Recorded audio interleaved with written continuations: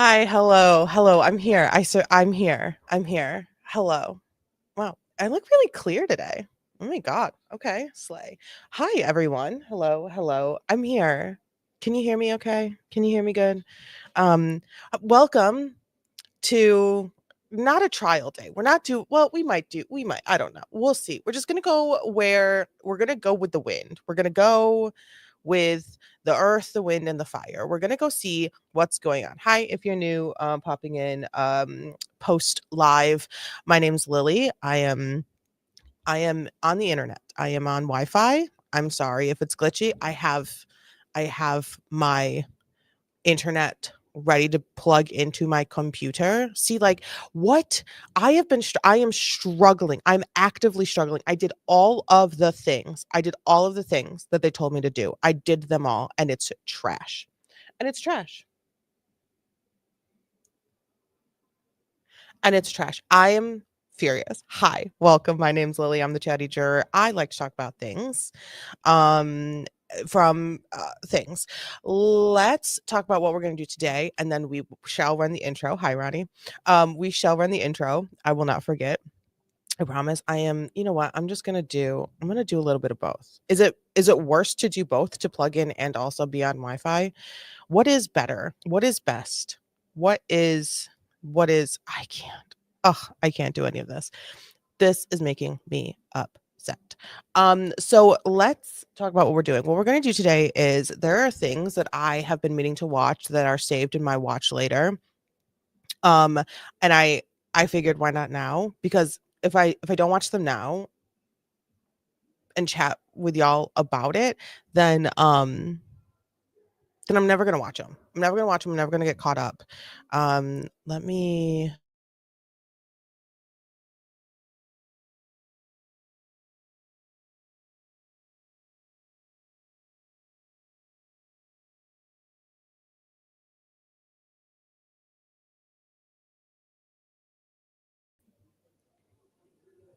Am I still? I'm having so many. I'm having frustrations.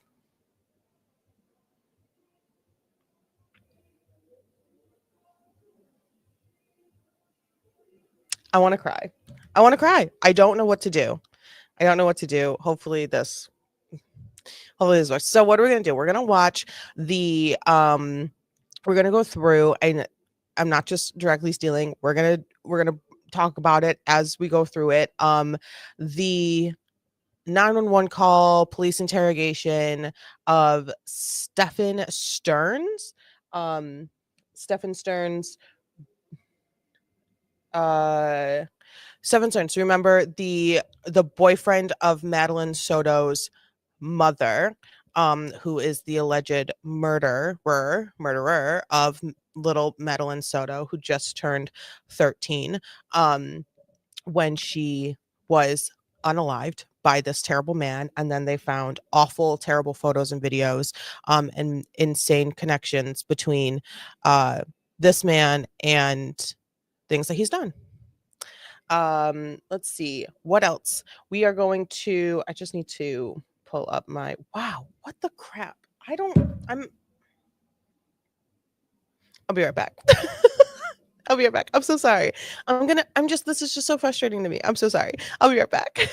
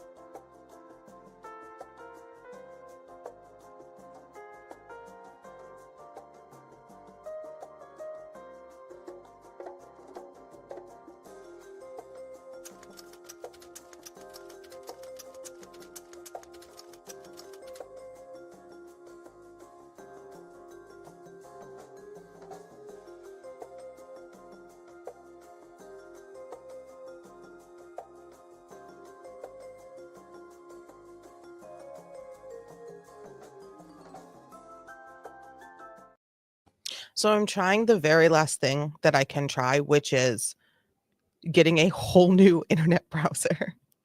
And like I I'm I don't know why I would need to. Um I don't know why I would need to, but I guess I need to.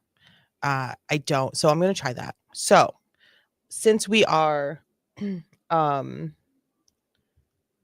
since we are just sort of waiting, we shall just chat. Um, we can just do like a sort of like a quick Karen Reed update as things are downloading, which they are actively. This is annoying. Let's see what we got here.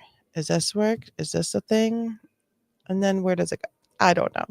Who knows? I wish I knew more about technology. I know, me too. Me too. I just don't understand why this is happening. Like they said to do a thing, I did a thing. They said to do a thing, I did a thing. And then I do all the things, and then it still is worse. It like gets worse. So they tell me to do all the things, and now it is worse. The things are worse. So whatever that means is really mean. It's really mean. They're not helpful. And they're like, oh, well, you could just like reach back out to us. I'm like, no, or you could just make it better now. Or you could just make it better now. So Karen Reed has a lot of things happening. There was no, I don't want to do any of this. Oh my gosh. Karen Reed, one of the biggest moments in this previous hearing this past week was the defense finally getting the footage that they got, I believe like a week or two ago, finally getting footage of the Sally Port of the garage, but it not being all of it. They want all of it. They want all of the footage of the Sally Port. They want all the footage from Canton PD, and they also are basically demanding they are demanding that they get a chain of custody for that footage, because it has come to light that somehow the footage from the Sally Port was going to be overwritten in 30 days. But before that happened, somebody, an unknown somebody who is now retired, has taken that footage and uploaded it to essentially an iCloud account. Whose iCloud account? We don't know. So the whole entire chain of custody, from where it was, who moved it, what iCloud account, who touched it, who edited it, who deleted things, who put stuff in the trash, who deleted, recently deleted, where is the entire chain of custody, and who did it? We want the times, the dates, the metadata from the original footage, and we also want whose fingerprints are all over this. Who did this? That was a major moment, and the defense, or excuse me, the prosecution is like, there's only so many things that we can do. There's only so many things that we can do. And so I guess they're gonna try. We shall see what happens with that. Another issue, oh, I just had it in my brain. Another issue, the defense has been talking a lot about the Sandra Birchmore case, which is necessary. I talked about the Sandra Birchmore case a little bit. I am actively switching um browsers. So let me just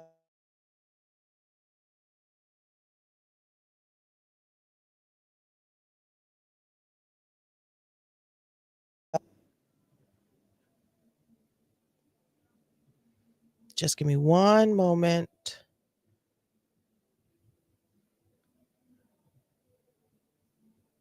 All of the pop-ups. You get a new browser and it's like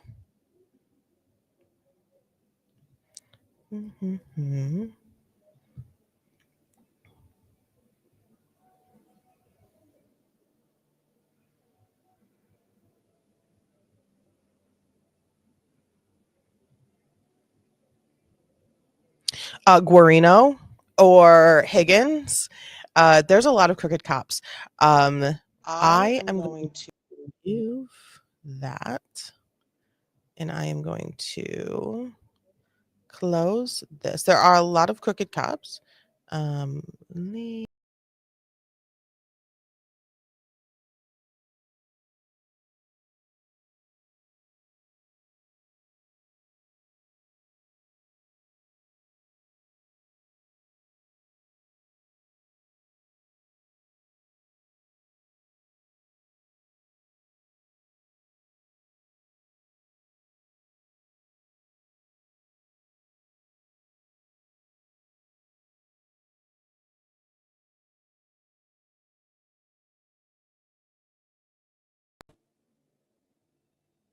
okay. Hi, I'm still here. Um, Let me just do uh okay.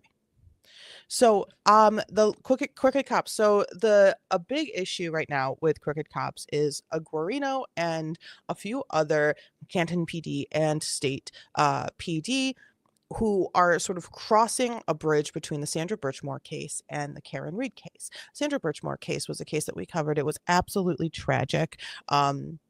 Absolutely heartbreaking. A young girl struggling. She had a lot of loss in her life. She took solace in becoming a youth cadet in this like police program, and I honestly I don't remember his name. Whatever his name is, he was a terrible person. He started taking advantage of her and r-wording her and mol'ing her, all those awful things. um Proctor, Michael Proctor. Oh yeah, we'll talk about him for a quick second too. And so that crossover when finally, eventually, when she became pregnant with his child, he unalived Sandra Birchmore. Canton PD, state PD, Massachusetts State PD were very quick to be like, oh, by the way, this is a suicide. Everyone be on their way. And Officer Guarino, who you might remember from the Karen Reed case, was also um a tech guy looking for messages, right? He was on the Sandra Birchmore case, and he was unfortunately unable to locate almost 30,000 text messages between Sandra Birchmore and her murderer. I can't remember his name, and that's for good. And I don't think he needs his name doesn't need to be said. Like he's a trash human being, and he is going to be in federal prison forever. Um,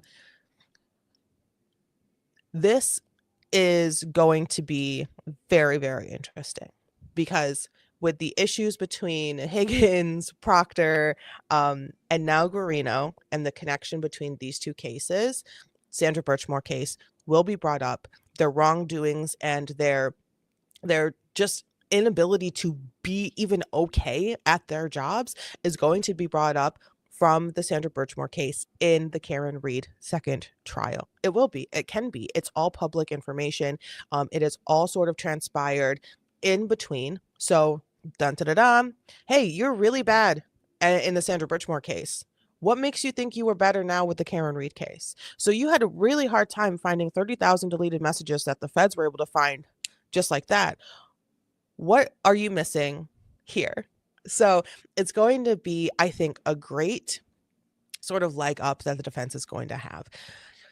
Michael Proctor was in a few days back to back of private, closed, non public hearings for his ability of being just a terrible jackass and a bad person.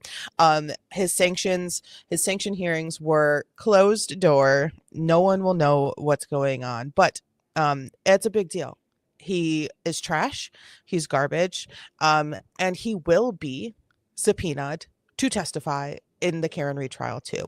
The final findings of the Proctor sanction hearings, I do not know of. I'm not aware. I don't know what exactly transpired, but I don't think it's good. I don't think it's good. We might sort of get a glimpse during the second trial of what exactly happened and like what his punishment is. If he starts talking about it, he himself can open the door. Hi, Tessa. How are you? Thanks for popping in. My name is Lily and I'm the chatty jerk. Um, that being said, another moment of whoa, from a a Karen Reed hearing just a couple days ago was when the prosecution sort of Brennan dropped a bomb and was like, "Hey, so you guys remember ARCA? You guys remember the federal witnesses that were basically recreating crashes, like they were like the crash recreationists, ARCA. They were like, it's not supposed to be spoken to. There was not supposed to be like any conversation, no actual trial prep, just basically marking essentially what that was already in their like witness testimony that was physically delivered to like the defense and prosecution. There was not supposed to be any extraneous trial prep between the defense and ARCA. They were not essentially the defense's witnesses that they put on the stand. They were the Fed's witnesses that they supplied to the trial. So any sort of preparation for trial between the defense and ARCA, or even the prosecution and ARCA, that could potentially create bias or give the space and room to create bias in either direction was like a big fat no. Like court order, no. A transcript, email, meetings, information found its way to the prosecution, and so this was a really big deal. This stopped the hearing. This stopped the hearing for Karen Reed. Judge Cannone was like, okay, wow, interesting. I'm going to take a 30-minute break. I'm going to go have a snack, probably throw something in my office, and I will be right back. And when she came back, she was like quaking with frustration. You could see it. You could see it in her body. You could hear it in her voice, her breath. She sounded completely different. She did not sound like the Judge Cannone that we know and not really love. But we can appreciate. We can appreciate her time, you know, but we don't have to love her. But we can appreciate her. In this moment, she said, instead of me making the defense stand in front of me and explain all of this, I'm going to give you a week. Get your story straight. I will see you in a week. Goodbye. That was it. That was it. The end.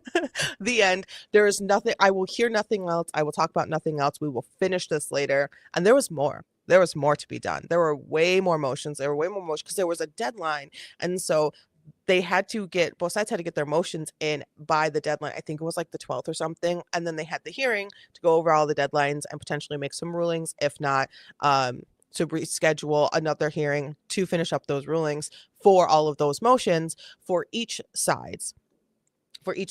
And so when this happened, it was like, I mean, you could hear a pin drop, and then you could hear her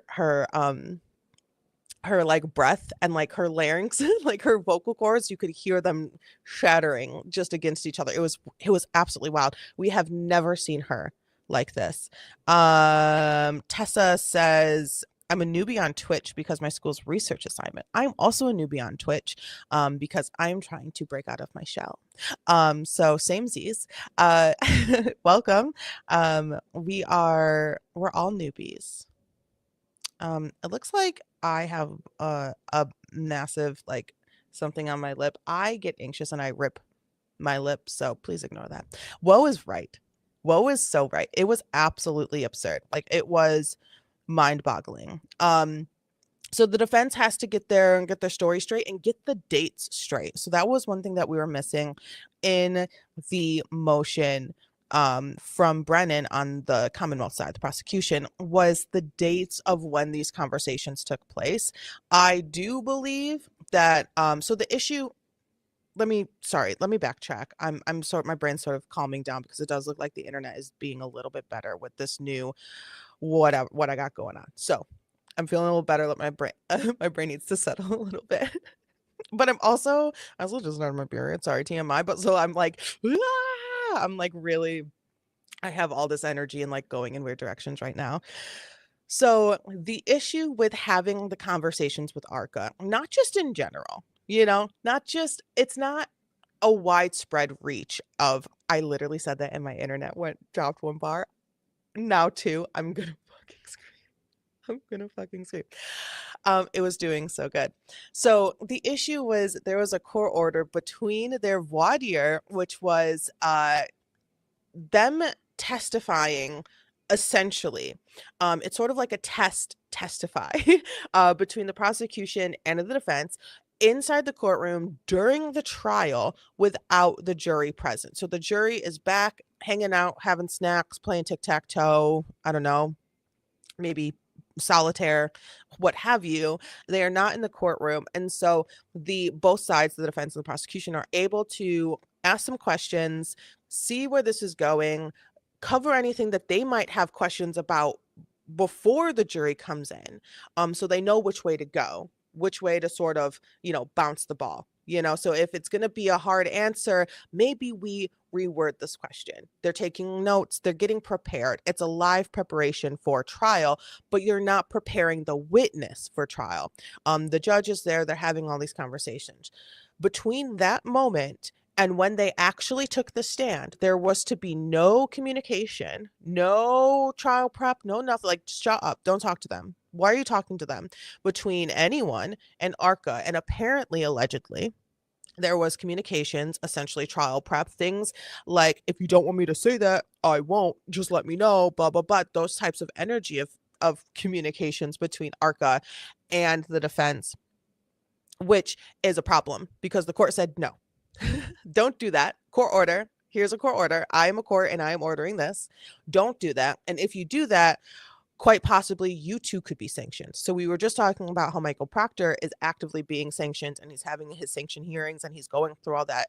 It's our problem, like he's going through his punishment. Lawyers can be punished as well if they break the rules, if they break the law. We saw a lawyer be sanctioned to, I think, like 3 days in jail for being held in contempt in the YSL trial. And that was like breaking news. Like you're putting someone's lawyer who is currently on trial in jail because you didn't it was a whole thing. I'm not even going to get into that one. But yeah, lawyers can get in trouble too, and they do. And are the defense attorneys going to get in trouble? Is Mr. Jackson, Mr. California, going to get in trouble for potentially having these um non-allowed, court ordered against conversations with ARCA? Most likely not. Most likely not. Most likely not. But will they get a slap on the wrist? For sure. Will they get a Judge Cannone who is going to be tighter when it comes to this trial? Absolutely. Are her eyes open? Absolutely. Is she putting her foot down? Absolutely. So I think we're going to see a completely different Judge Cannone in trial 2 than we did in trial 1 due to this. Now, when it comes to very critical, crucial evidence being handed over to the defense after the first trial, with no metadata, and being pieced out.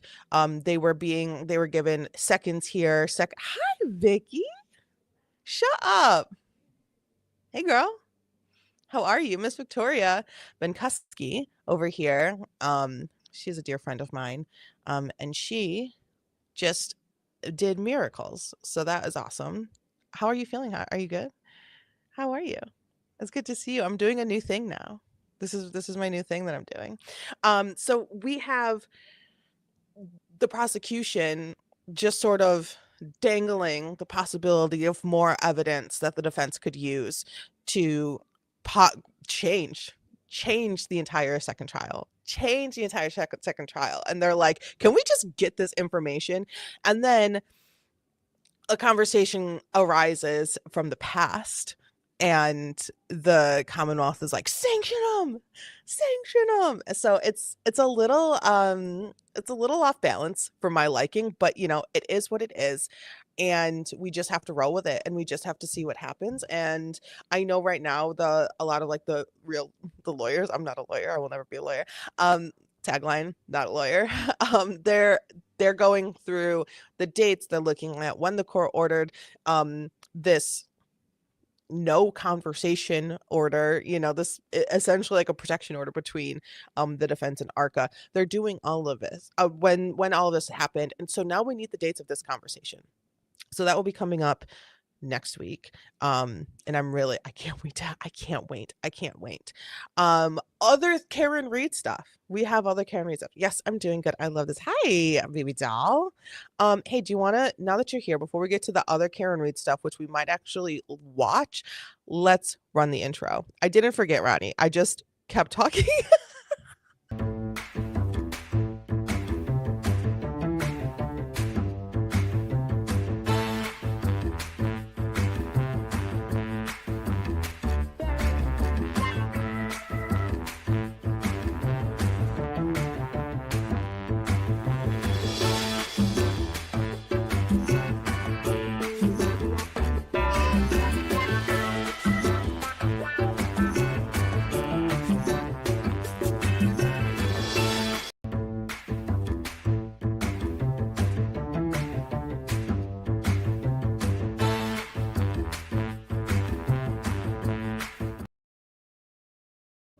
Also, was it glitchy? Because the friggin' internet? I was just about to remind you again. I know. I just kept going, and then my brain was like, and another thing, and another thing, and another thing. I love you. You're amazing. Let's see. Was it glitchy? If it was glitchy, I will run it again when the internet is good. Because apparently the internet hates me, and I am furious.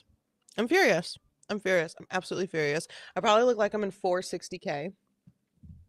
460K. Oh my God. Kill me. I'm like super multitasking right now. Super multitasking.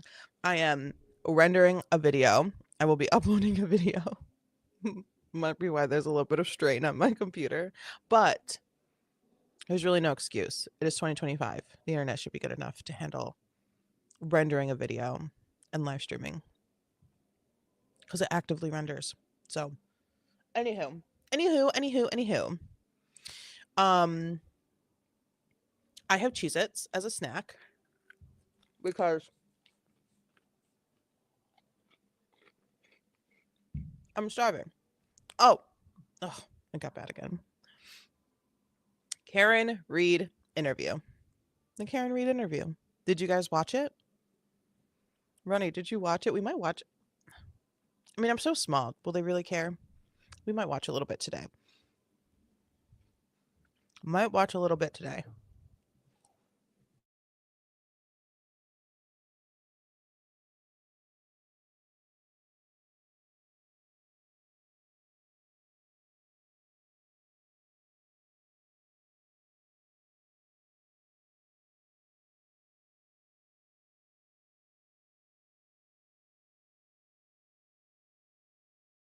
So you're next to your lawyer, and you did a full interview before your second trial when the first one ended in a mistrial. Idiot. I think it's so dumb. Yeah, like shut up. Like what do you mean? Like that's so dumb. It's so dumb.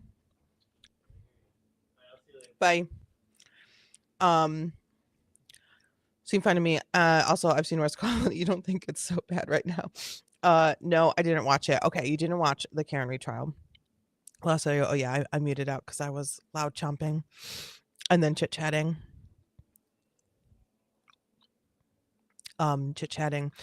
Vicky B.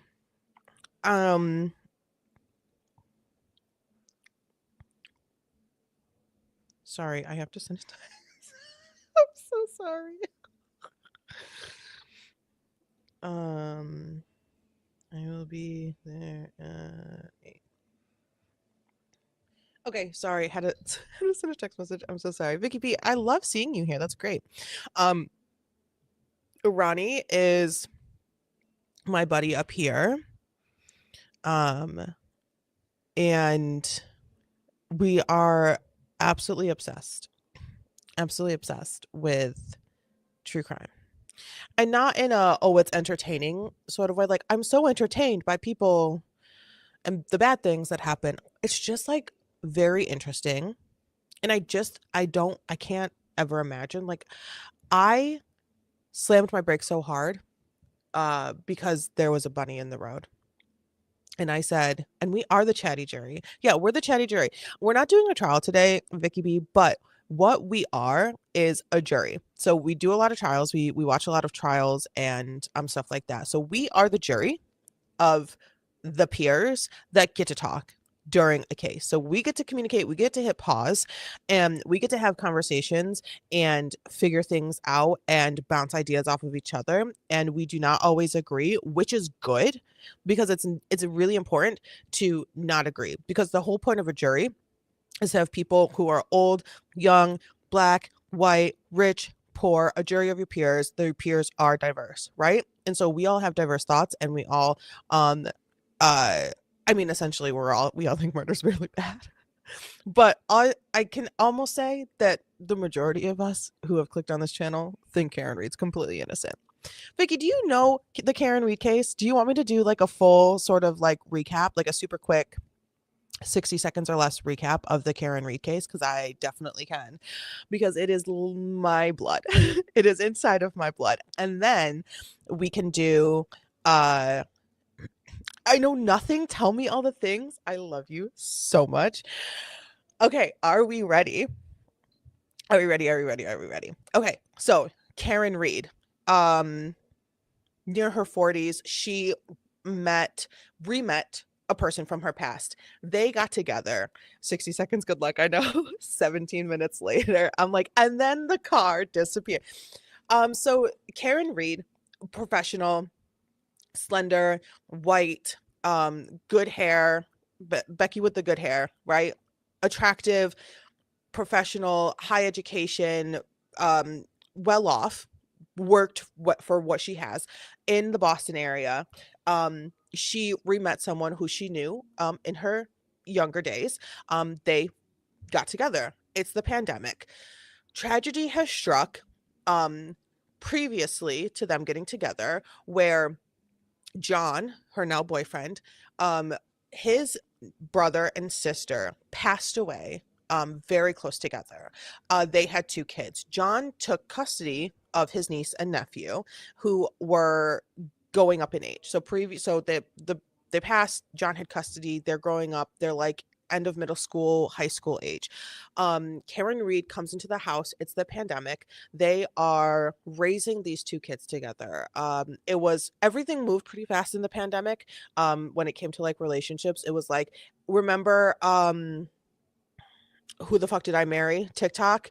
It was like, it's the pandemic. Are we going to quarantine together? And now we're living together. Like that type of energy. But also in the Boston area, they didn't actually give a crap about the pandemic. Like, I don't think they ever wore a mask. um, John was a police officer. John was a police officer. Okay? Make that note. He was a police officer. They're raising these kids. They are meeting people. Karen's sort of delving into the life of raising active, well-off white children. And I'm not saying that because this doesn't have to happen to Black people, but she went from living a completely different life to living a life of being a part and raising 2 well-off white children in the Boston area. Okay. It's completely different than like a bachelorette life where you got your house, you got your apartment, you got your job, you got your wine. Completely different. Like she did a full 180, right? And she was there. She was taking the kids to practice. She was doing the drop-offs and the pickups. She's getting to know all the neighbors and their friends and the parents and John's parents and John's friends and John's family. And they're doing all these activities together. They're going on vacations together. And then one night they are all out. John is out. After there was a funeral in Boston, they had many extracurriculars. Yes, they did. Yeah, many. There was a funeral in Boston, or not, excuse me. There was a funeral for a cop in New York City. A couple of Boston PD cops went to that funeral. They came back from that funeral. They drove. They all met up. All group of people met up. Parents of the kids, okay, go out to have a drink. They're all drinking. They're all meeting up at this bar. They're all drinking. John, Karen, the drinks are flowing. And then they go to a different bar. And now there's more people. And now they're all drinking and they're all having hee hee ha ha, it's snowing. Let me emphasize the snow. They are in Canton, Massachusetts, which is very close to the it's we call it the Boston area. It's it's a similar area. The accents are slightly different. They're slightly different. It's like a country Boston accent, which I think is really funny to hear. I and a lot of people are like, "Oh, listen to the Boston accents." I'm like, "That's not a Boston accent. That's a country Boston accent." Like New York City, completely different than upstate New York. And then if you get high enough, you get country New York. And so it's like you have like a city accent, but it's like a country accent on top. Okay, 60 seconds is so over. So anywho, it's late at night. They all leave this one bar, right? And Karen is like, "I'm hungry. Can we go to the pizza place that so and so who is here owns across the street and get some pizza?" And they're like, "No, it's closed. We are all going to go back to this house on Fairview Ave." I forgot the number. We're all going to go back to um this house on Fairview Ave. And John's like, "Yeah, let's go." And Karen's like, "I would really love to just go get a snack and go home because it's late, it's cold, it's snowing. We've been out forever. Like, can we just go home?" But anywho, John wants to go. So, oh, allegedly, all of this. Oh my God, girl. John wants to go. So they go. Karen does not know where she's going, right? She's like, doesn't know, or she's not like familiar. She's like, "I don't know where I'm going." So she drops John off. She pulls up to the house. She drops John off. They have a little conversation because I think they had a tiff of like, "I want to go home. Like, I'm not going to come back out and get you. Like, they better take you home in the morning or whatever." And like, now I have to go home to your kids, essentially. So she drops John off. She drives away. John does not come home. She wakes up in the wee hours of the morning. Where is John? Call, call, call. John, you bleep this, bleep that. I don't know if this is playing on like a television in a store or not. So um bleep this, bleep that, bleep this. Like, "Ugh, I hate you. You suck so much." Hang on. The worry starts to set in. Hey girl, I'm calling my friend to see where John is. Have you seen John? Oh, I never saw him. Hey girl, do you know where John is? I don't know, never heard of him. Let's go look for him. It's very early in the morning and it's snowy and no one can see anything and it's freezing cold. Let's all hop into my car and we shall go look for him. Okay, great. So they're driving around, driving around. They find John in the lawn of the house that Karen dropped him off at. Blood, not good, very cold. Karen is trying to do CPR, screaming bloody murder on the phone with 911. It's an absolute nightmare. Police show up, ambulance shows up. They get John, take him to the hospital. They get all his clothes off in the ambulance because hypothermia, and unfortunately John does not make it. Unfortunately John does not make it. Okay? And so the police are like trying to calm Karen down, and they're like, "You know what? Go home, go to the hospital, like go home, blah, blah, blah, blah." And then she leaves and they're like, "Hey, bitch, get the fuck back here." Oops. "Hey, bitch, get back here because I just heard from your dad, girl, your dad, that you're going to off yourself." Why? Don't know. So Karen goes back to Fairview Ave, the house where John was found, bleeding, dying, actively dying, to then be 5150'd, taken to the hospital where John is now, and said, "You're on a mental hold. You are mentally unwell. We have to evaluate you." And they're like, "Okay." And she's like, "Is there any way I could just see John? Like, how is John? What's going on?" They're like, "Maybe later." While he is no longer here, right? So when Karen was with her two friends, when Karen was with her two friends at this house, screaming, police, ambulance, trying to keep John alive, The owners of the home, nothing. No lights come on. No one leaves the house. No one across the street. There's sirens. There's ambulance. There's screaming. There's wailing. I was, nothing. Dead. It's dead inside. Dark. No one opens up. There's a dog in that house, a German Shepherd, who was known to be a little barky. So, where is all the energy?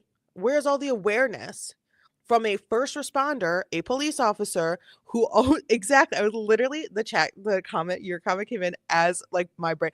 The owner of the home is a police officer, a first responder, someone who has been trained for probably at this point 30 years to hear sirens, and like it's like women who hear a crying baby. This man hears a siren. There's something bad happening. Why is there a siren directly outside of my house? What could possibly be happening?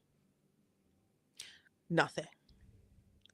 And then the police are like, "Oh, you know the owner?" To one of the friends, she's like, "Yeah, my sister and her husband live here." Okay, you can go get them. I'm sorry, there's a dead cop in your yard, and you're sending a somebody that's not a police officer to go knock on the door of a police. That very moment is when the entire outside corruption ring happened, and in my opinion, this was the very moment where the inside corruption ring was like, nailed it, right? Like, yes, perfect. Like a cop isn't even going to go knock on the door first. The sister of his wife is. So anywho, when all this is happening, allegedly Karen is saying, I hit him.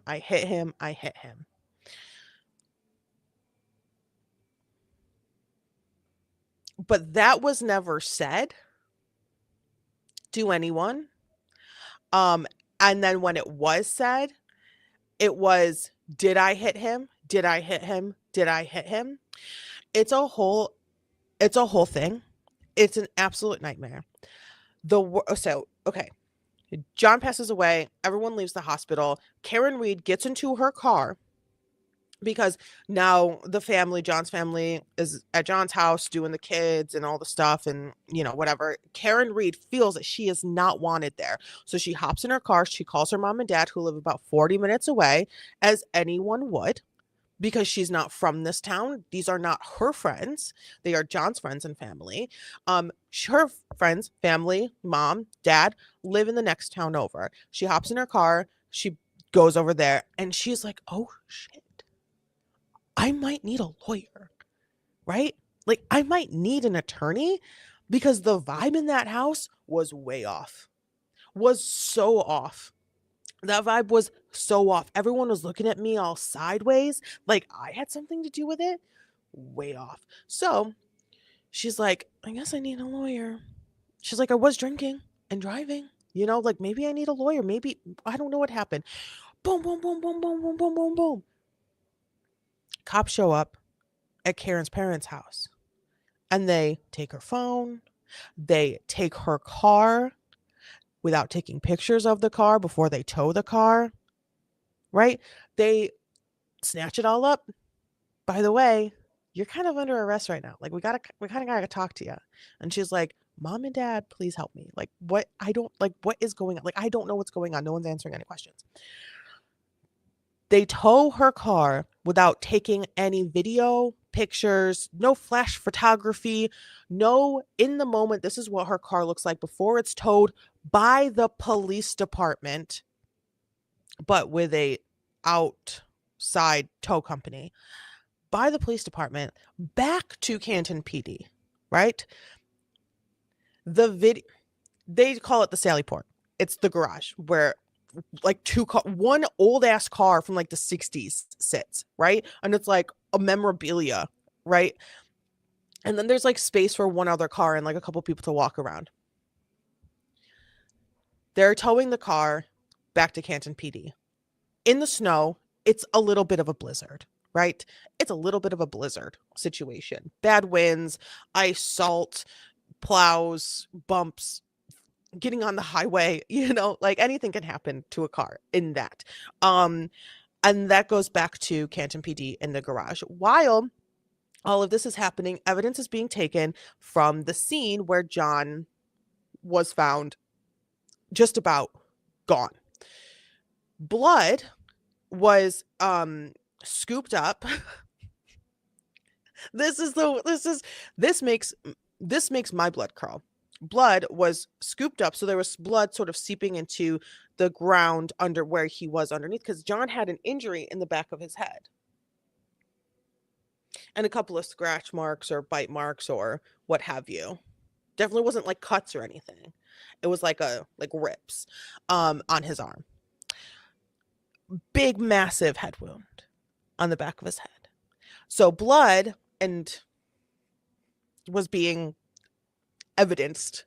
But oh my gosh, this is a problem. Oh my gosh. Hi, I'm a police officer and I have lived in the Boston area in the Northeast in Massachusetts for my entire life, and I'm just realizing now that it snows. How do we collect evidence that is in snow that is also liquid evidence? Oh, I'm going to go to the neighbor across the street who is also a cop. And see if he's got anything I can put blood evidence in. Blood evidence. Yeah. Well, he's got a half open bag of Solo cups. Sounds good. But what am I going to put the Solo cups in? Oh, bro, I went to the grocery store, so I got like a paper bag in my trunk. Lovely. A Kroger bag. Perfect. I'll just put open red Solo cups full of blood and snow, and we'll call that evidence, in a paper bag, and we'll just roll that up. And then I'll just hold on to it real good on the way back to the station. I swear to God, I'm not making this up. I swear to God, Vicky, I am not making this up. I am not making it up. I'm not making up. Karen Reed Solo cup evidence.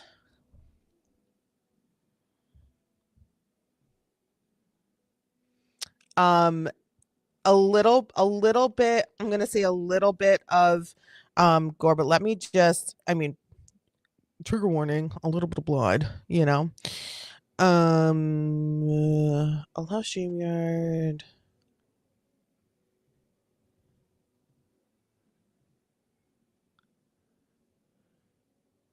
Oh. Oh my gosh. Is it because, sorry, I'm trying to show you. It was literally one thing after another. It's giving Tom Law. Yes. Yes.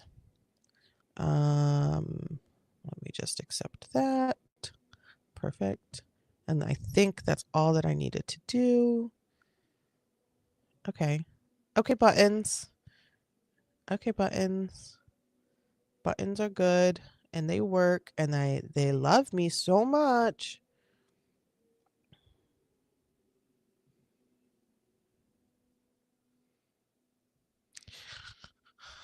Okay.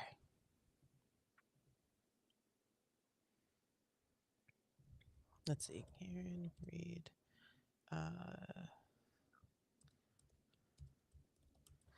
And then the best part about the Solo cup evidence is that you would think that maybe it would go in a refrigerator and maybe transferred into like a sealed baggie or tubes or something of that sort. But unfortunately, it was just, and wait for it, put on the ground in the garage, which they call the Sally Port. And do you want to know how we know? Try capturing a screen to see. I don't understand. So I'm going to need this to work. I'm going to maybe if I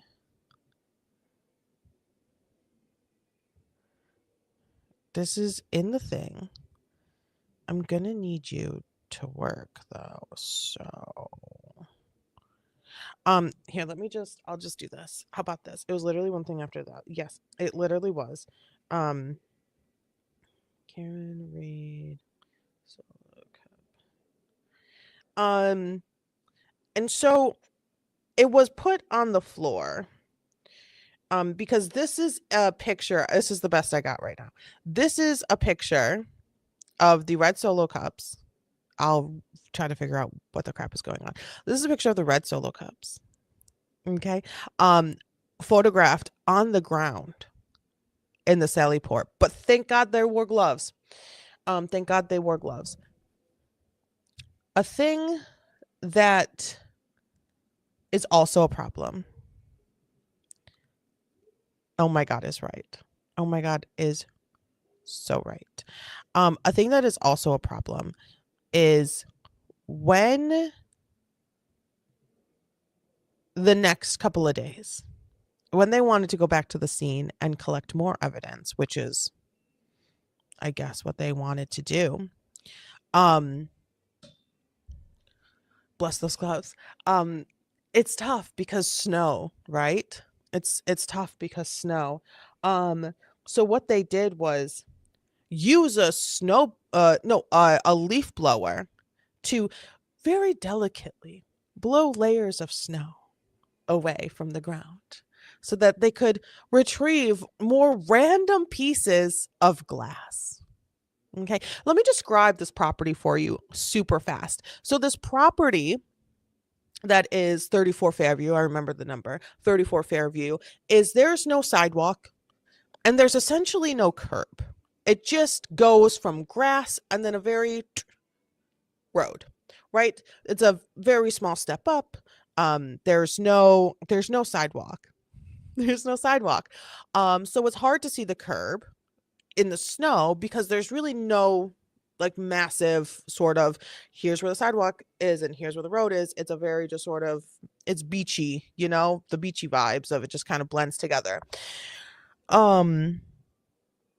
Which lends to the possibility of the dirt, grime, rock, salt, garbage, trash, what have you, from the road to enter the actual yard of this house, right? So one would think little wrappers, plastic bits, wind blows everything, and they did find things. A very important piece of evidence, a straw. Wonder where that could have come from. There was an alleged glass with a straw taken from a bar, but it's definitely that one, says the prosecution. It could not be anything else known as trash that was located on the public street found days after the incident. Couldn't be anything. It has to be. There's no other possible way it could be anything but the straw from the glass, right? What else happened? Oh, let's talk about the tail light. So the prosecution is alleging that Karen Read threw her car into reverse, slammed the gas, hitting about 24 miles per hour, running into John, not feeling anything, not hearing anything, not seeing anything, and then very delicately driving away. This would lend to, well, let me tell you about her vehicle, which is a full-size Lexus SUV. Which would make the taillight, which was the only thing damaged essentially in this car, and the damage level increases the longer it's out of Karen's possession as well. The damage level increases. It starts as a cracked taillight, starts as a cracked taillight, and then it ends up in a completely shattered, non-existent taillight. How that happens, nobody knows, because the footage of the car being taken away from Karen and then being placed into the Sally Port, and then from the entire time of it being into the Sally Port does not exist. But it didn't for trial number one. It did not for trial number one, but now it does.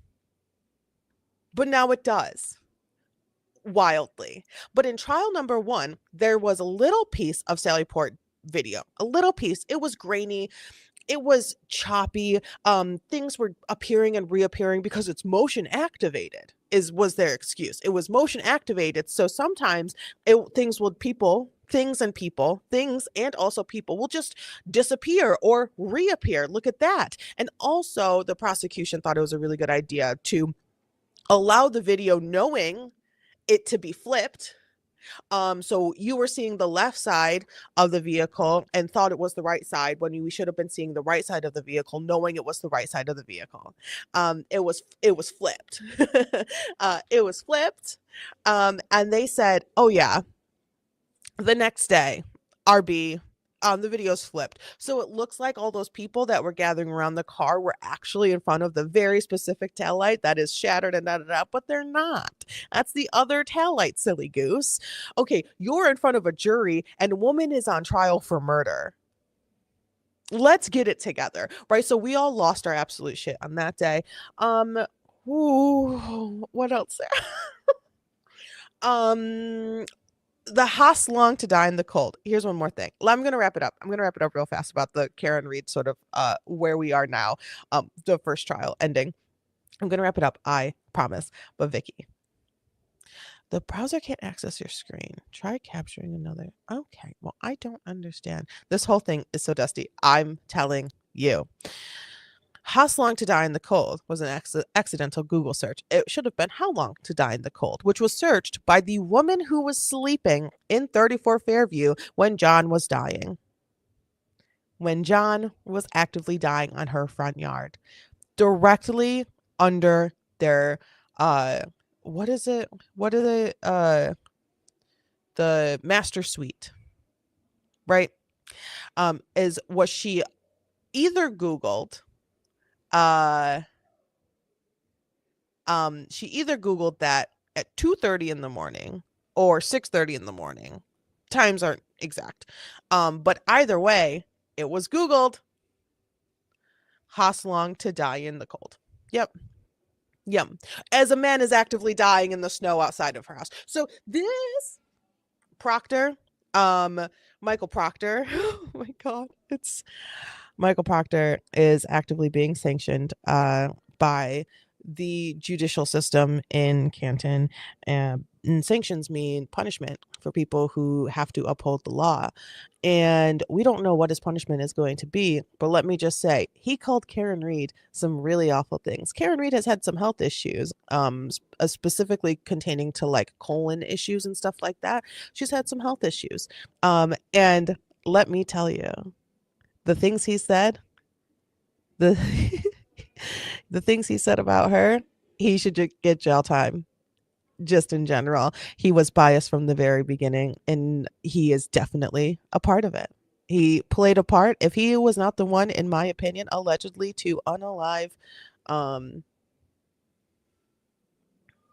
to unalive someone, he allowed someone to do it. Allegedly, in my opinion. Do not sue me. But like, come on. Come on. He was looking for naked pictures of her on her phone. He called Andrew Jackson, one of her attorneys, who's a big attorney from LA. He called Andrew Jackson like an asshole and all these terrible things. There was, I think Higgins is now having issues. So anywho, the first trial ended in a mistrial. How that happened, nobody freaking knows. Nobody knows. Nobody knows. And there's so much more. There's so much more, girl. There's so much more. Nobody knows. It ended in mistrial. So they have to go on with a second trial. And when I tell you that there has only been drama between the first one and the second one, there's only been drama between the first one and the second one. Lawyers might be sanctioned. There's missing footage. Oh, and by the way, they're finding the footage. Someone of the garage, because someone decided to put it in an iCloud account. Put it in an iCloud account. Whose iCloud account? We don't know. We don't know. But the prosecution is slowly handing over bits and pieces to the defense. Like, oh yeah, by the way, here's some evidence that you could use in your case to not have your client go to prison for life on murder charges. So I guess you can have this. But anywho, it's an absolute mess. And I believe her to be completely and 100% innocent. And if she is made to be held responsible for drinking and driving, then every other police officer that drank and drive that night need to also be held accountable. Period. Hi, numbers. I am going to try to freaking figure this out. I don't understand why I cannot share my screen. So let me just um figure this out. Sarah, if there's anything else you want to add to there was literally nothing. That was literally just moments, not even like us not even it was not good it was that was not even a good enough um summary of the entire situation. Because the only reason there's even eyeballs on this case was um because someone noticed it. He goes by Turtle Boy, but he noticed that that there was some corruption happening. He noticed. I don't want to do that. Why the frick did I do that? Oh my gosh. Okay. I would love. How are you? I am good. 3L or LX is good. Cool. Welcome. My name is Lily, and I am the chatty juror, and we are the jury that chats and can talk about all the things. And I had to switch browsers, so I am just asking everyone to bear with me for just a moment as I try to um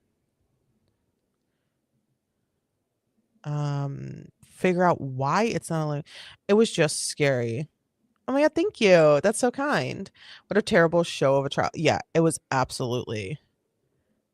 Oops. Click the screen icon in your address bar. This one? Use camera.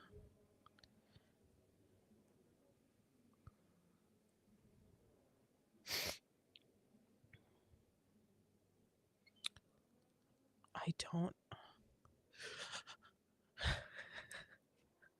Are you streaming somewhere else like a double stream? I'm doing YouTube and Twitch. Yes. Yes, I am. Only because someone told me to. I'm a YouTube girly. I'm not a Twitch girly. Um, but I don't have anything against Twitch. It's just I don't understand it. I don't understand what they want. I don't understand what Twitch wants. So I know YouTube. I know YouTube. I have other things with YouTube, and um I know and understand and comprehend YouTube. What I do not know and understand is Twitch. YouTube for life. Yeah, makes sense. Yeah. And then so I had oh my gosh, this one. Allow. Browser can't. Okay. Pause. I'm gonna put my little be right back up so that I don't take a breather. I'll be right back. I swear. I just gotta figure this out. Loop it. I'm looping it.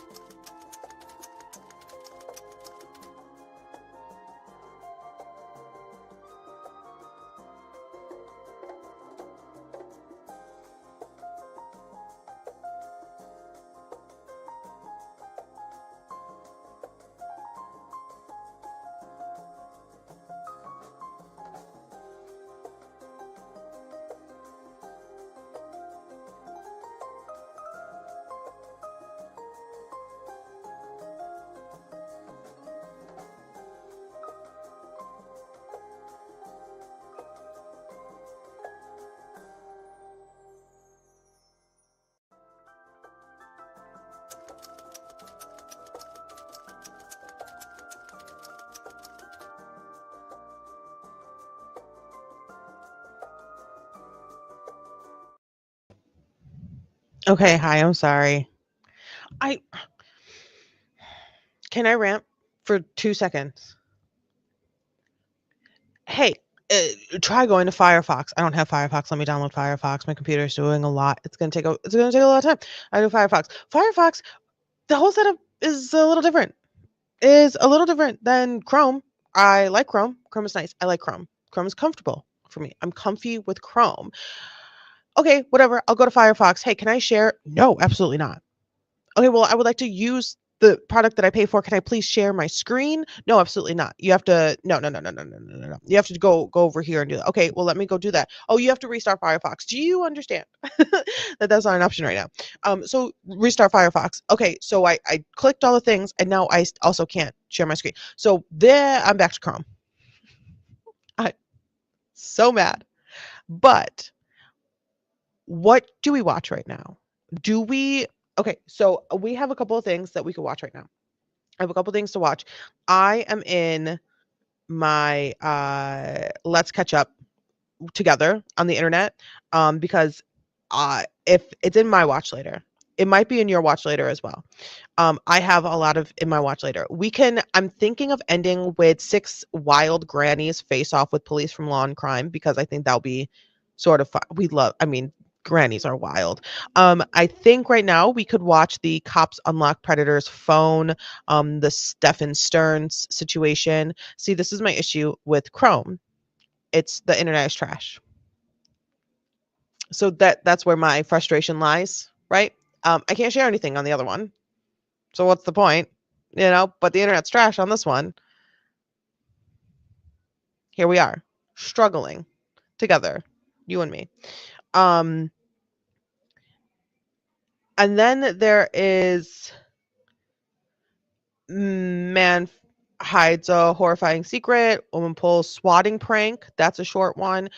So there's a couple in my watch later that I want to watch. Shall we start with Stefan Stearns? Now the issue is this internet thing.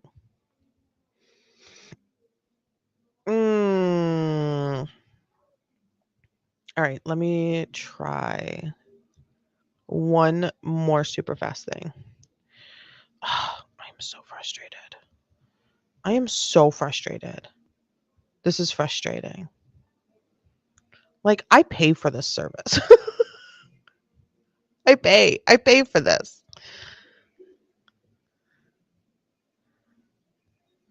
Pay money for this. Trash. Trash.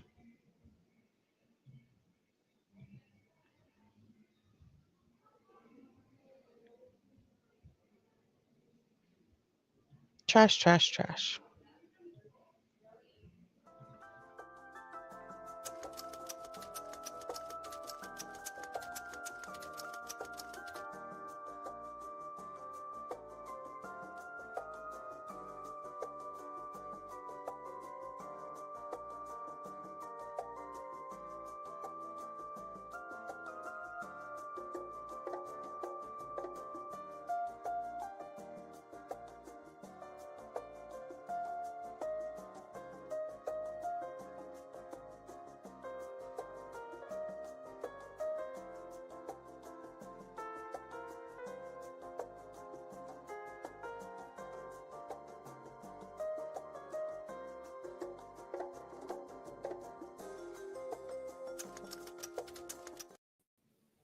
Okay, I'm back. Sorry. Sorry. I think that was it. I think that was the last of it. I think that was the last of it. That was better freaking be the last of it. Or you guys will actively hear me calling this place and being like, "What?" All right, so let's watch this. Um Major trigger warning from a sort of graze of it. So this is from Explore With Us. If you don't want to watch this, that's totally fine. We're going to be getting body cam footage. We're going to be getting some report information from the Madeline Soto case, how it started, what's going on, where's my daughter sort of energy, 911 calls, some interrogation, not interrogation, they call them interviews, police interview, footage, from both Madeline's mom, from Steven Stearns, whatever. He doesn't deserve to be called his whatever name he prefers because he is a murderer. And then we get some interrogation footage. We can always skip around, but and if I see the internet start to get gross and yucky and annoying, I will pause so that we don't miss, and we can always chat then as well. And once I get a little sign that the internet is back, then we shall begin.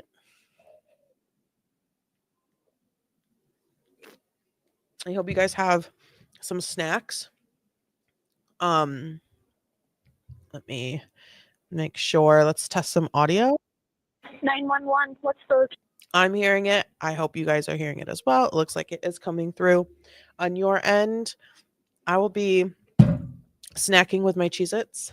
My snacks for the day, Cheez-Its, and been left in my car for half of a week, chocolate covered almonds from Stewart's. That's what I got. That's what I got. Not because I can't afford anything, but it's because I don't think. All right, let's start. It starts with a 911 call. And we talked about the Madeline Soto a while ago, today, and also many days ago. Young girl just turned 13. She went missing. Her mom's boyfriend said, "Oh, I took her to school. I dropped her off." But her body was found nowhere near school. They did the whole manhunt, where's my daughter, interviews on the news, if you're out there, bring her home, when she has been dead and gone the entire time. Then what? The worst thing that could have happened after a child passes away, the day she goes missing, Steven decides to it was an accident. It was a whoopsies. He full factory reset his phone. I don't know if you've ever factory reset a modern cellular device. It takes about 17 clicks of a button. They ask you like 5 times, "Are you sure?" And so he accidentally whoopsie doodles a factory reset his phone. What he didn't know, because he's a fucking idiot, is that even if you factory reset your phone, it does not wipe everything. All of the things are not gone. There is still data there. Heard it. Yay. Good. Awesome. There's still data there. And guess who found it? Not Guarino, not Officer Guarino, who is in charge of text messages and finding information on people's phones. The feds did. They said, "Oh, by the way," I believe it was the feds. By the way, there's what they had called thumbnails of previous pictures and videos. So it's like the very last bits of data that were on the phone before, like from it being factory reset. But it's there. And guess what? It also contains metadata. And it also is a fantastic and easy way. I mean, it's not easy, it's a lot of work, but they are able to sort of extrapolate from the little thumbnails and sort of dig deeper into the phone, into the saved data, and get as much back as possible. I am going to check my feed and see how gross it is. Absolutely gross. Okay, let's see if it comes back at all. Before we get started. So there were a lot of that. It came out that these were videos and pictures of him with little tiny baby Madeline. And that this has and was going on for a long time. There was talks of not just the taking and having of this CSAM, as what it's called, child S material, SA material, because it's not a lot of people are stuck in saying like child corn, but it's not. Okay. There's no willingness, there's no way, there's no amount of time, there's no moment in space, there's no moment that there could be any sort of consent whatsoever from these children, especially in this case Madeline. It is what it is, and it goes by CSAM. um and that's how I will refer to it. But it was also not, so it was found out that he was not just taking it and making it, he was also providing others with it as well. So there are a lot of charges that are just raining down on Stephen, rightfully so. And then there are the questions when it comes to Madeline's mom as well. What did you know? What didn't you know? What did you do with what you did know? Why, if you did know if you did know, why is he still alive? Why is he still breathing? Right? Because if I knew any, I would be going to jail for murder. Right? That's no.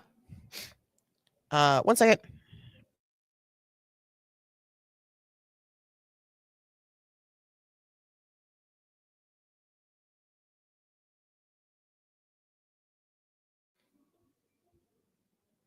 Am I back? I think I'm back. Car almonds. Delicious. Okay. Well, I don't know what the hell's going on. So let's get started. And if it's really awful, if it was really, really, really awful, please let me know. Pray, please. The location of your emergency. Reporting a missing child. And at this point, I start to panic and freak out because that can't be the case. She was dropped off. I remember him saying, "Should I have asked a warrant?" And I'm like, "No, you've got nothing to hide. Give him your phone. If you were to go demand your phone back right now, that would look suspicious. Like, what are you doing?" I feel like sometimes people struggle to show real emotion when they're aware of what the truth is. If I knew anything, I promise you, I would tell you. Like, I am willing to take a lie detector test. Trash. It looks like trash, doesn't it? Golly. It's like, I don't. I'm gonna lose my mind. I'm gonna lose my mind. I'm gonna lose my mind. Should I have Wi-Fi on and be plugged in? Like, this is.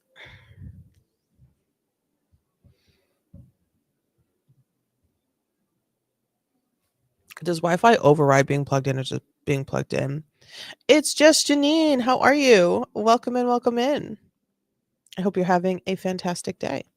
I'm having a great day. We had a really great conversation, and then I'm in my studio again, and the audio is bearable. The video is trying so hard to keep up.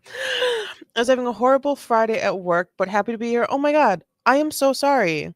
I'm glad you're here. We are just about to start a horrible video, but it's with the jurors. Internet struggles are the worst. It's me. Like and here's the problem. Here's what I think the problem is. Me. I think I'm the problem. Am I like am I like am I like charged up or something? Like we played the video for 28 seconds and I had to stop. And it's just the intro. It's not even, but I don't know if you're familiar with the Madeline Soto case. It's a really horrible case. We're going to watch the Explore With Us video that they made. They just posted a couple days ago. I'm kind of doing this is in my watch later. Let's all sort of gather and watch it together. So we can get it out of my watch later file. Are you using OBS? Maybe it's a setting somewhere. I'm using StreamYard, and it has always been so good to me up until these last couple of weeks. And I reached out to them and they said, try this. And I did all the things. And it's like worse. And it's like worse. And I don't freaking know why. And I don't know why. Yeah. Yeah. Major what yeah, oof for sure. Um and I don't okay. Let's all gather for a moment. We are going to watch this video. We are going to watch this video. We are going to. But what I am also going to do is scream. I'm going to scream. So when I okay, oh, we are going to watch this video. If it's the last freaking thing I do,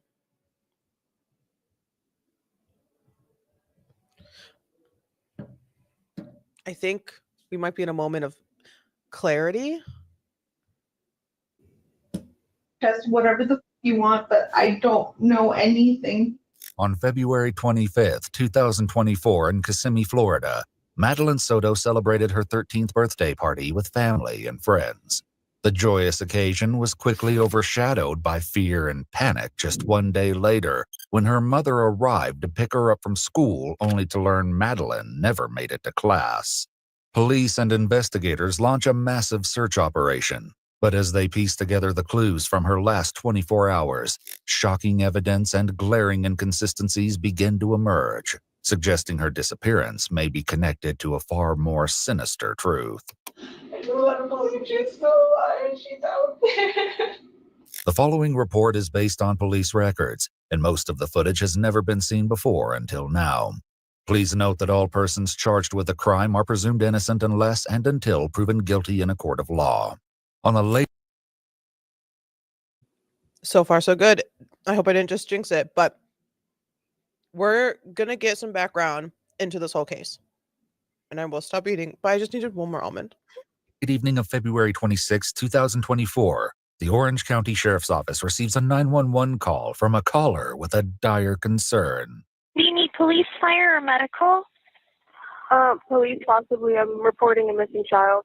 Okay, and the child that you're trying to report missing, are you calling on behalf of the parent? Yes, on behalf of the mother. She's like, Okay, and then how long has it been though since you guys have last seen her? since this morning. She was dropped off at school this morning, and apparently she never showed up. We called everyone we knew. No one's seen her. After collecting more details, the dispatcher assures the caller that a deputy will arrive as soon as possible. However, I'm not a mother. This happens all the time. I'm not a mother. I'm never going to be a mother. But I know my mom. If she found out, if she dropped me off at school, a block away, 2 blocks away, across the street, and I never made it to school, there is no time being wasted. Not a single moment being wasted to call friends. Police first. Hello, I dropped my child off at school. I drove away. She was walking into school. And guess what? She was not in school. She's not been in school. She's not in school. I have a missing child. Not, oh, hey, Selma, have you seen Lily? No, I don't. I dropped her off. School's saying she's not there. I mean, I saw her walking that way, but I had to get to work. All right, yeah, let me call Susie Brockman. I don't know. If the Susie Brockman ever watches this video, I'm so sorry. I don't know you. Yeah. Have you seen Lily? No. No time wasted at all. Yeah, the narrator the narrator's interesting when it comes to explore with us. It's wild. It's wild. however, no help. Vicky Beat, this did happen in Florida. He is very obviously guilty as. Oh, Steven. Oh, yeah. Oh, for sure. Yeah. Sounds like AI. It does sound like AI. I think it didn't used to be, but I think it is now. We are going to for sure hear and see Steven Stearns in this whole video. I heard Florida and I was like, ooh, no, girly, I know. I need you to come back. This is a very frustrating case. Um, and when I reported on it, it was like, I just got it. I just got it, Steve. My manager is so funny. There was when I like reported on it, it was like the day that her body was discovered, which was like very soon after she went missing. Like it was not a long, like it wasn't like a 2, 3, 4 week situation that a lot of people, parents, family members, brothers, sisters, daughters, wives, husbands go through when someone is missing, or taken. And it's like a very long process of trying to find someone. This was a very not that long of a process. And when and where and how they found her, you're going to scream. You're going to be so mad. And this pisses me off. She just turned 13. Like she just turned 13. And she was Help arrives. such She a calls sweet back kid. 2 more times, attempting to Kid. express the urgency of the situation. We need police paramedical. No, it's not a medical issue. We have a missing child since this morning. We already called 3 times. Yes, ma'am. I see you. This is waiting for a deputy to respond. We're waiting for a deputy to respond. Yes, ma'am. And how long more do we need to wait? It's a child missing. I understand that, ma'am, but I'm just not able to give out ETA. I don't know when they'll be there. So this is not important for you guys? Really? Ma'am, we were very busy in the area. Look, I understand they'll be there as soon as they can, okay? The chilling reason for the delay and what had deputies in the area so busy would soon raise more questions about the timing of her disappearance. At 7:48 p.m., Deputy Joseph finally arrives at the scene to meet with the missing girl's mother, 35-year-old Jennifer Soto, and her boyfriend, 37-year-old Stephen Stearns. Hi there. Hey there. Hey there. What's going on? So was dropped off close to school this morning, but never made it. I went to pick her up from school. I'm sorry, 1 second. Yeah. Go ahead, sir. Are we looking for another kid or we have a kid? Looking for another one. With more than one missing child in the area, the fear that she may have been abducted remains a possibility. So she was supposed to be dropped off at school, didn't make it. The coincidence, right? Hey Ray, what's going on? Welcome. You are not late, actually. We just started the video. We spent about an hour and 40 minutes just talking and struggling. So welcome. You're very familiar with Karen Reed case, and all we did really is summarize it and get into the rants of it all. So Madeline is missing because this man, can you see my mouse? This man over here knows that she's not. Nope. And now we need to figure out if she also knows that she's not. This is what we need to figure out. This is what needs to happen, right? Another child had been abducted in the same time frame. Cops are working on a child like abduction, missing child. We need to find a child, and now this as well. So immediately, oh for sure, V, oh for sure. And this is him looking like the least creep. It gets so much worse. This missing child and now another missing child, immediately law enforcement is going to say, we have a big, massive problem on our hands. One missing child is one thing. Police, law enforcement, especially in a larger city, should most likely be able to say, you go here, you look here, you call here, you go here, we will spread out and find this child. But when you have 2 missing kids, they are spread so thin. Because I think it's a sentiment that the majority of human beings will drop anything to go help find a missing child. If I get an alert that there's an Amber Alert or a last seen in my like where I am right now, or in the city or in the area, I would end the stream and I'd say, we have to go. I have to go. If you are also up here, we have to go. and help try to find this child, right? Like it's just sort of like an instinctual, we do that, right? Like we do that. That's why people still, that's why it happens. People do it all the time. Unfortunately, kids go missing a lot.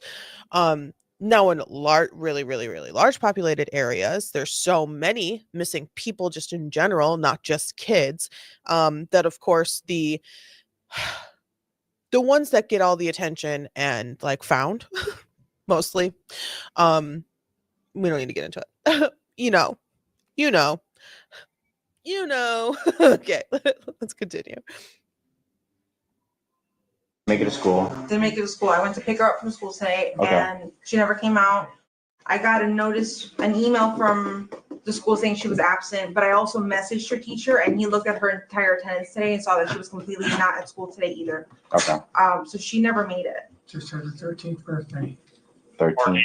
What was she last seen wearing? Green hoodie, white Crocs, either blue or black pants. I think black shorts.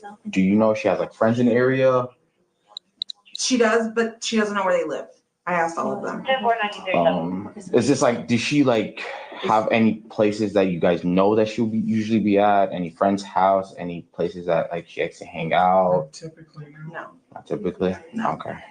By any chance, does she have a phone number or phone? She does, but she left it at home today. I have it. You have it. And I've already gone through her messages. Okay. How about, does she have like Apple Watch? No. Does she have She's got a device. The only device she's got on her right now is her school laptop. a school laptop? Is that trackable? I don't think so. You don't think so? It should be. It's a How are you feeling so far? Okay. Vicky, yes. How did she wait till the end of the day for the absence to be reported to her? Lies. They would have called by 9 a.m. This is bullshit. What do you mean you waited all day? Oh my God. I'm getting too heated. Rage. Welcome to the Chatty Juror. Welcome to the Chatty Juror. I want you to be enraged. I want you to be enraged. Not because I want you to be enraged, but because this happens almost every day. This happens always. This happens always. We, as just people who have watched, listened, read podcasts, the plays, and the this and the that of the true crimes, this happens always. Someone is going to drop the ball. And in our opinions, when we are watching it happen, it is always the person who should never drop the ball. This is a 13-year-old's mother who was saying, hello, I guess, I made some phone calls and I don't know where she is. And she doesn't have her phone because I have her phone. And the only thing that she has is her laptop, and it's a school laptop. So like, I don't even know if you could do anything with that. And like, we've called like 4 times, but like we started calling at like 6 p.m. or whatever, when like we knew that she wasn't in school in the middle of the day. What?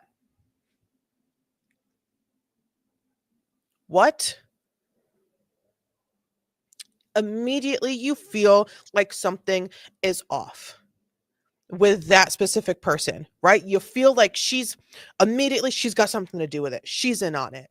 She's part of it. She helped him. She knew everything. She just skipped school. LOL, rolling on the floor. If you know, you know. What the hell?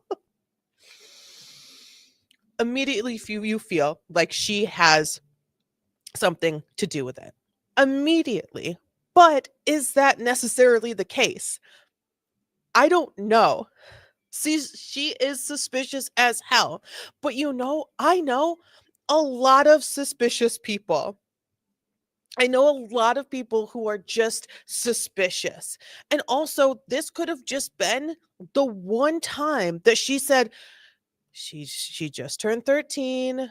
She's got her friends. She had her party. She was she just turned 13. I want to give her a little bit of space. She's been showing signs of being naughty. She wants to test the waters. I know a lot of suspicious people, but it also could have been the one time that she didn't want to be that mom of, I'm going to immediately call the police, right? Because I don't know what's going on in her head. I don't know when she saw the text message. I don't know when it came to light that she wasn't in school all day. We do know that she didn't, but someone in her party did call the cops a couple of times to say, we have a missing kid. Where the hell are you? Can you please come here? My child is missing. And for someone, now question, I'm losing my mind. My child is missing. Hey, bestie, sister, cousin, niece, nephew, can you please call? Because I'm losing my mind. I have to go look for this. Where is she? I'm going to go here. I'm going to do, I got to find my daughter. Call the police, call the police, call the police. Someone calls the police and says, hey, Madeline is missing. She is 13 years old. We need cops here ASAP. There was even more urgency in my voice than there was on the first phone call, but no cops show up. 3 minutes, 4 minutes, 5 minutes. It feels like an hour. It feels like 2 hours. It's seconds, but it feels like forever. I am calling the police and I am screaming on the phone. If you don't come here, I will come to you. And if you do not help me immediately, I will sue you until you bleed from your eyeballs.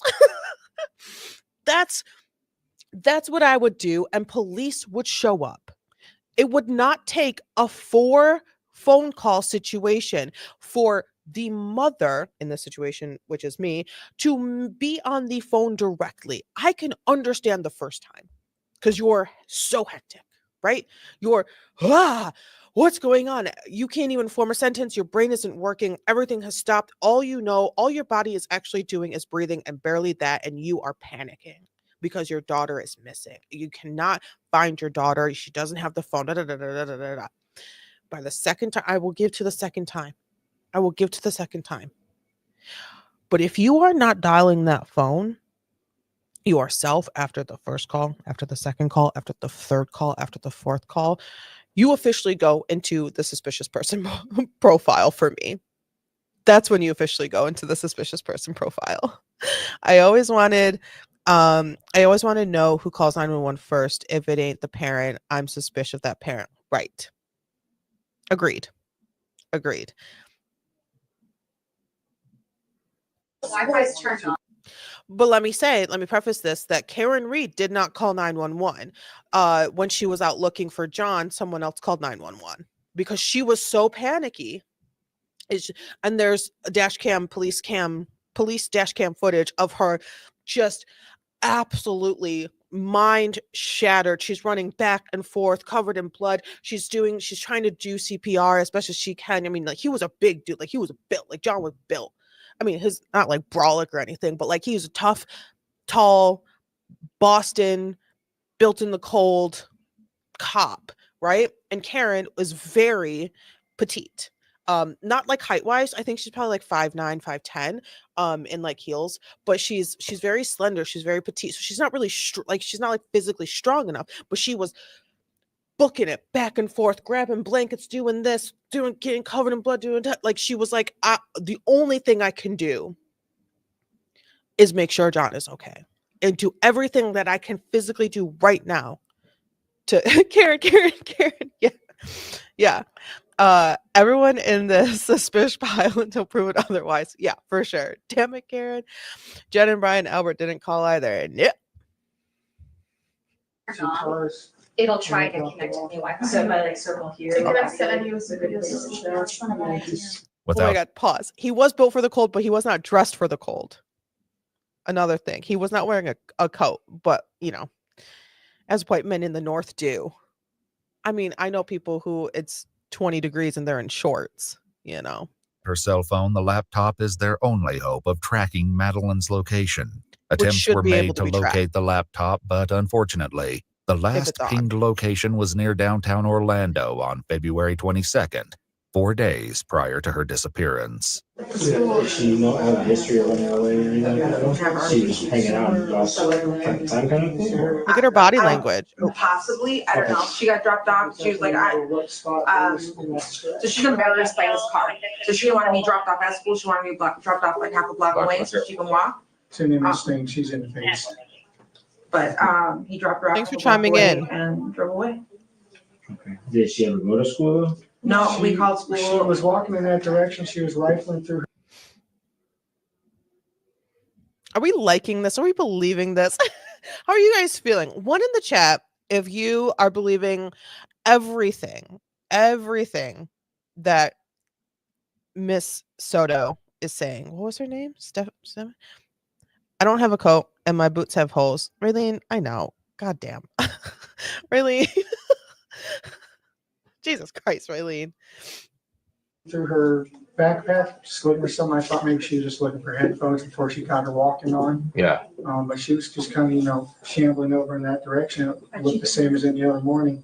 A sudden phone call puts the room on high alert as family and officers alike wait to hear if it's news about Madeline. Hello? Put it on speaker. Yes? Hi, Principal. I'm okay. How are you? You're okay. Stefan leads off. Your child, you don't know where your child is. You are not okay. You're okay. I'm okay. How are you? No. Put it on speaker. Officers to the location where he believes he dropped her off for school, but apparently This is such trash. This is such trash. Steven Stearns, dropped of about a block or so from school. This is what Steven Stearns wrote down for the police. He wrote this down on a police embossed freaking piece of paper and handed this to police and says, I am telling the truth. This is my statement. Parents struggles with his memory give them a less than ideal start. Was it here? It was along this stretch. I couldn't remember the exact spot, but it was around where these communities were. Oh, thank you. So it's like around where these communities were. Okay. And it's just like in this stretch, like we could see the overpass down there. Where's the school? Just on the other side of the overpass. With a general idea of where Madeline was last seen, officers begin to search a nearby apartment complex for any sign of the missing child. It's disgusting. It's No so cameras absolutely right wild. now. And he This day and age, there's no cameras pulling up. pause. Stop. Shush. He is actively leading them on a wild goose chase. I hate to. I don't. There's no like. Oh, where I'm the. My word stopped. I'm not spoiling the ending. We know the ending. He is actively right now taking the police on a wild goose chase. He did not drop Madeline off here because they went through. This is all happening at night. Next day, they're going through camera footage. They see a girl that kind of looks like Madeline, but to be fair, in a Floridian school, I'm sure there's probably a few people that are built and shaped in hair that look like Madeline that are also in the 12 to 13 age range. If you're watching camera footage outside of a middle school, right? I'm sure there's going to be a few of them. So they're going through camera footage from this parking lot, from this building, and they're looking at angles and nothing. And he is trying to claim that he drove here, dropped her off, and drove away. And then, poof, she's gone. This man gets a 0 from me. Yeah, I'm trying to see if we can find something. Yeah. Meanwhile, Deputy Joseph appears to have better luck as he reviews surveillance footage at a church half a mile from Madeline's school, where a young girl fitting her description was captured on camera in the early morning hours. There's like a car full. Yeah, he left and she walked onto property. And then she actually goes back onto property. I told you. Sorry, I didn't mean to like directly ruin what was about to exactly just right now happen. These are just the things I know about the case. She's still sitting there. And Ventura, what's the other? What they were saying, right? She kept calling them to me. It's like that feels intentional. Like I don't want to be tracked. I'm gonna try bumping it up like 10 minutes to see if she's in there. Yeah. Oh, wait, there is a person getting out of the car. She's gone. She's by 9. Hopeful that Madeline's movements can be tracked, a K-9 search unit is dispatched in the intersection near the school where Madeline may have walked. The stakes are high and every second counts, but after nearly 15 minutes of searching, They've yet to pick up her trail. I mean, if I had a guess, get out of there. If I had a guess, you probably went that way. But, ow. He dumped her off here, or he dumped her off He jumped off up back ahead? there, Okay. and she walked this way, coming down. So her scent's probably all over here anyway. Did we hear the K9 officer, the officer with the K9? So he dumped her off here. She already knows. There's a fuzzy. She already knows. What kind of language? She dumped her off here, and then the other officer says he dropped her off here. He says he dropped her off here. I don't know, man.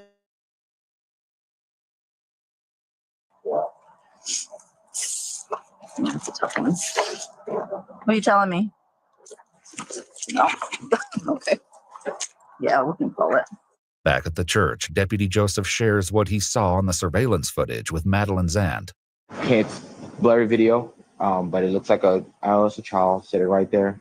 And I don't see her getting into anybody's car in the video. I see her sitting on property for give or take 10 minutes and then walking off property. I don't know which way she went from there and get more video. Show the bridge or anything? No. Speculating that Madeleine may have wandered away on her own, the officer asks if there's anywhere she may have gone that she wouldn't want her mother to know about. I have no idea. We checked your phone. I didn't see any Crazy stuff. Like, yeah, me neither. Yeah. I didn't see her trying to plan anything with anyone. And I just really don't think she's the type to do it. Just walk up and leave. I don't see her doing that at all. The mystery of Madeleine's disappearance eludes law enforcement.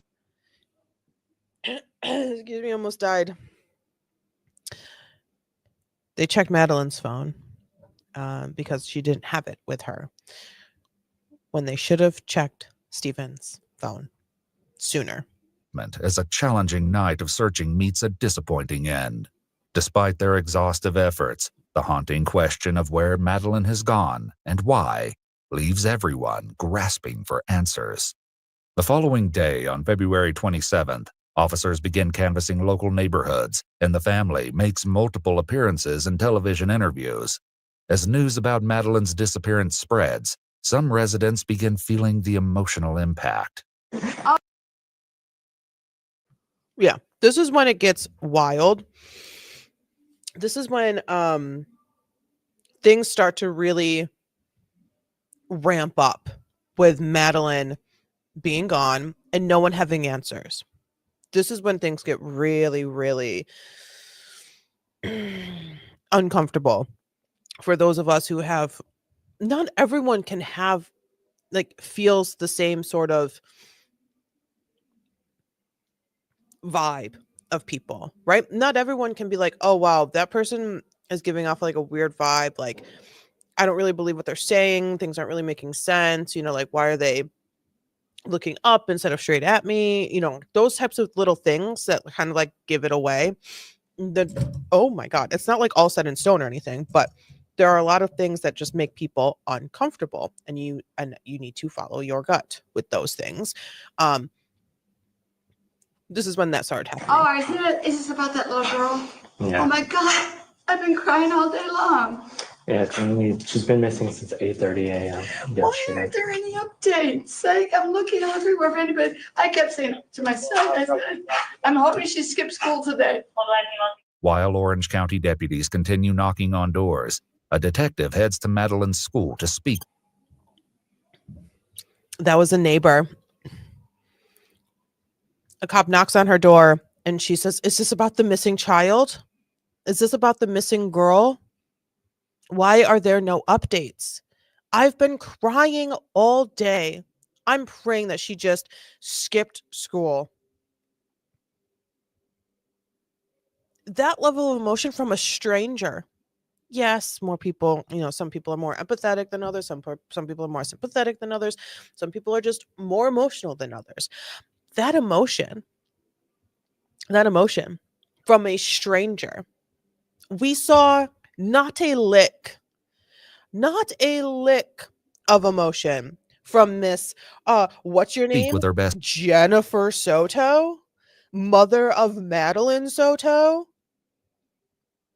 friend. Sorry, not a lick from this woman. Oh, look, I can make my mouse big. Oh, can you not see it big? Oh. And just straight creepiness from Steven. Oh, this lady. Yeah, she's so sad. So sad. Stranger showed more concern. She almost lost her balance.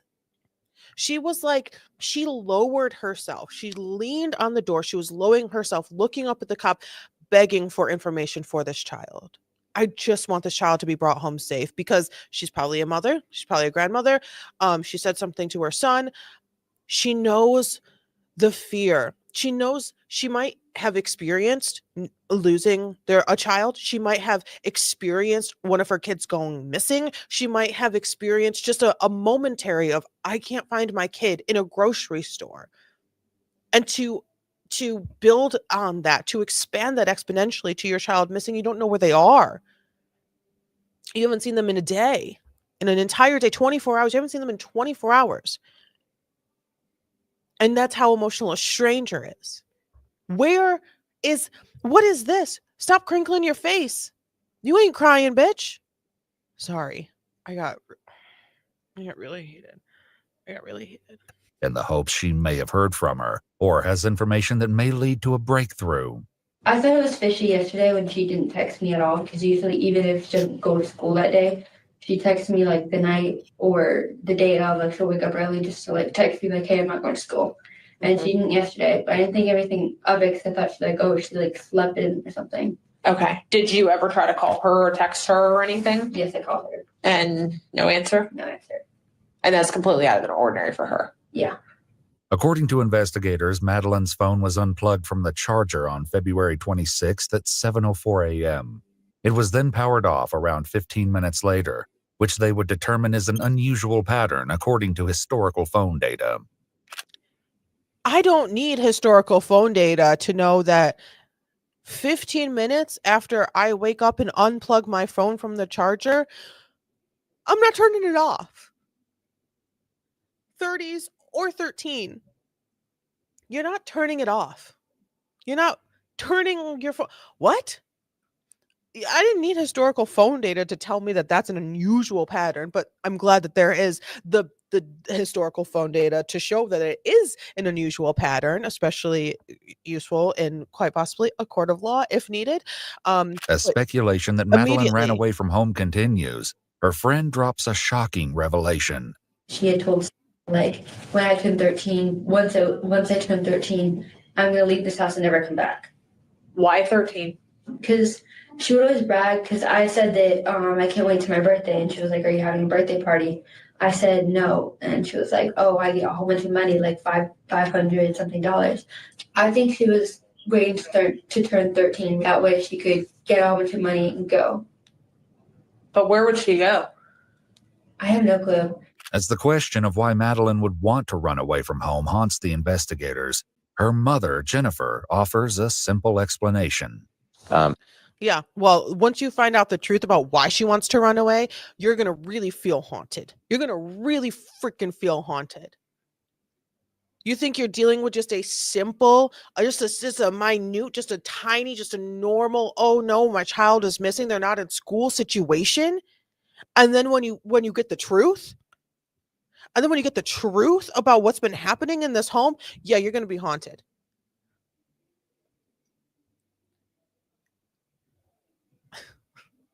So listen, Raylene said, listen, I can't, this girl, Raylene said, listen, my parents left me in Eckerd back in the day. That's crazy. Left the store and all. You know what? I mean, to be fair, I think a little something like that has happened to all of us. I got left in Ithaca. I got left in Ithaca, and this was before cell phones. So, but we don't talk about that. We don't talk about that. We don't talk about that.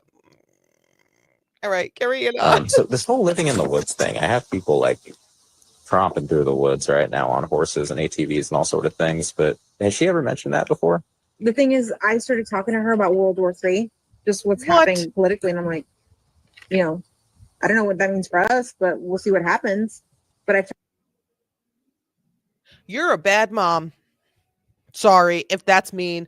Sorry if that's mean or too harsh. I'm harsh, Lily, today. I'm really harsh. The jury is harsh today because what do you mean? You're talking to your 13-year-old about the political climate and calling for the possibility of World War III and what that might mean for you and your 13-year-old child who is just, I don't know, probably just starting to go through puberty or signs of puberty or watching her friends go through puberty and being freaked out about going through puberty and growing up and trying to live, and then also World War III. How dare you?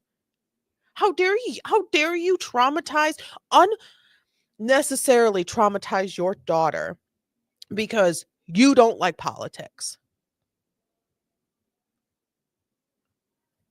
There was one thing to have actual conversation about, hey, this is what happens to women. And you are growing up and you are turning into a woman, and let's talk about it. Let's have a real conversation about you growing up, becoming a woman into the world. And I am also a woman, and you have questions, I have answers, and I still have questions, and we will make sure you are safe and do everything we can for you and comfort you and love you and support you. And if you don't want to be a woman, guess what? You don't have to be a woman. You can be whatever your body, your internal heart, your soul is telling you. Give them the space to feel comfortable with issues that they have. She's 13, for Christ's sake. You don't unnecessarily make her uncomfortable with issues that you have. You're a bad mom. But I've talked to her about World War III, so that's what I'm just saying. How long ago was that? I mean, is that something that might have impacted her? That's why she said she wanted to go live in the woods. As the detective asked Jennifer for her own insights, she poses a darker theory. I'm sure she did want to go live in the woods. Because in the woods, she probably wouldn't be R-worded and essayed by your freaking boyfriend.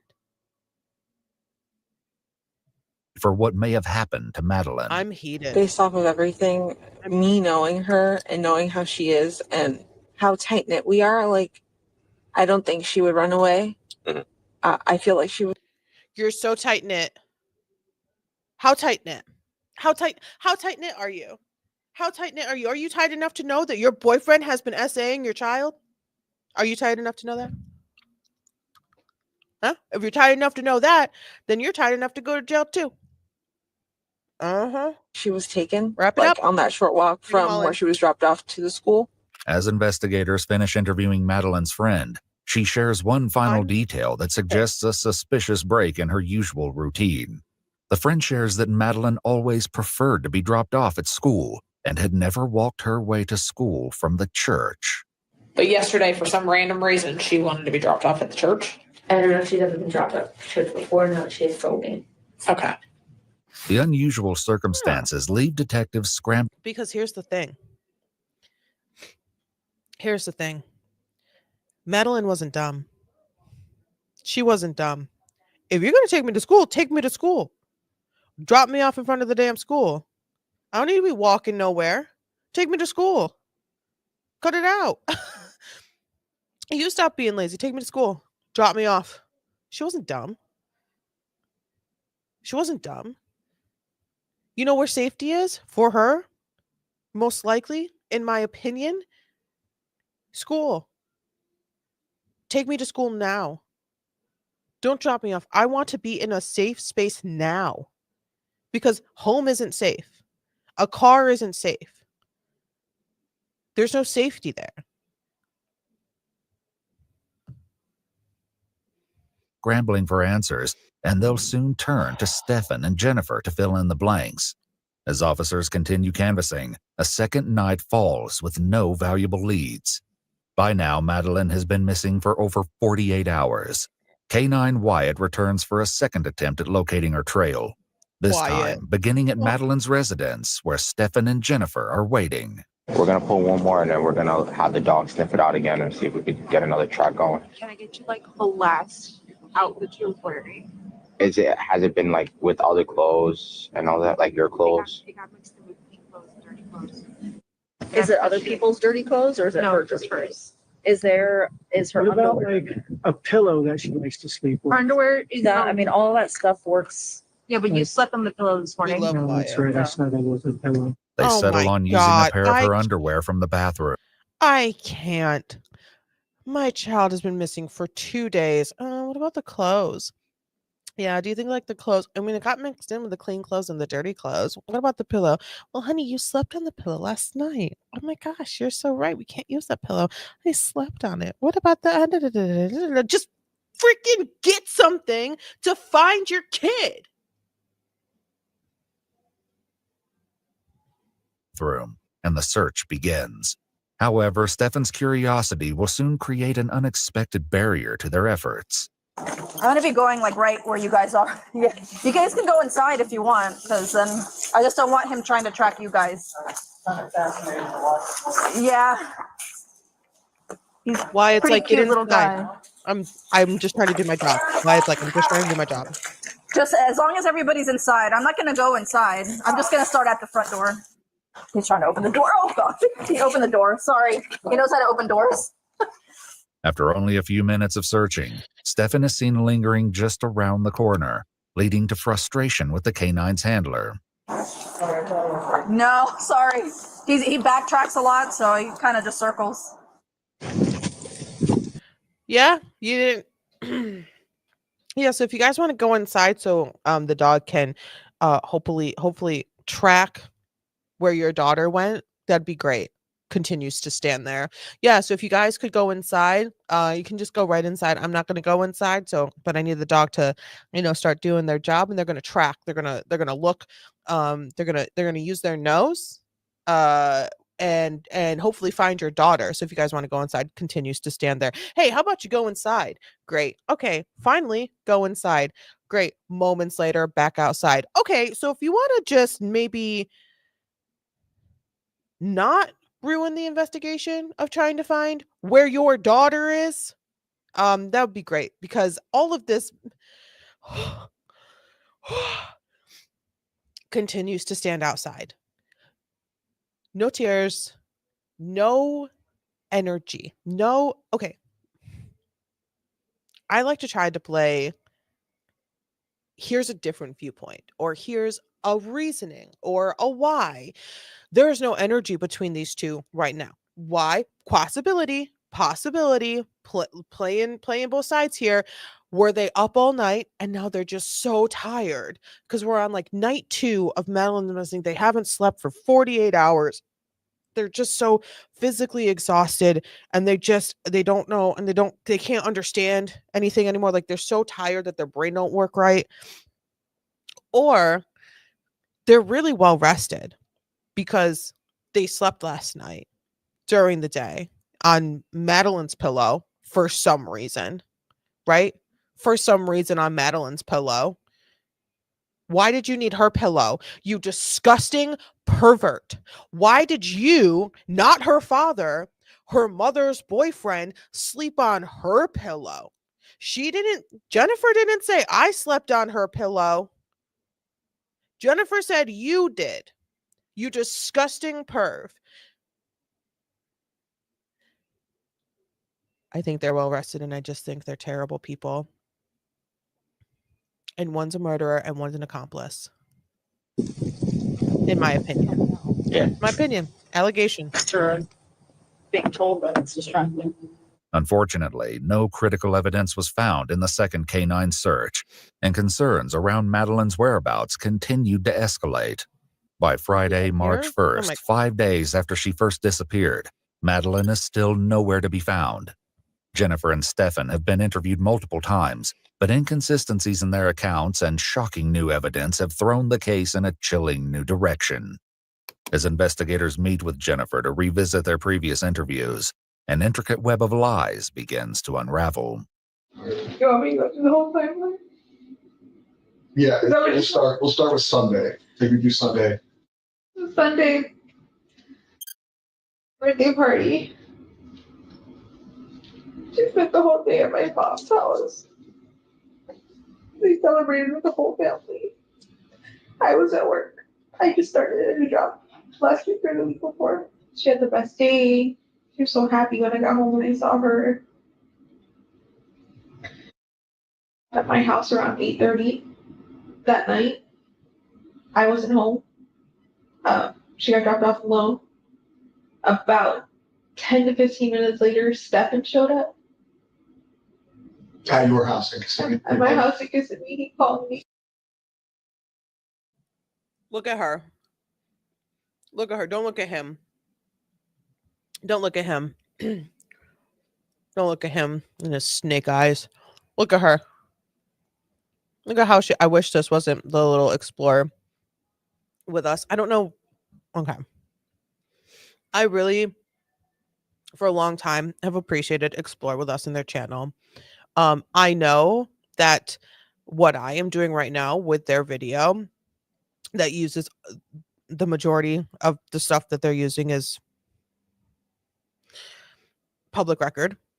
Having their little thing on it, like their little stamp, really sucks right now because I want to see Jennifer Soto's body language. She is flopped into this couch. It does look really comfortable. But their little what do they call it? Watermark. My brain is big. The little watermark is like right in front of her, but her hands are crossed on her lap. Right? And so here's the thing. Here's the thing.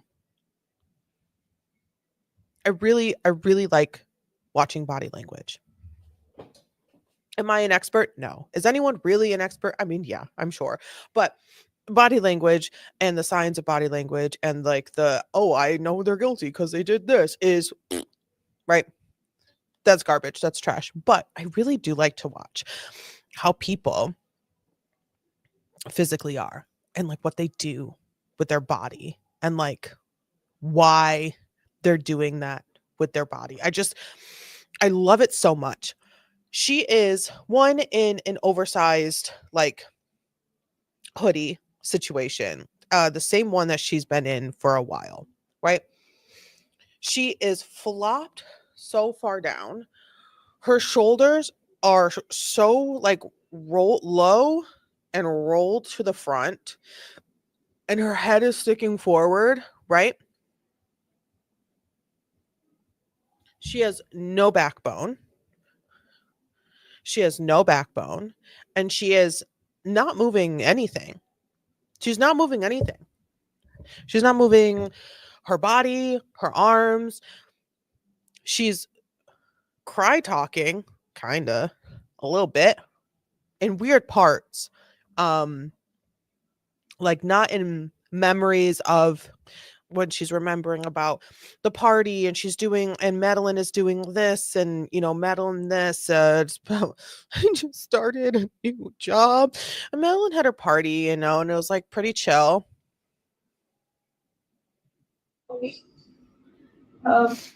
texted me now, but he let me know he was there and that she was Okay, let me pop away case file excerpt in here. Geez, almost exactly a year ago, February 25th. Text Stefan, make sure she goes to bed right now. Stefan replies, okay, sweetie, good night. Blank replies, I don't know why it's barred out. Good night. Stefan texts, she's built her nest and she's settling in now. Okay, good. Oops. She was getting ready for bed. She was doing her routine. Stefan previously explained to detectives that he doesn't live with Jennifer full-time, but rather splits his time between her house in Kissimmee and his parents' home in Northport, Florida, nearly 150 miles away. And what does your time splitting look like? Are you here for days, weeks, months, something else? Weeks at a time, yeah. And so, I guess, when did you arrive this block of time that you were here? Day before yesterday, actually. So, what night? Saturday? Yeah. I think. So you got here Saturday night. This is inconsistent with what Jennifer just told detectives, claiming Stefan arrived after her birthday party, which took place on Sunday night. However, even this timeline contradicts one of her earlier interviews, in which Jennifer struggled to remember exactly what day he made it into town. How long has he been here? Or when did he arrive, rather, this time? I can't remember. In this moment, Jennifer decided to protect. Excuse me, I didn't mean to misspeak. In this moment, Jennifer decided to protect Stephen versus her own daughter. Bad mom. Bad mom. Bad mom. Bad mom. Bad mom. Bad mom. Period. Exclamation mark. I know people who, as a friend or friends of friends or parents of friends, who would protect me, not their daughter, before their boyfriend. Just in general. And now you are being asked by police officers, when did he come into town? And God forbid you remember. What is wrong with you? Because and this may sound really awful, but there has to be something wrong with you. If you think that we're not going to figure out that what you're telling us is not true, there must be something wrong with you to sit there and say, oh, I'm going to make sure I do everything I can for my man right now in this very moment. And I'm going to say, I don't know. It was 3, 4, 5 days ago, bro. You ain't got your life together enough to know when your boyfriend came back from 150 miles away from being with his parents? Bro ain't got his own place? Oh my God. Women, stop. Stop it right now. Stop. This is what it looks like to be dumb. This is what a dumb person looks like. This is what a dumb person looks like. This person is standing here telling police officers that she doesn't know when Stephen came back home. In what? Hopes to protect him, to make him look a hell of a lot less guilty, but in reality, it just makes you look more guilty because your daughter is still missing at this point. She has not been found. Her body has not been found because guess what? They find her body. And you're telling me this is a dumb person. This person is dumb. This person is hella dumb. Hella dumb. Don't be this person. To even think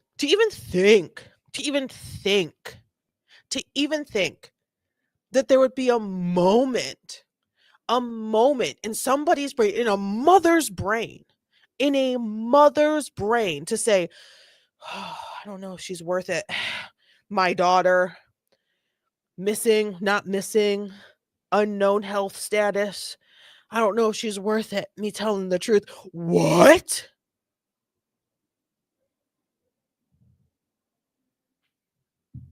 Remember if he arrived Saturday or Sunday morning. These are only the beginning of a string of contradictions that will soon raise major red flags. These are the dumbest people because they were so bad at telling stories. And not even lies. They couldn't even tell lies. They were just coming up with stories. They were just making it up. I mean, is she upside down in a trash can for 2 months? As Stefan's questioning continues, he's asked to describe how Madeline was acting following her birthday party on Sunday night. We've been through it. We're out here really experiencing shit. That is for sure. Everyone is shut up. No, they weren't happy. No, they weren't happy. You were happy because you were getting exactly what you wanted. You were happy because you were getting exactly what you wanted, and what you wanted aged out. Particularly happening. Jennifer continues to explain what happened just after she returned from work and the reason behind her decision to break routine and have Stefan take Madeline to school the following morning. I got home around 10:30. I started getting ready for bed myself. I started eating and taking my meds. I have to take meds. When I went to take my meds, I realized, oh my God, I forgot to take my Saturday night's meds, which is why I felt so weird and so abnormal and not myself Sunday while I was at work. Everyone at work noticed I was acting different and not being myself. Like I couldn't smile in front of the guests. I felt this wave of depression that I haven't felt in years. It was my bipolar symptoms coming up again that I've been medicating myself for all this time. I sent them to. You've been medicating yourself for? I'm so annoyed. You are annoying. You sound like such an annoying person. And I know someone's probably watching and be like, Lily, you're annoying. Yeah, probably. Sure. Have you heard this laugh? It's crazy annoying. But you know what is way more annoying than my laugh? This bitch. This bitch. She sucks. She is terrible. She is a failure, an F- in being a good person, let alone an okay person, let alone a normal I'd rather have a not okay person than a bad person. Beat 'em up. I'd rather none of it happen. But what do you mean? I didn't take my meds. My kid's missing. I want to scream. I want to scream. I've been medicating myself for. Ma'am, you need a therapist. And not the ones from Sarah Boone. Not Sarah Boone's trial therapist. Please, God almighty. Because oh my God, if she tries to claim battered spouse syndrome, I am going to lose my cool. There's no I have to way. sleep upstairs in the guest bedroom so that I could get a good night's sleep. And where This was Steven disturbing sleeping? admission further stressed the concerns detectives have had since Jennifer's initial interview, when Where was she'd Steven first sleeping? explained their unusual sleeping arrangements at home. Is it normal for both of them to sleep in the same room? Sometimes when I really need a good night's sleep, I will send them upstairs. But when also a lot of times we will sleep together in the king size bed, all three of us. What? I hate it here. I hate this place that we're in right now. I know why I chose this place. I know I chose this place. And I am sorry. I know I chose this place, but boy, do I hate it here. This is a terrible place to be. I am so sorry. I did not mean to take us here, but we had to come here, right? We needed to come here because we talked about it earlier, and this is a great way to kind of do a wrap up before any sort of I plead not guilty to murder and to CSAM and to blah, blah, blah, blah, and I'm going to go to trial. This is where we need to be here. We are 19 minutes in. Should we skip ahead? I hate it here. This woman has not said a single thing in this entire fantastically made, much appreciated, please don't claim me video. I felt weird. I forgot my meds. Sometimes all three of us, me, my boyfriend, not my husband, and my 13-year-old child sleep in the same bed. But sometimes I send them up to the room by themselves so I can get a good night's sleep. And so my boyfriend, a man in his 40s, and my 13-year-old daughter can spend the night together. So I can get a good night's sleep. And then, drum roll, he took advantage of her over and over and over and over and over again for years. And now she is no longer on this earth. And the way that I want to break something Holy, Or I hate sometimes her Stefan so will go much. upstairs and in our bed alone. And I am always here. I am always here and open. I am open. My brain is always open for the benefit of the doubt. I am always open for it. There are very small, minuscule times that I'm not. And guess what, folks, ladies and gentlemen of the jury? I'm not open for anything. I'm not open for anything. There is no way on God's green earth, and I ain't even religious. Sorry, Vicky. There's no way on God's green earth that this woman did not know what he was doing to her child. Her child. Her child. There's nothing. There's nothing that would ever happen where that would be a situation in my household growing up, or anyone's household growing up, and it would be okay. There's nothing that makes that okay. And that's not even including the CSAM. That's not even including the advantage and what led to the filming of it all and the getting it all on digital format, right? There is no reason, not a single momentary reason in a house, in an apartment, in a townhome where there are multiple bedrooms, where your boyfriend, your grown-ass man who ain't got his own house, ain't got his own apartment, probably barely has got a freaking job, would spend the night in the same room as my child.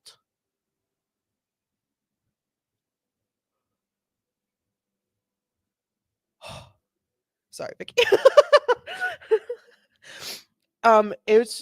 If you only knew how many times I actually said that, like throughout the week, if I say something like, sometimes I have to be like, God damn it, it's like, sorry, Vicky. Because you're really like the only one that I know. It's unthinkable. It's unthinkable. And I laugh and I find jokes and I find silliness, but that's also just to calm my heart rate down because it is pumping.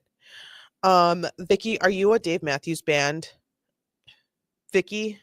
I don't know what that means. Is that the way that she spells her name? Let's continue. So it just really depends on what's going on that night with our schedules and what we're doing. Okay, where were you sleeping? Downstairs in the king size bed. Okay, is it just you two here, or you guys have? Why did you say downstairs in the king size bed when you could have just said downstairs? Why are you so weird and gross? A roommate, right? We have 2 roommates. I love this. What Yes. rooms do you guys use? The room downstairs, the master bedroom downstairs, and room number 4. The house would later be thoroughly searched, and what investigators would uncover would leave detectives reeling. As Jennifer continues, she elaborates on how the concerning sleeping arrangements first originated. The living situation with them, I'll be honest, seems weird. It's weird to me. She's got a bedroom downstairs. What's kind of the mindset or the thought process, the communication you've had with Stefan about, she's not going to sleep in her bed, but you guys are going to go sleep in the guest bedroom? It wasn't until June that he got his own bedroom and I sent him upstairs. That's where the requests for sleepover started. Okay. And I kept telling her, no. I'm not comfortable with that. I'm not comfortable with that. They really wanted to watch something and I was really tired. Shut up. Everyone shut up. Everyone shut up. Everyone shut up. We're going back and we're rewatching. I had to get a video uploading. Everyone shut up and we're going to watch or it again. the thought process, the communication you've had with Stefan about, she's not going to sleep in her bed, but you guys are going to go sleep in the guest bedroom. It wasn't until June that he got his own bedroom and I sent him upstairs. That's where the requests for sleepover started. Okay. Who?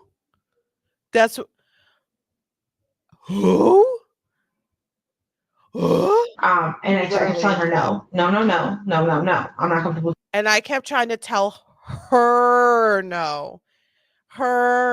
I'm sorry. You are coping so hard, ma'am. You are coping so hard. You are coping so hard. There is no way. There is no way. No way. Hey, that she said, I want to go sleep in the same bedroom as Steven, the man who's not my father. And he takes advantage of me and he takes videos of me and takes pictures of me. And I'm pretty sure he sells it to other people as well. And not just random people on the internet, but neighbors that you can drive to because they drove there, right? You are going to, exactly, Ronnie, exactly. You are going to blame your daughter. You are going to blame your daughter knowing that she's at least missing beyond being found at this point, and or quite possibly knowing exactly where she is and exactly what sort of condition she is in, which is no longer alive. And you are going to blame your daughter to what? Say it with me, everyone. Protect Steven. Why? Because you're not just a bad mom. You're a bad person and you're an idiot and you suck.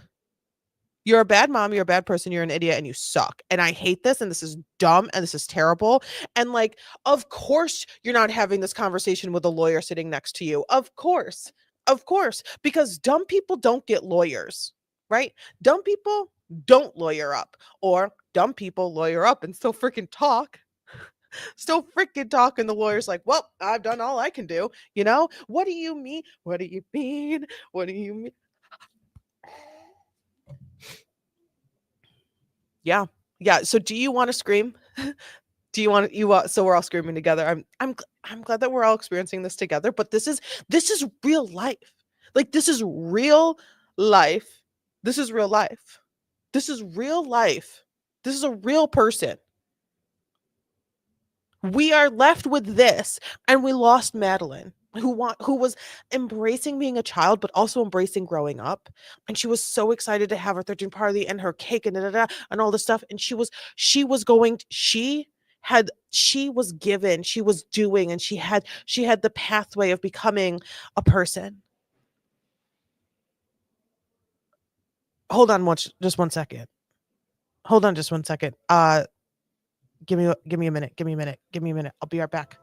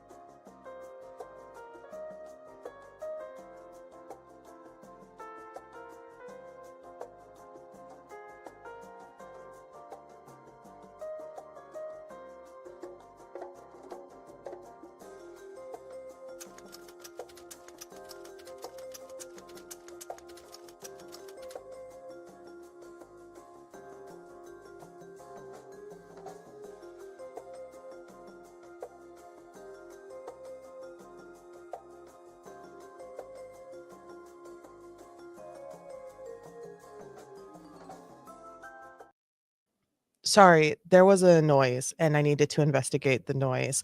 I needed to investigate and I figured it out. So, all good. Back to this video. We're still screaming, right? Everyone's still screaming? Still screaming? Screams. Perfect. Lovely. All right, we're 20 and a half minutes in. We're going to be. They really wanted to watch something and I was really tired. And I said, okay, fine. Go ahead, but this can't happen often. Yeah, I allowed her to go upstairs and sleep with him. But honestly, I think I encountered. We might have to break this into parts because I don't know how much more of this I can actually take. You did not allow her to go upstairs and sleep with him. You allowed him to sexually assault your daughter. That's what you allowed. Do not try to change your words to make it seem better than it actually is. That is garbage, and you should be taken out with the rest of the trash. And I mean that metaphorically, because you should be arrested, not actually harmed. That's crazy to say. I don't mean that. I don't say those things. But you should be taken out like the rest of the trash and be arrested. Just like Steven, he got arrested. Trash. You should be also arrested because you are also trash. You did not allow your daughter to have a sleepover with your boyfriend. You allowed your boyfriend to take complete advantage and take complete control of your daughter. That's what you allowed. It wasn't a sleepover. I count on one hand how many times that's happened, and it has been many times that I've allowed her to have a slumber party with him. It's not a slumber party. It's not a slumber party. It's not a slumber party. But do you see how slouched in, how slooped in? Her body's in a fucking S curve in this couch. It's not a slumber party. In the bed with him. The sleeping arrangements leave detectives seemingly uneasy. But with finding Madeline still the main priority, investigators asked Stefan to piece together the events of the following morning. Woke up around 7:15, somewhere around there, which is an early start for us, but we had talked about getting McDonald's breakfast beforehand, so we wanted to make good time. We did make good time. We got out the door maybe 7:30-ish, 7:45-ish, maybe. However, when Natalie, who lived in the house as one of Jennifer's two roommates, was asked if she saw the two of them getting ready in the morning, her answer seemed to contradict Stefan's account. Did you see them at all Monday morning? By the time I was leaving Monday, no, I think I was leaving too early. I leave like around 7:45. I typically don't see them. Ruined, destroyed. I trust her. Gone before they even got up, maybe. Okay, gotcha. If Natalie's recollection is correct, she would likely have seen Stefan, as they both claim to have left the house at the same time. The timeline is even more muddied by a written statement to the police, in which Jennifer claims she physically saw Madeline getting ready around 8 a.m. Confusion over the truth is compounded as her story continues to change. Between your initial statement to the police, a lot of things. Are you wiping snot? Oh, sorry, you can't see me. Sorry. Are you wiping snot from your nose, or are you wiping sweat from your upper lip? Which one are you doing? Or is it both? You're crying because you're sweaty, and you're sweaty because you're nervous. Why are you nervous? You get nervous because none of these questions so far have been, where did your child go? What's going on? How can we help you? How can you help us help you find your child? And the questions have been, tell me about Steven and his sleeping arrangements and what he does and what he has done and what he can do and what he continue to do for years to your child. Is that why your upper lip's a little sweaty? Getting a little nervous? Is that why you tucked your hand? Right? Is that why you, uncrossed your legs? Because you wanted to feel a little more grounded to the ground? Yeah? Is that what's going on? Things have changed. I'm initial statement raging to the police was you watched her get dressed, you watched her leave, you knew exactly what she was wearing. Can I tell you Absolutely. my thought process on that, or where I came from with that? I was handed this form. Can I tell you another lie? I'm working on it right now. Just give me a second. Let me just kind of, right. Okay. If I say that, that'll be really good. And then, okay. Yeah. Okay. Can I just tell you another lie? And I'm like, where do I start? What do I write? And somebody said, tell them what you saw. And so I started with I saw. And then I wrote out what I wrote out. But it wasn't until later I was like, wait, I didn't see her. I assumed that I saw her. I assumed that I heard her.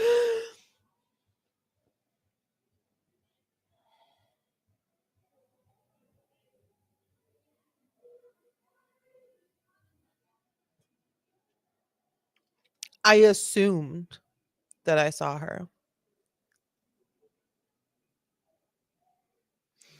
Ma'am, I think you are self-medicating a little too close to the sun.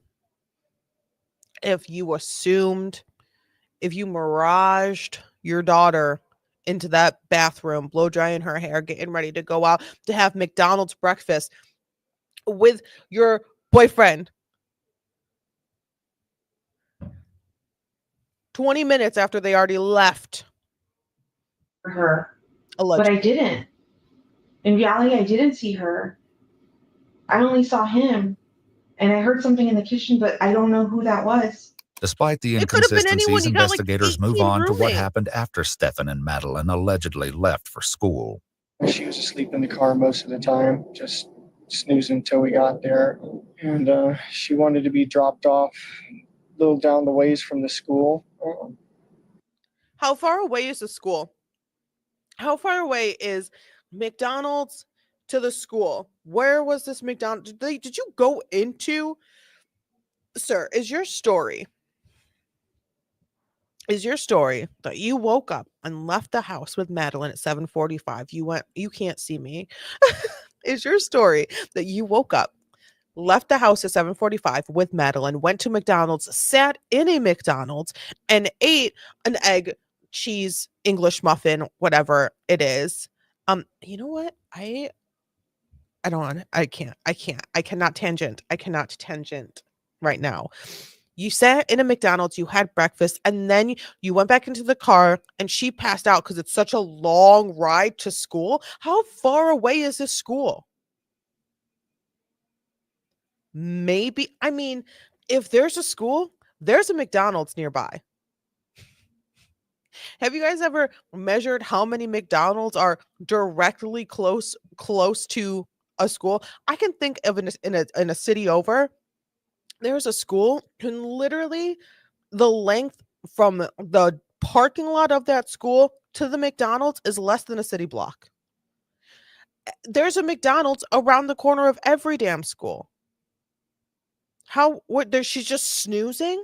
Would you guys go for a joyride at 7:45? What time does school start?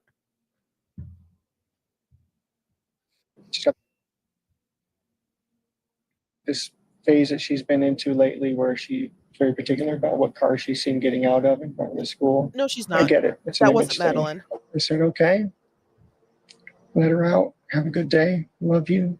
Thanks. Love you too. And I turned around and was driving away and was watching her in my rearview mirror to make sure that she was going where she was supposed to go. And she was moving in that direction, but she was rummaging around in her backpack or something. Okay. Here's a really disturbing thing that my brain just did. He did drop her off somewhere.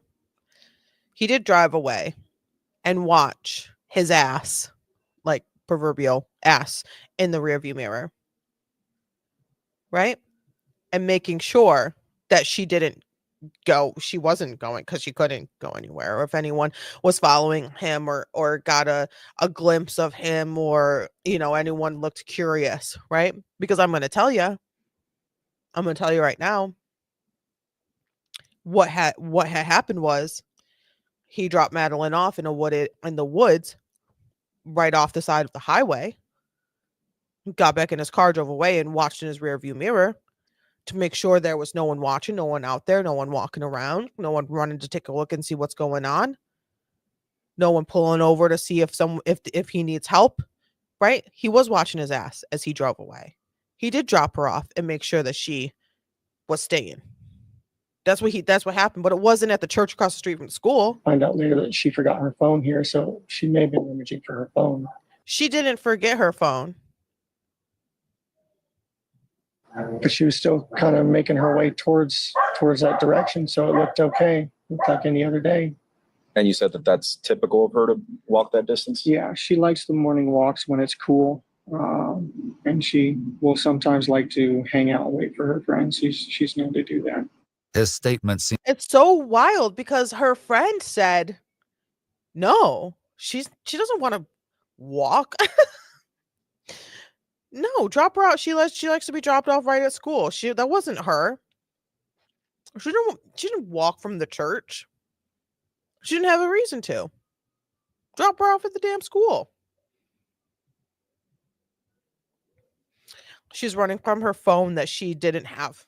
F this guy for sure. That he kept. Yep, that he kept. That he put back in the house. I'm sure. We may get to the theories of how it was all the transport of it that in my belief of what of what happened, what I believe to have happened, and this is all allegations and it's not, this is my opinion, is that mom was asleep, drugged out, passed out. He was doing what he normally did to Madeline, and he maybe took it too far. He maybe purposefully unalived her. And Madeline was she was petite. She wasn't, large or anything, she wasn't a big girl, a big girl, as they used to say. She was petite. And I think he maybe even just sort of, oh, you're so sleepy. It's so early. We're going to go get breakfast. I had a long night. Carried her into the car and went around, dropped a couple of things in in some dumpsters, dropped her off. And by dropping her off, leaving her in the wooded area for her to later be discovered. And then going back home, putting things back in the apartment that need to be put back to make it look like she did not go to school.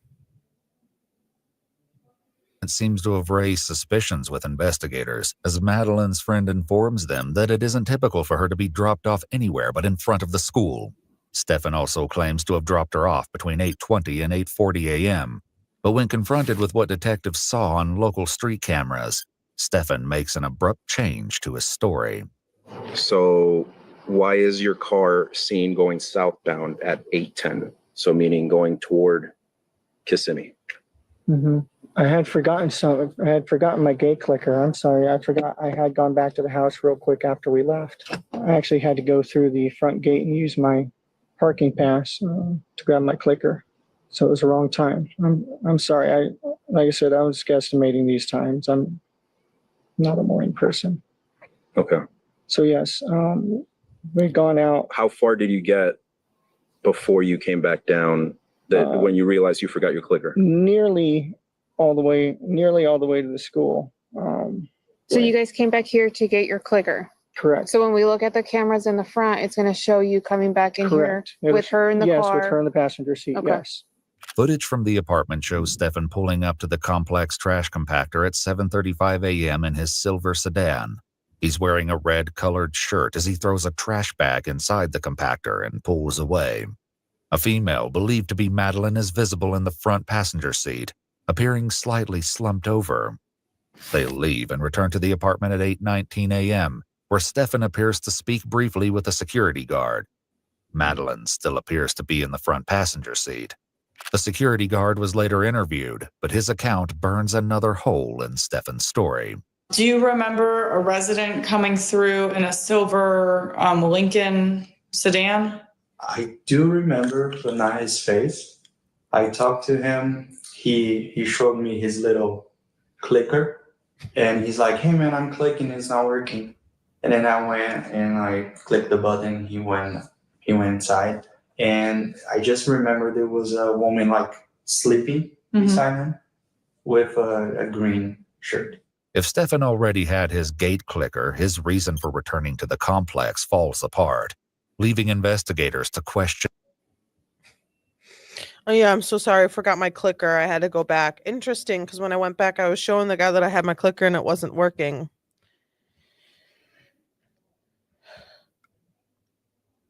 Ooh, I am so mad. This is so utterly frustrating. I am so completely frustrated. I'm so frustrated.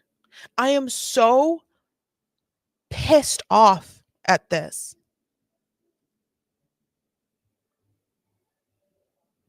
Question what else he may have lied. Also, possibility, did he drug Madeline with the drugs that Jennifer is self-medicating her? What is it, BPD that she self-diagnosed with?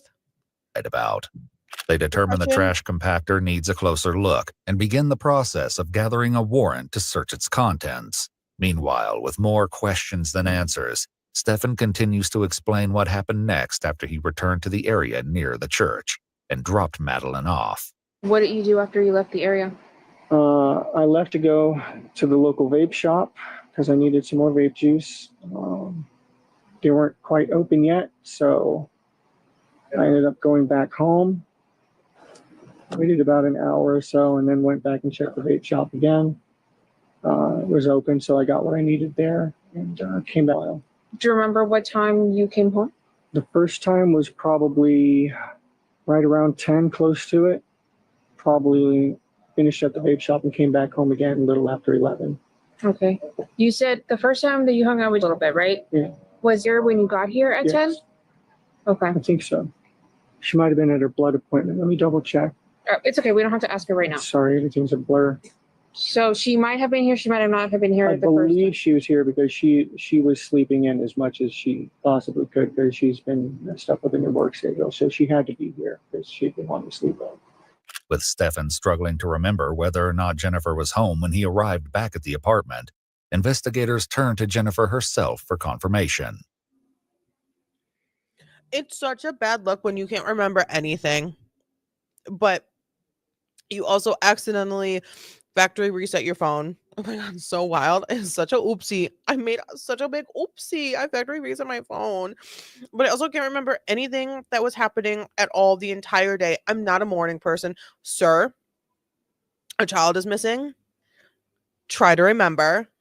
I can't remember if she was home. I mean, she was sleeping in, like she new job and she was like the blood appointment and like she was like trying to sleep in as much as possible, so I don't remember if she was home. When I came home, I was very quiet and all I did was go down the road to the vape shop for over an hour. And then come back, I got there around 10 and I came back around 11. Okay, what were you doing in that whole time? I was at the vape shop. How far away is the vape shop? A couple of blocks. So you were at the vape shop for an hour? What were you doing? I just ran to the vape shop. Okay. Do you not know how time works or are you lying? When Stefan called me around 10:18 in the morning, I had stepped out to go get blood work done. And he had just let me know that he just got back home from running a few errands. I asked, did you guys ever just stop at McDonald's? And he said, no, she changed her mind. He tried convincing her a few times that she did not want McDonald's anymore. At what time did you leave the house yesterday in the morning? Or what time did you step out, rather? I'm going to say around 9:30. You left around 9:30. And then Stefan called you around 10 to say he got home? Yeah. Cool. Though Stefan claims he spent time with Jennifer before... That cop just said, cool. Okay, cool. So we're all lying here. Everyone is lying. A child is missing. And you guys are lying. Guess what?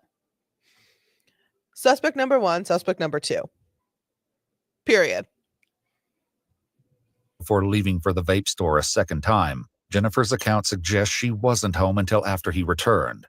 As confusion builds over the timeline, detectives review security footage from the street cameras and notice a flaw in Stefan's story.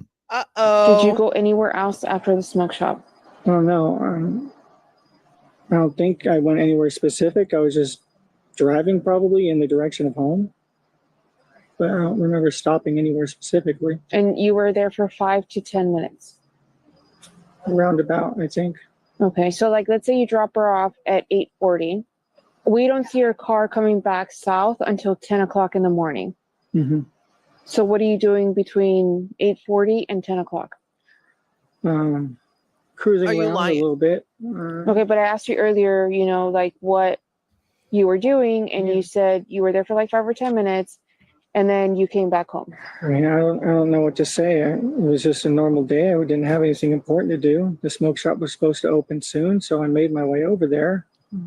Wasn't any particular. No. This is the type of person to be up to shit always. They're always up to something.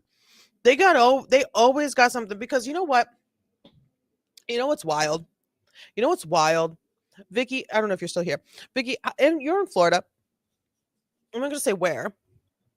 Florida's massive. You're in Florida. How close is the closest vape shop to you? I know that you don't shop there because you don't do any of the vapings of the nicotine. What is? I don't even know what the vapes are. These are earbuds. Everyone's probably like, I don't know the vapes. Vicky, how close is the closest vape shop to you? Probably. I'm gonna go with, if you are in like a residential area that does not. It's literally just gonna say tops half a mile away. Tops half a mile away. Most likely, if it's like Florida business resident, like it's probably not like a walkable situation, but drivable. If it takes you more than like 5-6 minutes to get there, it's weird. Something's not right. Not even half a mile. I'm in an apartment complex and it's right there. There's a vape shop everywhere. Wherever you are, especially in Florida. Wherever you are, especially in Florida, the big cities, Florida, New York, California, Texas, there's going to be a vape shop right there. There's going to be a vape shop right there. Right? Like there's going to be one right there. So this person is the type of person to be up to shit. This person is the type of person to be like, all right, I'm going to go to the store. What do we need? We literally just need milk. We just need milk. That's all that we need.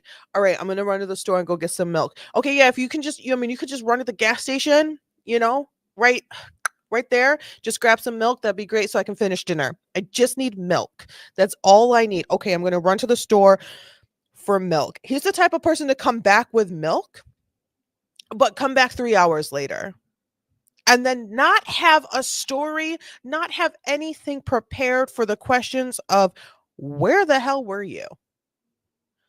What were you doing? Why did it take you 3 hours to get the milk? The gas station is right there. I can see it from the window. Don't have to even go outside. He's the type of person to not have a story ready. I went out, I got the milk. Here's the milk. I went out, I got it. I came back. There's milk. What? I went out to get the milk. But what else did you do? I went out to get the milk. I went out to and I know that there are people with like ADHD, that suffer from like time blindness. I totally get that. For sure. Totally get it. But this is not that. This is, were you out murdering someone? You could, in the time that it took you to get the milk, sir, you could have, I don't know, done our taxes. You could have cleaned the entire house. You could have gotten 75 car washes. Like, what were you doing? Because you just spent half of a work shift gone and you have nothing to fill in the blanks. So what is wrong with you? And this is where I say that there has to be something wrong with you. There has to be something wrong with you. But what he's not saying is, I might have went and checked in with a buddy of mine who was the only other person who knows exactly what happened to Madeline, and that I can't supply him with a CSAM anymore because Madeline's dead. But he can't say that. He can't say, he's so dumb, he can't even come up with a good enough lie to fill in the time that they have questions about. He's too dumb to do that. He's too dumb. But he was doing something nefarious. He was during that time acting up, doing something dumb, doing something stupid, probably getting himself in trouble. And guess what? He's too dumb to come up with a lie. And whoever is with him is too dumb or lazy enough to ask one more question or do some digging and figure the frick out. These people pissed me off. Okay, but can you help me explain to them? Because I don't know the explanation or the answer to this question, okay? So can you help me explain to them why there's such a delay in the time? No. With Stefan unable to provide.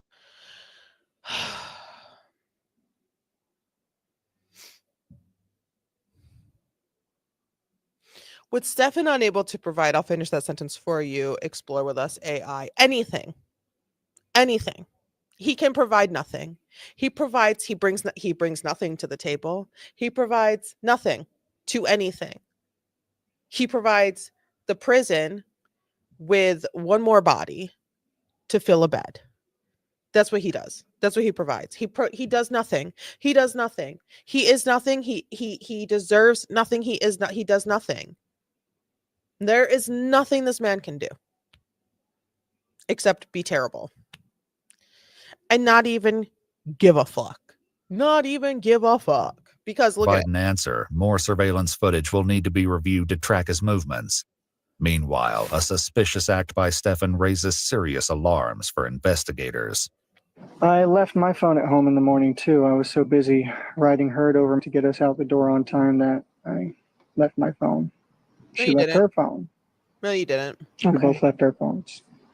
Did you What a quinky dink. We both left our phone. have your phone when you went to the smoke shop? Not the first time after I dropped her off. I was still without it. I got my phone and went back to the smoke shop. Okay. Later when I got home. And then I also noticed, I was checking your call history. I noticed that you don't have anything before this morning. Is that unusual on your phone? No, it's a new phone. Stupid. I went to do an update yesterday morning, and I don't know what the. Pardon me. I don't know what the heck I did, but somehow during the massive OS update, I managed to factory reset my phone and lose all of my content. If you didn't believe, I was gonna say, if you didn't believe me now that I know what the fuck I'm talking about, now do you? Yeah, no, he is a bad person and he's an idiot. Do I think he accidentally? Oh, I don't know how I managed to do this. No, you hit the damn button, you moron. You hit the damn button and you accepted and you accepted and you accepted. You found it in settings. It doesn't work like that. That doesn't work. That's not how that works. That's not how that works. Okay? You're a terrible person and you're trying to hide your track. And anyone who had any wishy-washy thoughts, maybe it wasn't him. Maybe something did happen. Cannot sit here knowing how to update your iPhone. Knowing how to update your iPhone, which is, do you want to update now? Yes. Yes, I do. Yes, I do. I can't. You're only at 23%. Can you maybe put me on the charger? Yes. Yes, I can. Yes, I can. Yes. Yes. Is nowhere near factory resetting your phone. If you had a little bit of belief in him, it's gone now. Contacts, all my information. Jennifer also corroborates this story as she explains the moment the supposed accident took place. And I said, how the hell does that happen? That gives you options now when you reset your phone? He goes, yeah, apparently I wasn't paying attention and I just pressed the button and it happened. And I said, oh, that's unfortunate. That sucks. When asked, Stefan volunteered. Oh, that's unfortunate. That sucks. Next day, child goes missing. 2 weeks later, child is found deceased. 1 week after that, CSAM is found on Stefan's phone. Interesting. It's all just so interesting. Voluntarily hands over his I know phone. that the internet is having a moment. I am going to not listen to this terrible mom anymore. We're going to skip ahead a little bit. Be right back. I hate this guy. Yeah, we're going to take a little break too. And we're going to start with his police interrogation, but we're going to take like a 20 because I got to go pee. And I want to shove some Cheez-Its in my mouth because I'm hungry. So we're going to take a little break. I'll put my thing on and I'll type in the chat when we'll be back. And yeah, so the stream will stay up. And we'll be back in a little bit. Let's see, 48, 58. 408, 410, 410. Let's be back at 410.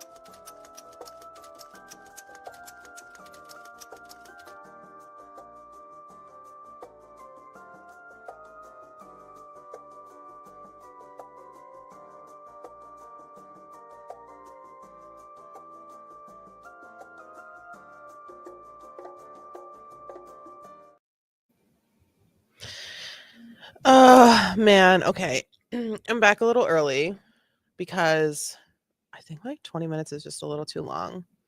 I like chugged a bottle of water. I was like, wow, my mouth is dry. And then I ate more Cheez-Its and I was like, wow, my mouth is dry again. Let me chug some more water. So, of course, the internet is being a jerk again. We were on such a good run. It was being really good. It was being really good for a while. Now it's being a full-blown a-hole again. So what we're going to do is once the internet comes on back, I think we should because this is moving. Okay, great. Video is halfway done uploading. 4K takes forever. 4K takes forever to upload. Let me see. Maybe if I get rid of a thing or two. Let me minimize some things. Let me minimize the use of things. I don't think this is gonna be able to eject, but we can give it a try. Yes. Hi. Because Google Chrome is using it. Right. Got it. Love that. I'm a dingus. Boom, it's moving in the right direction. Lovely. Awesome. So what we're going to do is we are going to skedaddle through. I skipped ahead a little bit in the video. And I think we could just kind of boot, scoot, and boogie through some of the middle stuff. And then I only skipped ahead to minute 42, 43, essentially. And then we can maybe 1.25 through the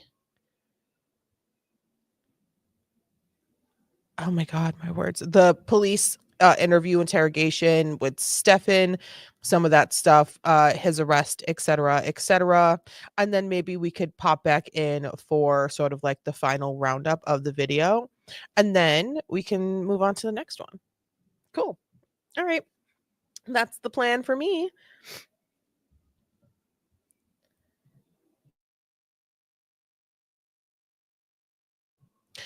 All right, let's get this back up and going. Madeline is found. In the meantime, Stefan is brought to the police station just after his return to the... So, this is right after Madeline is found on, and I filled you guys in, but we don't need to sort of go through all of the really the worst parts of it. Let's stick to making sure Madeline gets justice and continue to point out how stupid and awful and terrible these people are. The way she was found, I mean, she was not alive in the wooded area right off of the highway, very close to home. And of course, the internet is doing its thing again. And what I noticed is that the internet does its thing in points, like in time. Like we watched this entire video and there were no issues. Like when the entire time we were watching this video, there were no issues. And I don't know how it got to that point and then got bad again. So we found a really good space to watch the majority of what we watched. But now it's fighting me tooth and nail. And I'm not sure why. So hopefully it sorts itself out. I know it's going to be on choppy. February 28th, unaware that his many lies are about to catch up with him. What happened to him? Yeah, drink that water. Flat tire. I haven't changed a flat tire in about 10 years. I made a rookie mistake and had my thumb too close to where the jack and the frame meet. And it slipped and the frame came down on my thumb. All right, let me just check and see. Oh, yeah. Terrible. Awful. Terrible. The worst. His injury up here. I'm pinned between the jack. Let me just go back a couple seconds. Injury on his thumb that the police are looking at. And it slipped, and the frame came down on my thumb and pinned it between the jack. What about the other scratches? Courtesy of a janky tire iron and the road. Did you bleed at all?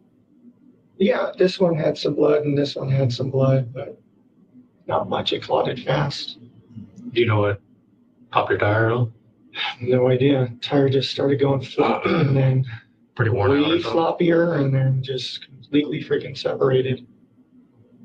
This is his story of why he was pulled over on the side of the road, because it's going to come out and has come out that he was on the side of the road. Thank God we had a spare and a jack. Janky as it was. So typically when changing a tire and stuff, you tend to get brake dust and dirty and all that. Yeah, I'm Did you happen to? positive that I breathed in some freaking brake dust or tire dust or something because I was coughing the rest of the afternoon. Would you end up doing a cleanup or stop the bleeding and stuff? Nothing, actually. Just You didn't went get too home and dirty? washed my hands and that was it. Your clothes get all messed up and all, or? Not bad. Surprisingly. Surprisingly, yeah, it's What wild. were you wearing by chance? This. Oh, Still wearing this. I'm still wearing the same clothes. Oh, so you kept pretty clean. Try to, I guess. Early yeah, wow, okay. So you're on the side of like a freeway style road. A freeway style road. You're dumb. A freeway, essentially. And you are changing your tire. You're changing your tire and you're actively bleeding. You're getting wounded, right? You're getting wounded. And you're in the same clothes. And your clothes are clean. Police don't like that. LOL, that is surprising. Isn't it surprising? The police don't like that. And this is not, we're very lucky in this case that the majority of the police that interacted with all of these people and handled this case were not dumb. Are there a bunch of dumb cops out there? Hell yeah. Hell yeah. Hell yeah. There is a bunch of dumb cops. Luckily, we didn't. Earlier surveillance Get them. footage showed him wearing a red shirt as he threw away items in the trash compactor, left the apartment complex, and returned with Madeline. However, when he's captured on camera at a smoke shop later that morning, his clothes have changed. You weren't wearing a red shirt? He was wearing a red shirt early in the morning. But I changed clothes later because that shirt was in a couple days without one. Gross. And the flat tire happened after that. After further review of security footage from the apartment complex, Stefan was seen visiting the trash compactor multiple times throughout the day. Why? I At wonder why. 4:35 p.m., around the time Stefan claims he learned of Madeline's absence from school, he's seen throwing away a piece of a damaged tire. However, Interesting, this right? wasn't the only thing Stefan discarded. I'm too old to lie to people. Too old to beat around the bush. And we seem like we're having a generally good conversation right now. I'm going to pause it because it's probably super glitchy for y'all. What do you think, before we click the play button again, what do you think? I'm pretty sure I know what it is, like from my memory. I'm pretty sure I know what it is that they find. I'm not going to say it because I want to know, what do you think, Ronnie, Vicky, Raylene, anyone who's here, what do you think he put in the trash compactor that was not compacted and the police found? What do you think? Let me know. And I'm going to go back a little bit too. What do you think? What do you think it was? Because I think I know. I think I know what it is. From my just knowing. Sheets. Sheets are yeah. Her phone. Yep. Bedding. her phone. I don't think it was her phone, because I think the mom held on to the phone because they kept going through it, and I think the police looked at it and everything, but it could have been her phone. Very easily could have been her phone. What else? Ropes and chains. Golly. Golly. I believe it to be backpack, laptop, some clothes, school stuff, because she's going to be found without it. But he wanted it to be like, well, she went to school. See, her backpack's not here. Her clothes, shoes, backpack. Yeah. Yeah. And I think they're going to find the school laptop there as well. That's what I He's seen believe. throwing away a piece from of a my memory. damaged tire. However, this wasn't the only thing Stefan discarded. Too old to lie to people. Too old to beat around the bush. But going back to Ronnie, her phone, if he did, let's go back. If he did, me helping people be good at murder. If he did throw her phone away and it was to be compacted, like say like, this is the time and date that the compactor compacts the trash. Like, I don't know if it's like a daily thing. I don't throw stuff in a compactor. I throw it in a dumpster. So like, I don't know. I don't know like the whole compactor life. If it was her phone and it compacted and it like just disintegrated, that would be really, really good for him, because where's the phone, right? That would be an extra bit of where's the phone. But he was, remember, too dumb. He's too dumb. Like you can't even do murder good. You hit your button yourself on the compactor. They just have these compactors out and about. They just have these compactors out and about, and you can just throw stuff in there and compact it yourself. There's not like someone that comes around like it's their job. Shut up. Yeah. Right, and it all hang out there. Oh my gosh. Guys, I'm learning. Oh my God. I have several here and like, no way. Really? Hit that. Wow. Bush, and we seem like we're having a generally good conversation right now. Okay. How compact does it get? The only thing that I ask for from you is, and I will reciprocate, I want you to be honest with me as much as I'm being honest with you. Okay. Nowadays, cameras are everywhere. Stop. Is that the first chatty juror merch? Florida be murdering. Hats and t-shirts. That's crazy. Okay. So we see you at the guard check. Okay. We see you go by the dumpster. Okay.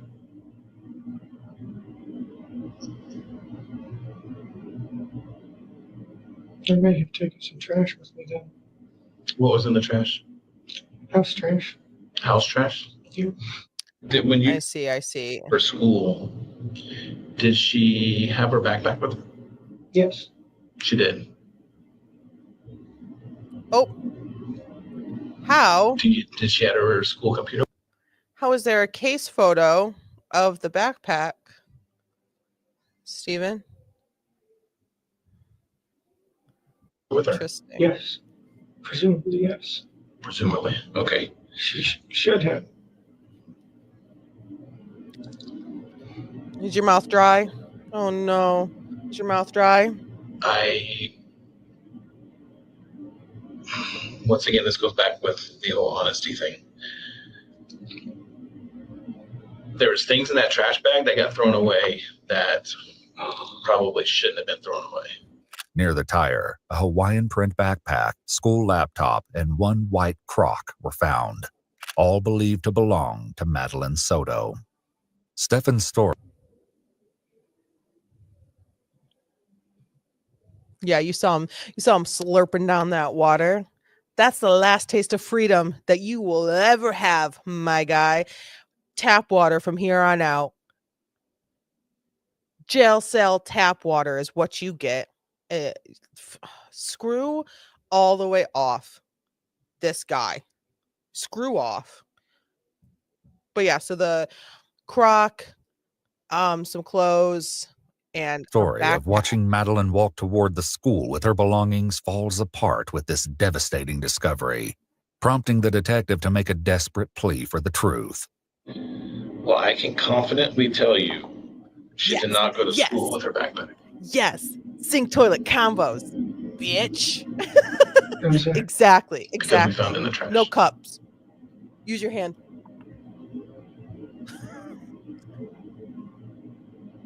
So, Stefan, here's what I'm asking you and pleading with you is to dig down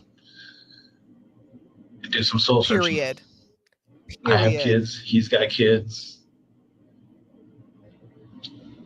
And this little girl's out there somewhere that He kind of fine. we need to know where. Not him. Not him. And I really, Not really, him. really think you can help us.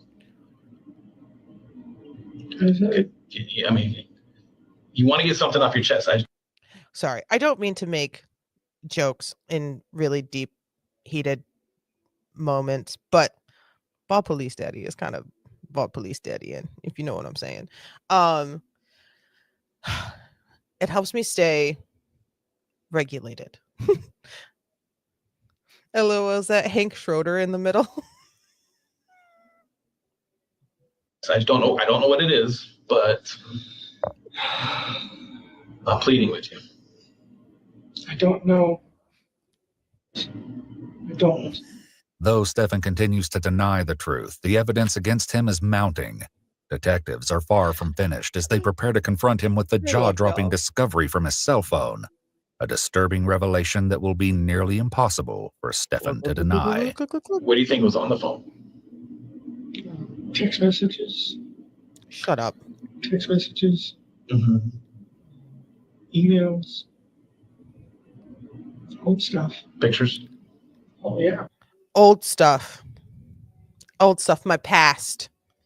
My past. Things I used to do. Things that I don't do anymore. Why? Because you're only victim. Well, what I hope to be your only victim. What I hope to be your only victim. I hope that she was the only victim of you and your disgusting, perverted ways. I hope. I hope.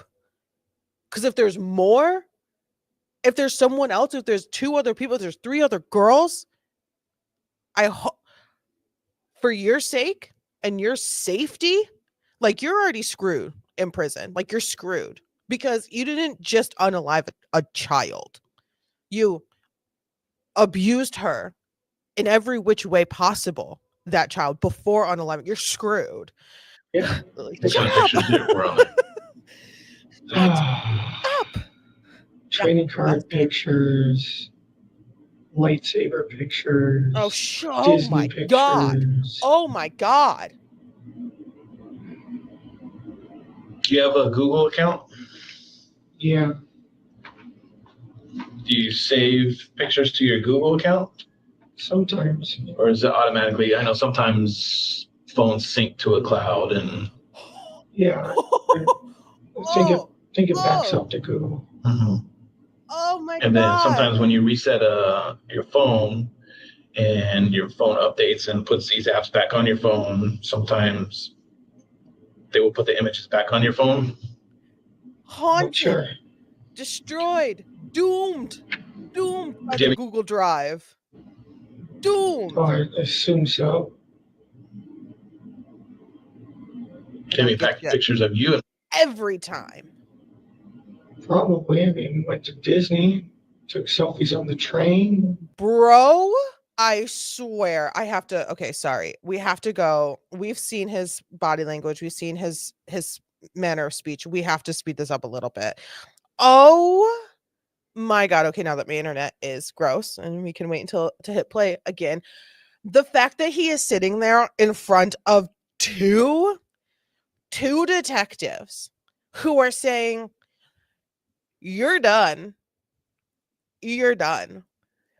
We found the crock, the clothes, the backpack, the computer.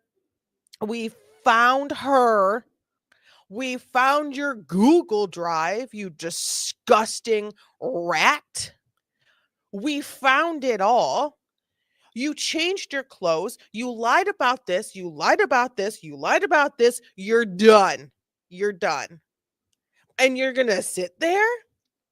You're going to sit there and slurp up your last little guzzle of water with your arms crossed and your concerned face and act like you didn't do this? And act like you're not in total control of your own actions? To act like, oh, I can't. The only picture I could imagine is us on the train going to Disney when we went to Disney, and then we went to Disney. There's pictures. Of course, I have a Google account. Of course. It might have backed up. It might have backed up. Oh my God, it backed up. Oh my God, it backed. I want. In your backwards cap,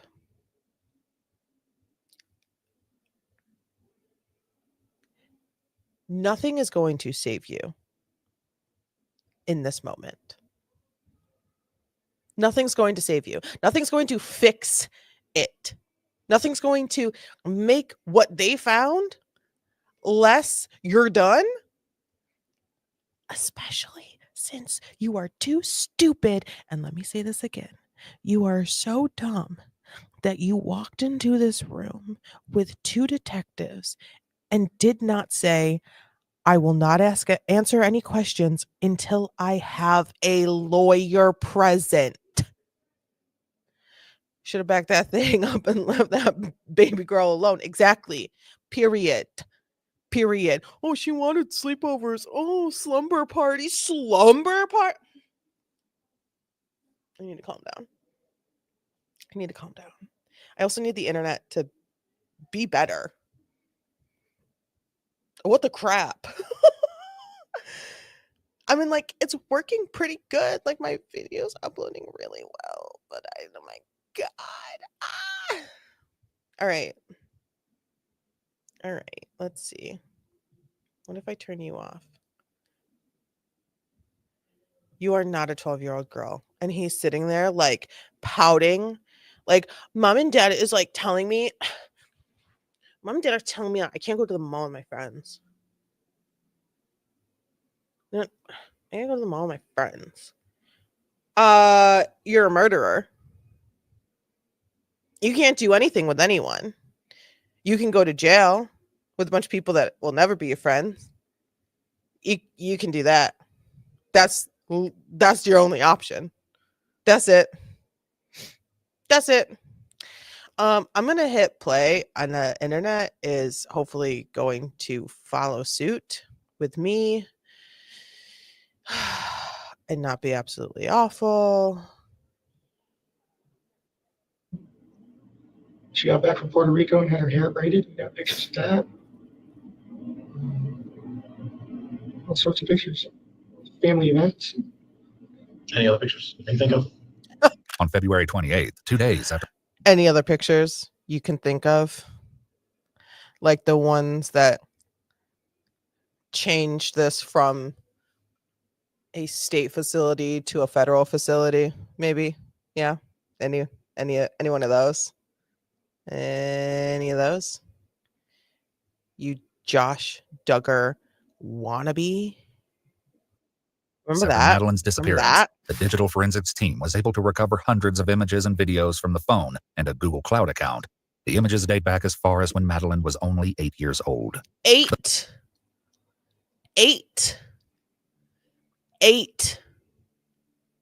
I've said it once. I'll say it again. White men need to be stopped. Period. Period. Oh my God. You guys aren't even seeing the video. I'm so sorry. 8 years old. Video file depicting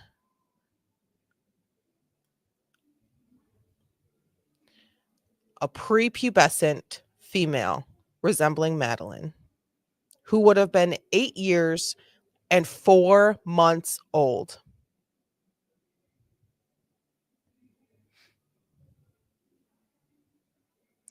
Stefan is asking to put his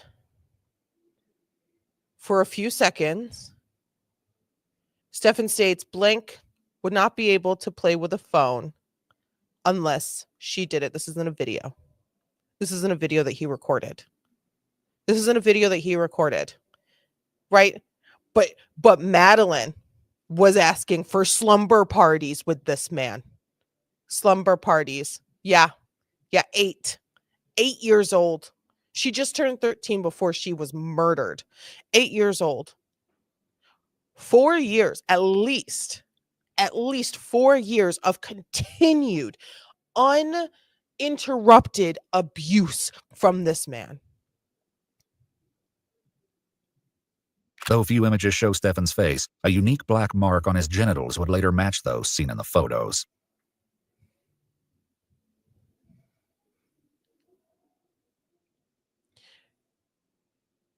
Your tallywhacker's got a freckle, my guy. And guess what? Freckles don't move. More discoveries would later come from his search history, with horrifying implications. Here's what I'm going to be brutally honest with you. There's a phone. And I'm pretty sure you know what some of those pictures are about. You're a very intelligent person. And I don't want you to No. Don't talk up to him. You're a very intelligent person. No, this man is the dumbest man alive. Credit yourself by saying you don't know about all the pictures that are on your phone. You understand what I'm saying? So do you want to add to the list of pictures? You want to say it out loud? Do you want to say it out loud? You want to say out loud exactly what you did? Should I be talking with a lawyer right now? Yo, don't ask the cops. Don't ask the cops that. And just a little pin of advice here. It's too late. Like, you moron. It's too late. It's too late. It's too late. Idiot. I can't answer that question. My sole purpose right now is to see if I can find, and I'm really hoping you can help me. The cops are never going to say, oh yeah, we think you should have a lawyer. No, the cops are going to be like, that's a you decision, bro. You're an adult. That's a you decision. Do you want to answer these questions? And they're going to, if they don't have a lawyer already, they're going to say, yeah, I'll answer your question. Well, I'd like to try to help, but I feel like I should probably have a lawyer present at this point. In a nearby interrogation room, Jennifer is presented with the distressing evidence. However, her initial reaction leaves investigators in shock. We have his phone. We were able to get into his phone. And there are some very, very unfortunate graphic pictures with, I wish I could tell you this was all a made up story, but it's not. Did you ever suspect anything like this? No? You okay? How are you feeling right now? Did you ever expect anything like this? And she said, no.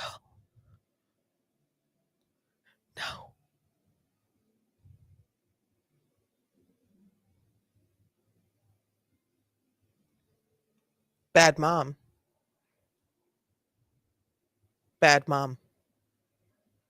You were a terrible mother to Madeline.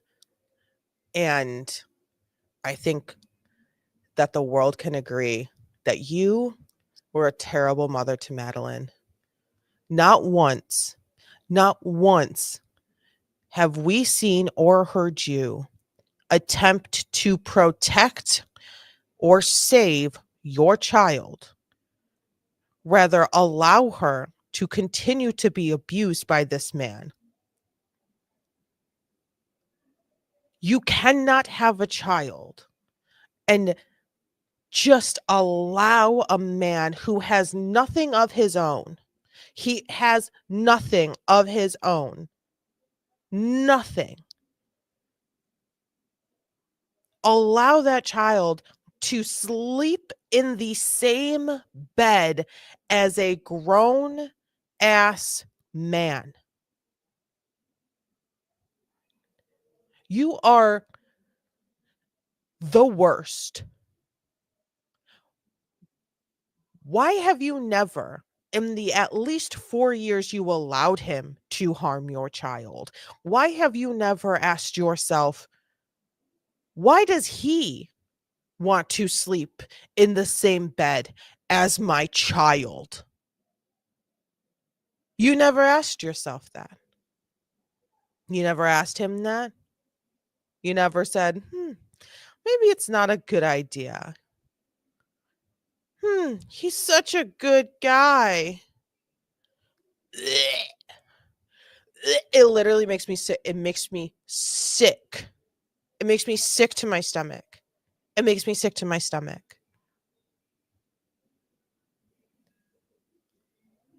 Dumb and blind. Or dumb and too weak to actually do anything. There were times when he was not in the house. There were times when he was not in the house because he would drive 150 miles to the other side of the state. It's way more than 150 miles from one side to the other, but he'd drive 150 miles to another part of the state to be with his parents for a couple of weeks. Then he'd come back and be with Madeline for a couple of weeks because y'all weren't sharing a bed. He was sharing a bed with Madeline.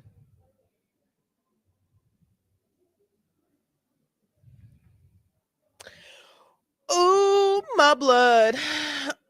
Ugh. It really is. It really is. She has nothing.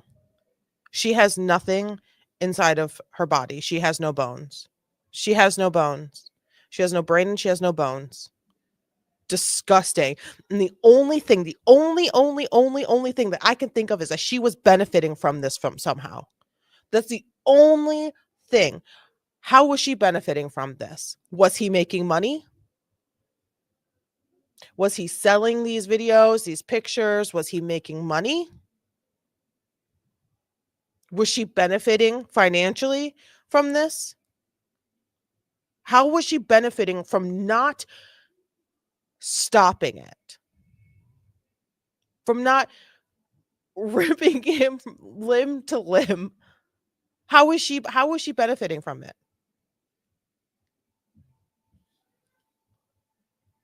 Was he abusive to her? And then switch flipped and he moved on to Madeline and her benefit was he wasn't abusing her? How was she benefiting from this? Because there's no way in hell that you would not notice your child who is 8 suddenly start to be abused in that way. A change in that person. There's no way you would not notice that change. Oh my God. Can't breathe. Is this a surprise? Is there photos of her? Mm-hmm. Yes. So you know how we have his phone?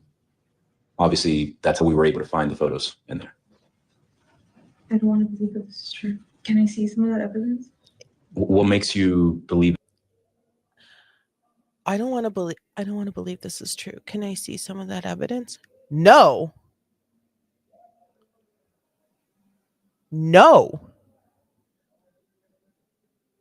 You have the entire police force looking you in the face and saying, he's a bad dude.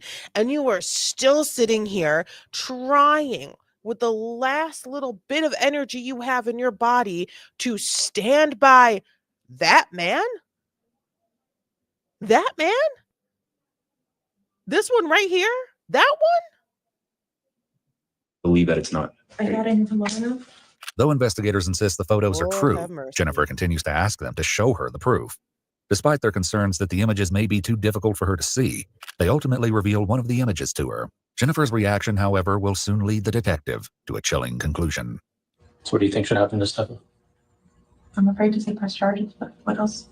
There's a side of me that wants to say he's innocent, but this doesn't happen. Can I make one decision now and change my mind later? If I decide not to press charges now, could I change my mind and press charges later? It's a lot. If I decide, ma'am, just so you know, this man has CSAM on his phone. You can press charges if you want for harming your daughter, but the state will also press charges no matter your decision. But just know that you will go down in history as the woman who decided to not charge the man who abused your child for 4 years. For 4 years. At least 4 years. So that's on you, and you suck. What the It's a lot to digest. Okay, so I don't want to make you answer that. No. There is no reaction. There's no reaction here. There's no, well, I want to believe it's not true. You're looking at you're looking at the truth. The truth is right in front of your face, and you are going to sit there and say, I don't know if I want to press charges. Madeline deserved so much better than you. Madeline deserved a completely different family. Madeline did not deserve a single thing that happened to her. And you are going to sit there and contemplate charging a grown man who did that to your daughter? You're going to think about it? You're going to think about it? I'm going to think about it. Answer that right now. But when we come back, we'll talk more about it. She's our main focus. That's where I'm at. I know that that's happened, but I'm not convinced that he didn't take her to school. I'm not convinced that he's the reason she's gone. Because if this had been going on for so long, what's the motive? Why Monday? Why that day? Why the day after her birthday when we were supposed to spend the entire week together and have such a great time? Like we had plans. Like we knew we were just going to be together that weekend. We were going to have a good time. So I just can't think like, why? When you say what's the motive, what are you assuming? That she was taken. Not that anyone that I know has done something to her. I feel like nobody I know would do something to her, would hurt her, would murder her, anything like that. In addition to the photos, several items were located in a search of their apartment, including a firearm found in Stefan's room. In Madeline's room, a phone tripod. Absolutely delusional. Just utterly delusional. Utterly delusional. Was he really able to brainwash you? Was he really able to brainwash you like that?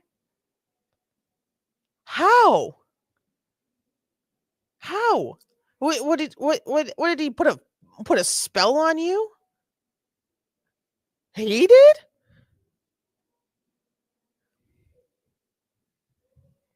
Pod was located inside a drawer, and a pair of men's underwear was found in a laundry basket. Police noted that a specialized light source was used on Madeline's bed, and areas of fluorescence were observed on her comforter. Additionally, Madeline's school notebook was found and appeared to contain graphic depictions of sexual acts. The evidence is enough to charge Stefan with sexual battery, and after more evidence is collected by police, he is placed under arrest. The investigators are still looking for Madeline, and despite the overwhelming evidence of Madeline's victimization, it still isn't enough to convince Jennifer that Stefan had something to do with her disappearance. We know nothing. What if he's telling the truth about dropping her off and driving away and driving her in circles and... Why would he? So I guess they haven't at this point found Madeline, but they do know that he had to pull over and change the tire. I guess my timeline was just a little off. So here's the thing. Why is the man who did that to your daughter still trustworthy? Why are you still trusting him? Why are you still fighting every maternal instinct inside your body? Why? This is what I'm not getting. Nothing is coming into my brain of why she would continue to fight for him to try to believe that he took her to school. There's no video footage of him pulling up at school. There was only video footage of him driving around and going to the vape shop half a mile away for an hour, right? There's no video footage of her getting out of the car, her going into school, her hanging out at the church. Totally brainwashed. Totally. And get into the vape shop, because I know there's banks around, right in that same plaza. And an Amscot. There must be video of him pulling into that plaza and waiting. What do you mean? What's your question? If you guys have found evidence of him being in front of the store like he said he was, it's possible that his story might be true and somebody else could have taken her. I'm just thinking, what if we're focusing, okay, the sex things happened, right? But what if that's completely a side thing and not? Ma'am, I don't know if it's true, but you seem to be extremely desensitized to a grown-ass man taking sexual advantage of your child for years very lightly. I hope that you did not have to go through anything like that growing up recently in your life, whenever, but I have a very strange feeling. that and this is an assumption, this is an opinion, this is just what I'm feeling, this is just what's kind of coming to me, is that Jennifer, either in her youth, growing up, in her house, sometime in her life, has also sustained some sort of abuse long term that would create her to be this desensitized to it. Because if any other mother, who maybe someone who wasn't abused in this way, in other ways, for long enough where you are completely desensitized to it, to respond with, that stuff happened, would act completely different. Completely different. Jennifer. Oh, God. It's not a side thing. It's not a side thing. I fear that she also has suffered in a way like this and just allowed someone in her life that is just sort of perpetuating the cycle of, we're a Soto and we get abused, like that type of energy, and you just have to keep growing and keep moving forward. But she didn't break the cycle in my thoughts. This is what I'm feeling. She allowed it back into her life. She didn't break a cycle, she continued it. And it was passed down to Maddie, because this, Jennifer, is not how you respond to finding all this information out for the first time. So, like, two options. She knew it was happening all along. She found out this time, and there's some sort of past there that would make her completely desensitized to it. That's all that I can think of. That's all that I can think of. Because what the crap? Not having to do with this, like her missing. 2 days after his arrest on March 1st, Madeline is still missing, and the detective once again confronts Jennifer, this time to share a troubling concern. I think at a certain point throughout this relationship, you became aware of it. And for whatever reason, your reasons are your reasons, whether it was discussed that it would stop, whether it was discussed how it would go, that you feel some sense of guilt.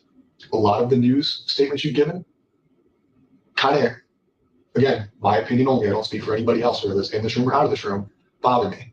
I feel like some of your sadness is not real sadness. I feel like when you gave the interview with Fox 35, it was not sincere. Looking at that video one time, I didn't feel like your cries were sincere. And I'm not saying that because you're a bad person, but her going missing, her disappearance, if you have knowledge of how it happened, where it happened, an inclination, that emotion's not going to feel sincere because you're already aware of what happened. I would. It's almost becomes like, If I knew anything, I promise you, I would tell you. Like, I am. Call her out on her bullshit. Period.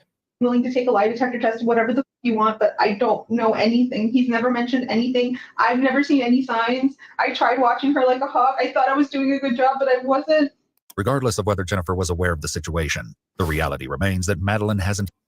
You were sleeping and self-medicating for your self-diagnosis. Watching who? Yet been found, and uncovering where she is and what may have happened to her is still the priority. we currently have upwards, probably 200 people working on finding. Anybody who is somebody is involved. Yeah. So regardless of the circumstances, those people don't get to go home. Those people don't get to go back to their families. Those people don't get to live their lives and go back to their primary jobs. This isn't something that's going to stop or go away. I can tell you, and I know detectives expressed to you that the thought process at this point is this is a homicide investigation. Yeah. Based on the evidence I've seen, based on the videos I've seen. Further review of the surveillance footage, which shows Madeline traveling with Stefan in the early hours of February 26th, leads detectives to draw a heartbreaking conclusion. They note that the slumped position with her head leaning is not a common sitting position, and horrifically, perhaps indicates that Madeline may not be alive. Additionally, footage captured in a parking garage shows what appears to be Stefan carrying Madeline from the front passenger seat to the trunk at approximately 9:41 a.m., the time when Stefan claimed to be meandering around while waiting for the vape store to open. Without her body, however, their conclusion is only a theory. Meanwhile, a startling admission by Jennifer will soon lead to a brutal confrontation by the detective, whose patience appears to be wearing thin. Have you talked to Chris about Stefan needing a lawyer? Yeah. When? I think when you guys showed me the photos. So we showed you photos No. First all you had was to ask his father if he should get a lawyer. No. I knew that that was true, right? That's evidence. That's for real. That's happening. But I kept thinking, they're going. I don't know why I can't tell you why my brain kept thinking, no, he didn't kill her. Not that he didn't kill her, but she's still missing. She's still out there. She was taken. Yes, he's done this to her, and that's not okay. But I swore she was still, I felt in my body she was still alive. She was still out there. I told. We're going to go back and then we're going to skip ahead. We're going to go back and then we're going to skip ahead a little bit. Because this feels good. We're going to go back and then we're going to skip ahead.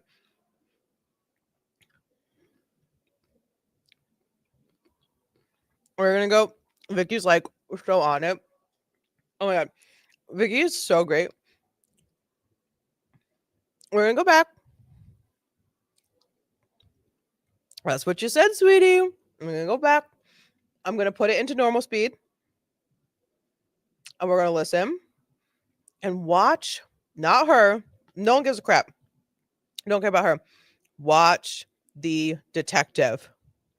Watch the detective. Listen to her words. But keep an eye on the detective. If you were watching him last time, watch her this time. Do something. Watch someone different. I was watching her last time. Watch him.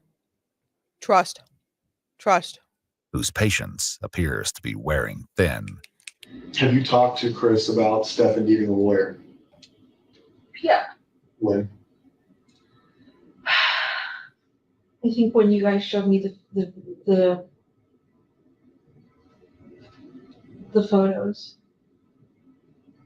So we showed you photos. No. First all you had was to ask his father if he should get a lawyer. No. I knew that that was true, right? That's evidence. That's for real. That's happening. But I kept thinking, they're going. I don't know why I can't tell you why my brain kept thinking, no, he didn't kill her. Not that he didn't kill her, but she's still missing. She's still out there. She was taken. Yes, he's done this to her, and that's not okay. But I swore she was still, I felt in my body she was still alive. She was still out there. I told Chris to get a lawyer because I felt like you guys were chasing the wrong person.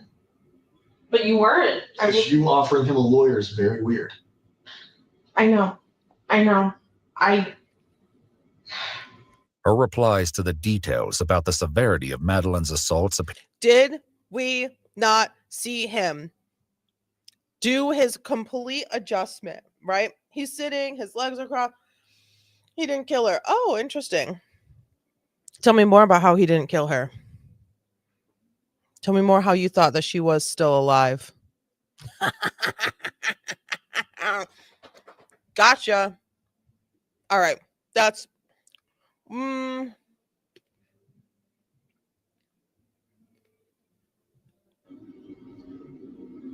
If I knew anything, I swear I would tell you. At 4 p.m., just minutes after Jennifer's interrogation comes to a frustrating end, a call reaches detectives about a witness who claimed to see the suspect vehicle and a man fitting Stefan's description changing a tire near Hickory Tree Road, the location where Stefan disappeared from cameras in St. Cloud. The witness reveals the exact location where locked gates separate the road from an area of private property. The property owner gives police permission to enter, and horrifically, tucked inside a long expanse of bamboo trees, Madeleine's body is discovered. She's found wearing a green-colored sweatshirt and blue jeans, and her body is covered by pieces of what appeared to be hay or dry grass. The bottoms of her socks are clean, suggesting she was carried. Records would also reveal the sickening purpose of Stefan. Did you hear that? The bottoms of her socks are clean. I need an almond. Girl, those Stewart's almonds are so good. Look, I've eaten half of this today. Well, it was already half gone, but to be fair, almonds. It will save you from the rage. Ooh, good slogan. The bottoms of her socks were clean. She didn't walk out there. I hate this guy so much. Stefan's trip to Northport while his family slept at the hotel. According to police records, at 6:34 a.m., just after arriving in Northport, Stefan attempted to log into his Google account. It was later that Chris discovered the hard drive for Stefan's computer had been removed and placed in a bin at Chris's storage facility.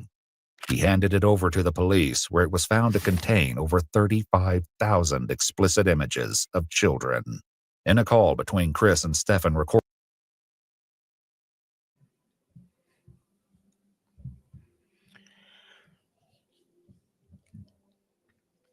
over 35,000 images of children on Stefan's hard drive. Over 35,000.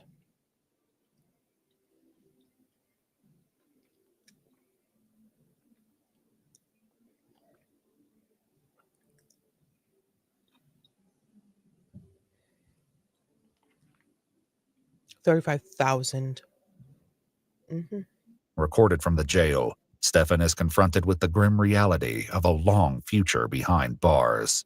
The penalty for the crimes you have been charged with carry a minimum 40-year sentence. So obviously we're going to be gone. We'll all be gone. We're sad about that, obviously, because there won't be anybody here for you when you come out. Yeah, and I'll be His father, Stefan's father, says, I'm sad you're going to be in jail for the rest of my life because I'm going to be gone. He's like, I only got like maybe 20, 30 years left, man. You know, like I'm old. Stefan's in his 40s. His dad's probably in his 60s. You know, even if he was to live to 100, Stefan's still going to be in jail. Still going to be locked up. Right? So, and that's a father to his son saying, you're locked up. These charges, multiple charges. Some of them 40 years minimum base. You start there. Right? Could be life. His dad's just kind of sad, like, when you get out, if you get out, I'm gonna be dead. You're not gonna be able to come to my funeral. You're gonna be locked up. be lucky if I have another 40 years left in me either. So Yeah. I wish there was a way that, you and I can have a conversation, all of us could have a conversation to understand what's taking place, how this came about.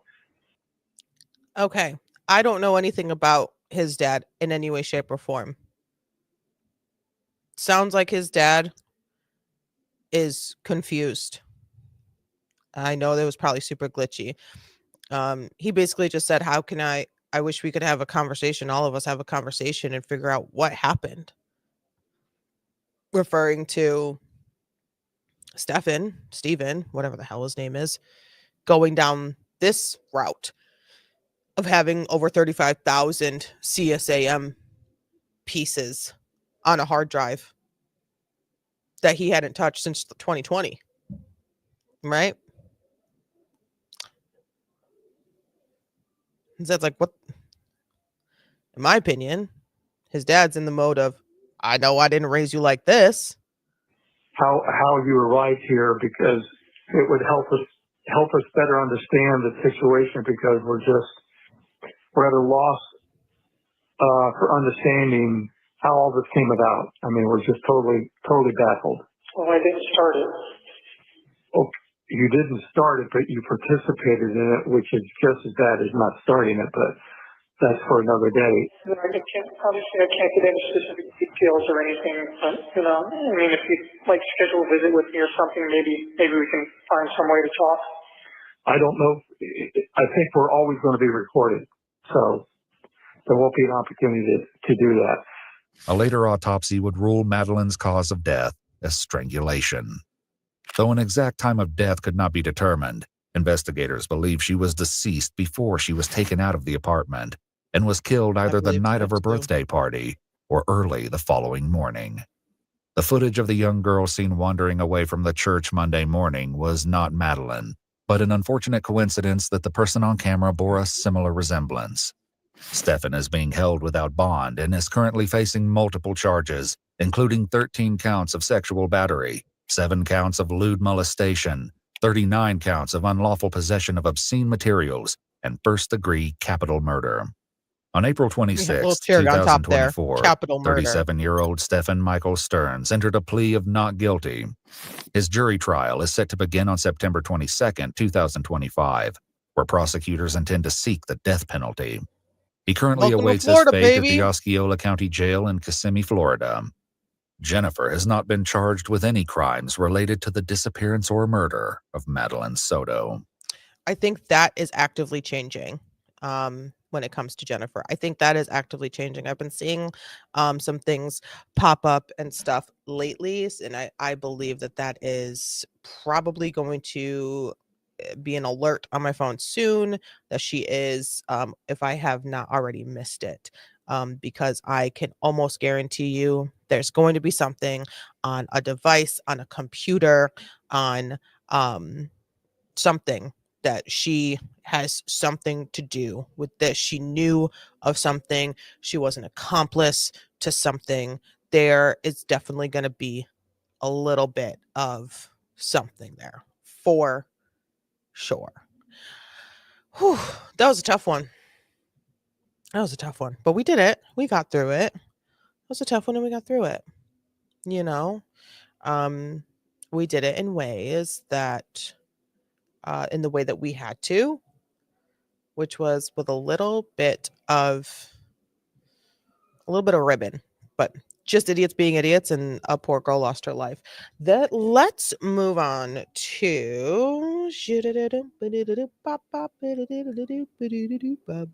let me find, what do you want to do? Do we want to do 6 wild grannies face off with police from Law and Crime, or do we want to do woman pulls swatting prank, gets the surprise of her life?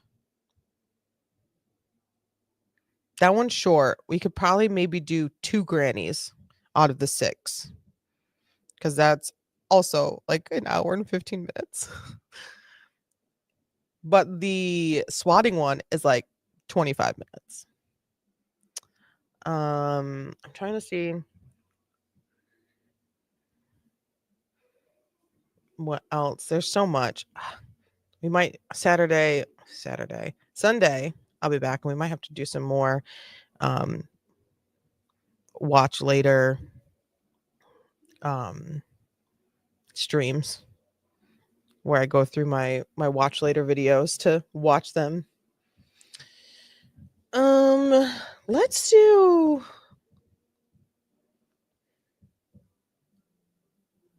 I'm like, I don't know. Do we want to do woman pull swatting prank?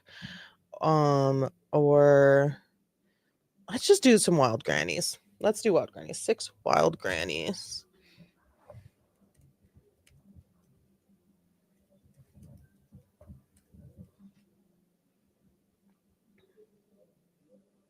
Grannies.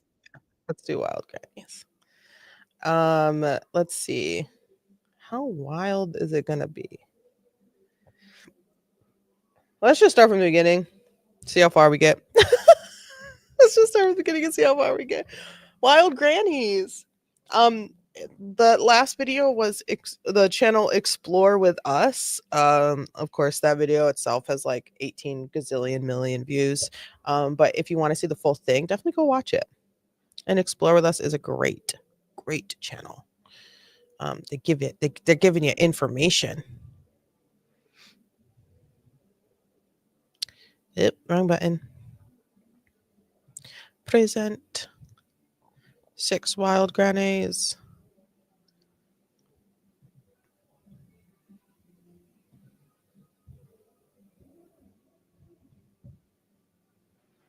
All right.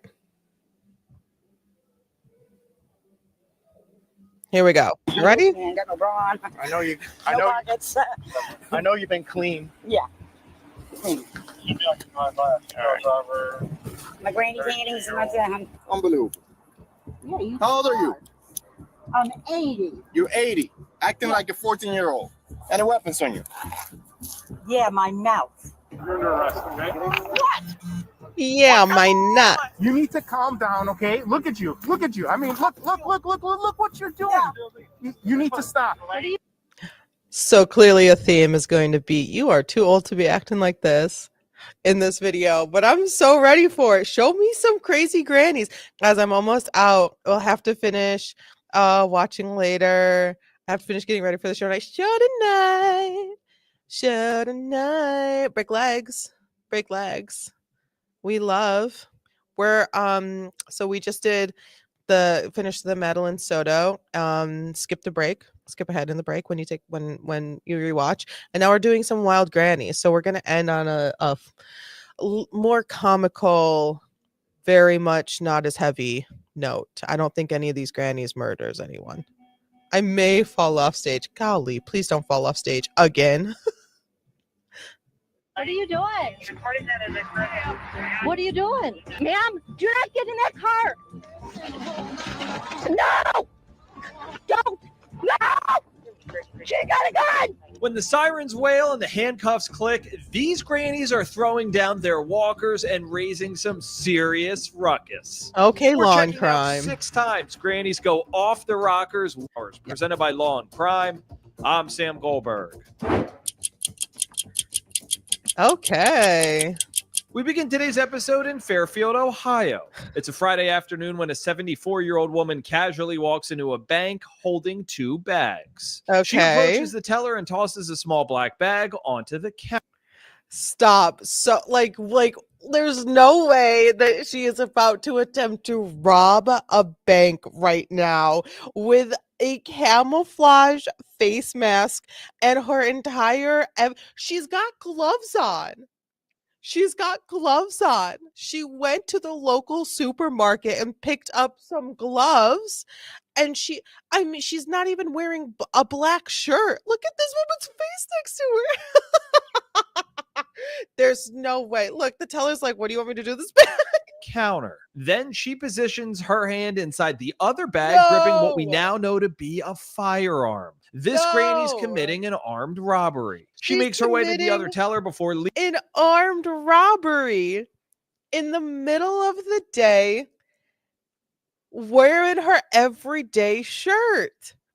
You know this is her bank too. You know this is her bank. You know she walked in and the tellers were like, "Hey, Marjorie," and she's like, "Put the money in the bag." We're leisurely escaping with more than $500 cash. Shut Witness up. descriptions of the suspect and the vehicle fleeing the scene help Fairfield Township Police track down the whereabouts of their surprising bank robber. Did you see anybody come in around the house or anything? Or Is that vehicle there? yes, sir. It is. It's parked up in a driveway in Plainview. In plain, she don't care. She ain't got not a care in the world. She comes out. She is armed. Not a care. Yeah. I hope y'all stretched. Up here, unarmed, but trying to get to the place or something. I hope y'all stretched this morning. Because I have a feeling, bro, fix your glove. Damn. Just hang out on the perimeter. That was as long as you know making me we're okay. frustrated. That way, in case something happens, we're good. You know what I'm saying?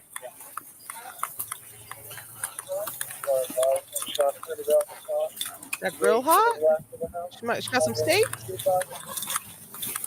What does she need that money for?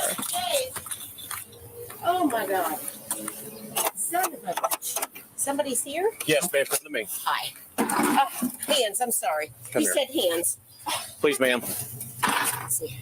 Come here for a second. Okay. Oh, hands. I'm sorry. He said hands. I'm an old white woman, so I'll be okay. I'm not going to be a problem. Okay, right. Okay. Okay. Here's my hands. Ma'am, you robbed a bank. You got pat me down? You sweating? I'll tell you what. Nope, Whoa, that's good wait, enough. yeah, If whoa, I'm just gonna take whoa. the flat of my hand Yeah, go right ahead, darling. and just. Hi, what did I do? Well, that's what we're trying to find out what's going on here because, ma'am, come here. And she was in the house and she just came out. We're shoveling sand. I'm coming. Oh my God. Can you go over there by those officers for me, please, ma'am? This is wild. Because what do you... I'm an old white woman, so I'll be okay. Give me one of y'all just walked to a bank, tossed a reusable grocery bag, and said, "Give me all your money." Give me all your money. And now you're doing the, oh, I'm old and white, everything's fine with me. But someone here, get the police, because we followed you after you robbed a bank. What could you,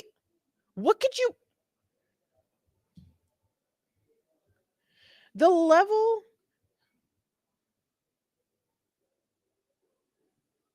hold on, I'm sorry. I'm so sorry. Enjoy, just watch this. I'm just going to be right I want here. you, please, ma'am, if you could. She can't hear. I don't hear well. I can't hear over here. Okay. Ma'am, do you have any weapons on you? Lord, no. Okay. What did we do? Okay. Yeah, I want you over there for me, please. Thank you. Thank you so very much, ma'am. My car's locked. That's okay.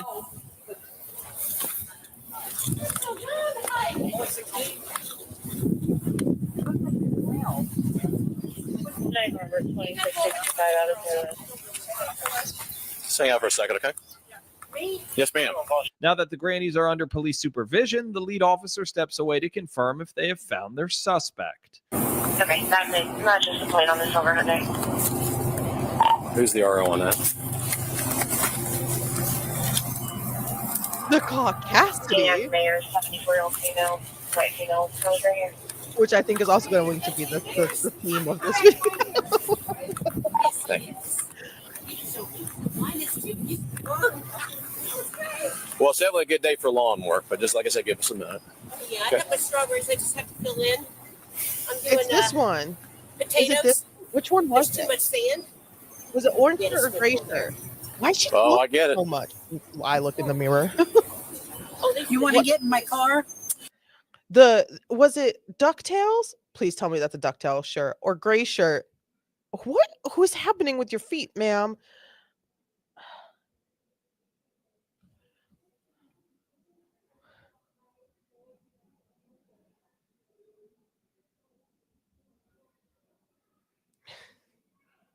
Sorry, there's something just absolutely wild happening, and my body. I got just like re-energized. I was cramping, but now I'm not anymore. Gray shirt did it. Here in a second, ma'am, I'm going to ask you, but I want to let you know what's going on here first in a minute, okay? Mine's there. Yeah. It was this My one. keys I thought it was behind the door, orange Ann. shirt one. Okay. Maybe it's DuckTales. I don't know. You guys won't have any calls out on I'm this having block so much tonight, will fun, you? you guys. I'm having a great day. Isn't that the rendezvous people? No. Huh? I thought that was the rendezvous people. Rendezvous? Yeah, the ones that sit out Oh. there. All of these cops, stop advertising your shit. I'm going over here. All of these cops, I love you, law and crime, but stop advertising your shit. All of these cops are like, oh my God, it's hot out, right? Yeah, it's hot. No worry. No worry, no concern, not checking their sixes, nothing. They're just standing there like, why the hell we gotta be here? My God, just old women ain't gonna do shit. Well. It's Hmm? I don't know. Brandon said he's on his way. I don't know if he wants us to wait. I don't know if he wants us to I want y'all to slap some handcuffs. I want y'all to slap some damn handcuffs on both these bitches and throw these old ass ladies in the damn car. Private conversation. The officer briefly mutes his body-worn camera while discussing the investigation with his colleague. And that way we can release them. We'll be releasing you guys here in a minute, okay? What do you Thank you so very much for helping. What are we Just hang tight for a minute. doing? We'll be releasing you out of here in a minute, okay? So What we're releasing you guys. weapons You can let you clear out of here in a minute. Oh, I thought you were talking about us. No. No. Not right now, okay? Just hang tight for a minute. Somebody go with me in the house so I can pee. Ma'am, I just kind of want you to hang out for a minute, okay? Take her back to the PD. Okay. All right. So, real quick, ma'am. This is Detective Rory Dutra and Officer Robinson. DuckTales. We want to talk to you about an issue that happened today. Okay. At this point in time, though, I'm going to take you into custody. If you Okay. could please turn around and put your hands behind your back for me, okay? Just like you're praying. Are there any guns in the house, ma'am? I'll explain this here in 1 minute. Okay, I promise. Just give me a minute, okay? There is 22. Okay. There's a couple that don't work. Okay. They're old, my mom and dad's guns. You go to 22? Rifle. Are they friends? Are they friends? Are they roommate? And they were roommates. Are they roommates? Are they lovers? Are they wives? Does Gray Shirt know that DuckTales over here robbed a bank to buy sand to do yard work? Cause that's what they do. The caucasity. Da, da, da, da, da. New theme song for when we watch old white women get arrested. I'm living. I am living. I am thriving. I am surviving. I can't. Love Is that too tight on you, ma'am? Okay, I want to make sure you're okay. And I promise you we'll get everything situated here in 1 minute, okay? I promise. Tighten them things up. Is anyone else in the house? No. Okay. Are there any dogs or pets or anything like that in there? Because we don't want them getting out or anything, okay? Dog, no pet. All right. She Okay. pulls a gun out and starts. My mom and dad's house. She's got a gun like tucked under. Okay. Where am I going? Into one of these cars. Or what? She gonna lift it up and grab. She gonna lift. Stop. That's crazy. But I mean, To find out which one, Sarge. not completely out of the realm of possibility. Huh? I don't know. Here, come here. All right, here. Well, we're going to explain here in a minute, okay? Yeah, they're going to explain it to you in a second. Yes, ma'am. Absolutely. Yeah. Do we really need to explain you robbing a bank Okay. 2 hours ago? So we're going to wait. We're going to take you to the police Crazy department. There's some people who want to Okay. talk to you, okay? All right. And that way we can explain everything and go that way. I just don't want to step on their toes, okay? All right. Are those going to be okay on you? Those are all right? Yeah, they're fine. Okay. I got popsicles. All right. I just want you to be careful. And I know you're not going to try running from me, but you know what? I'm clumsy, and Look at sometimes my I have a hard knees. time. Do I look like I could run? No, I'm saying I know you're not, but I'm just holding on to you because I don't want you to fall. No, but you look like you could have robbed a bank an hour ago. I want her to take off so bad. I want. Yes, I want her to book it. I want her to book it. The fastest she ever done run in her old ass life. I want her to run faster than she did when she was 16 running the damn mile. I want her to run Thelma and Louise style. I know.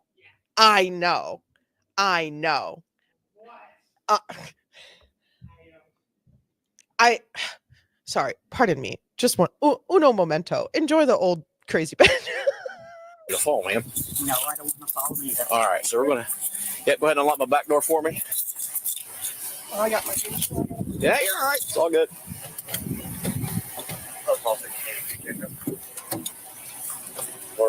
All right. Can you just pat her down real quick one more time for me? Because I just did a quick. Vehicle for me, okay? All right, you put it on the curb for me. Thank you. I'll go ahead and stay right there. Nothing on you, right? No. You're not going to stick my throat or nothing like that? No. Nothing in your bra? You care if I tug here? I don't care. Thank you. Okay? Mm-hmm. Nothing in your shoes, no socks, nothing like that? I don't have stuff No, okay. You care if I look up for you anyway, sweetie? or anything done. As soon as I get you to the police department, man, we'll get them things off of you, okay?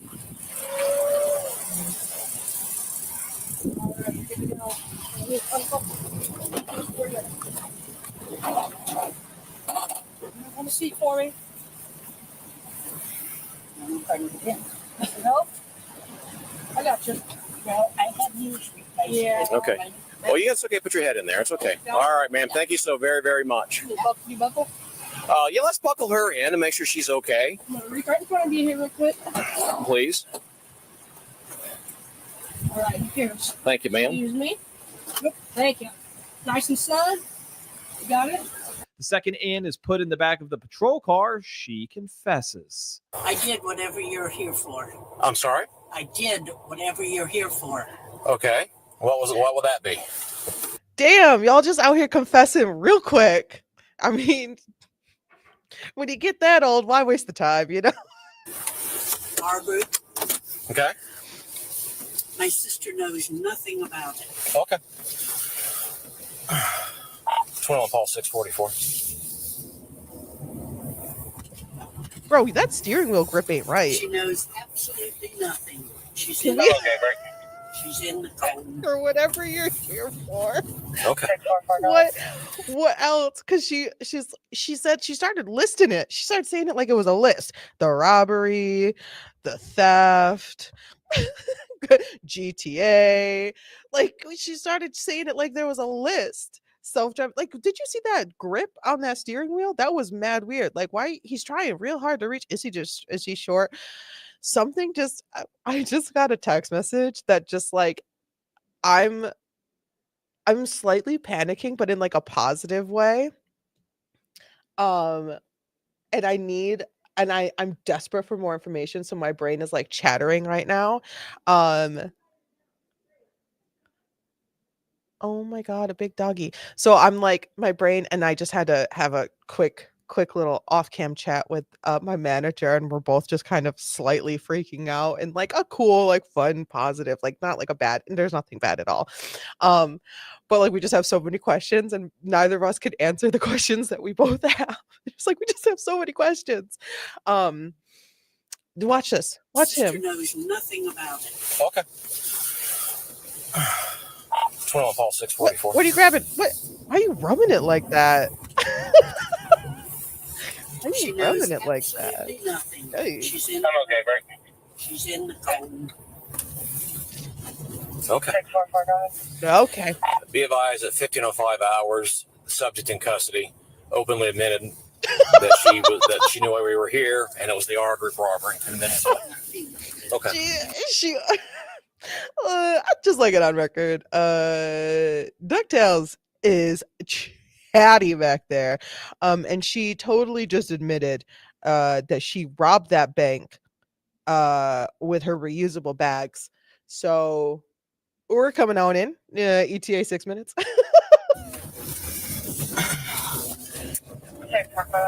You didn't Be around even with her get with my one PD, night with right that spaghetti. $500. Who you rubbing it like that? 30178.9. 30178.9. Okay. Well, ma'am.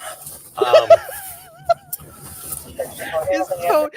Well, ma'am, you're gonna go to jail because you robbed a bank. He probably went home, had a drink, told all his friends that he just arrested a 75-year-old woman after she robbed a bank, and then confessed immediately. And she didn't even get $1,000. Like, she went home.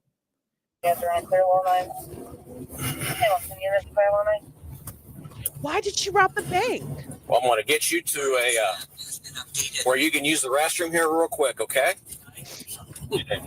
Do what, ma'am? I hope so. Yes, ma'am. And I promise you, everyone that we talk with you are going to be just as polite, respectful as I am, okay? Detectives later discovered Ann was the victim of a scam and resorted to criminal activity to remedy her finances. No Ann was arrested and way. charged with aggravated robbery with a deadly weapon. Hold on. We'll get back to that. A scam, Ann? Ann got scammed? Ann got scammed, lost money, or needed to get a good chunk of money, and she went and robbed her bank. Because you know the teller knew who she was and called the cops and said, Ann just robbed the damn bank. Don't know why. Don't know why. And I only had $500.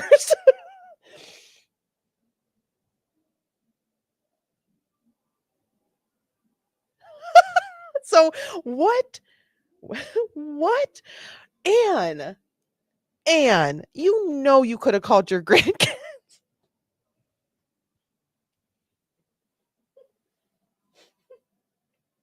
You know you could have called your grandkids because you know, and you know there ain't no king of Africa who's offering no money through the emails, and you're going to jail.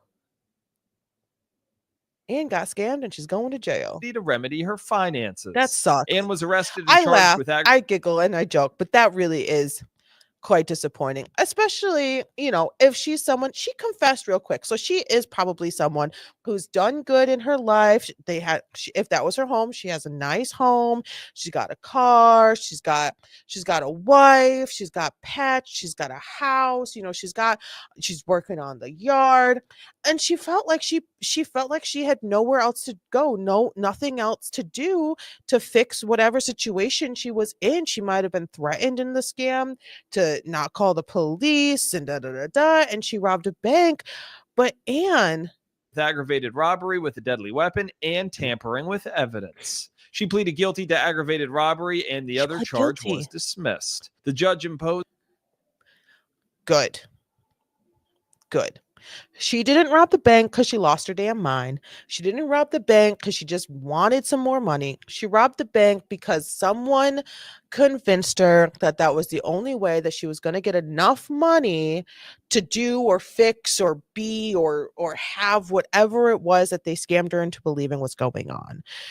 I'm glad they did drop a charge. You do have to kind of take on some punishment for doing this crime, for robbing a bank with a gun. But damn. Imposed the minimum sentence possible for the charges, ordering her to 3 years in prison and court fees. Anne also wrote letters of apology to those impacted by her crime. Oh my God. Next, we're heading to Key West, which she probably didn't even have to do.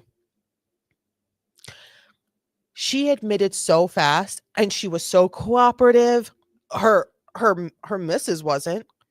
Her missus was all caucasity this, caucasity that. Like, oh, hey, he said hands. He said it. You better check with your girl, see if she had anything to do with that scam. I don't know. I ain't got a good feeling about that one. I don't have a good feeling about that one at all. Anne's doing 3 years in jail, and he said hands. Let me just touch some more things and reach for and show you my stomach. Ugh. So interesting. I don't know. My true crime brain was like, she's in on it. And she wanted you in jail. She wanted you out of the house. Let's watch one more wild granny.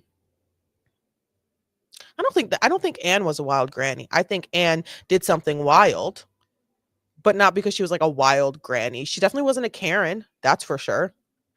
Wow, this is very interesting. Key West, Florida, where one grandma goes to extreme lengths to put food on the table. So, all this food that Girl, we back in Florida and bringing here, the thousands of dollars worth of food. Did she tell you where she was getting it?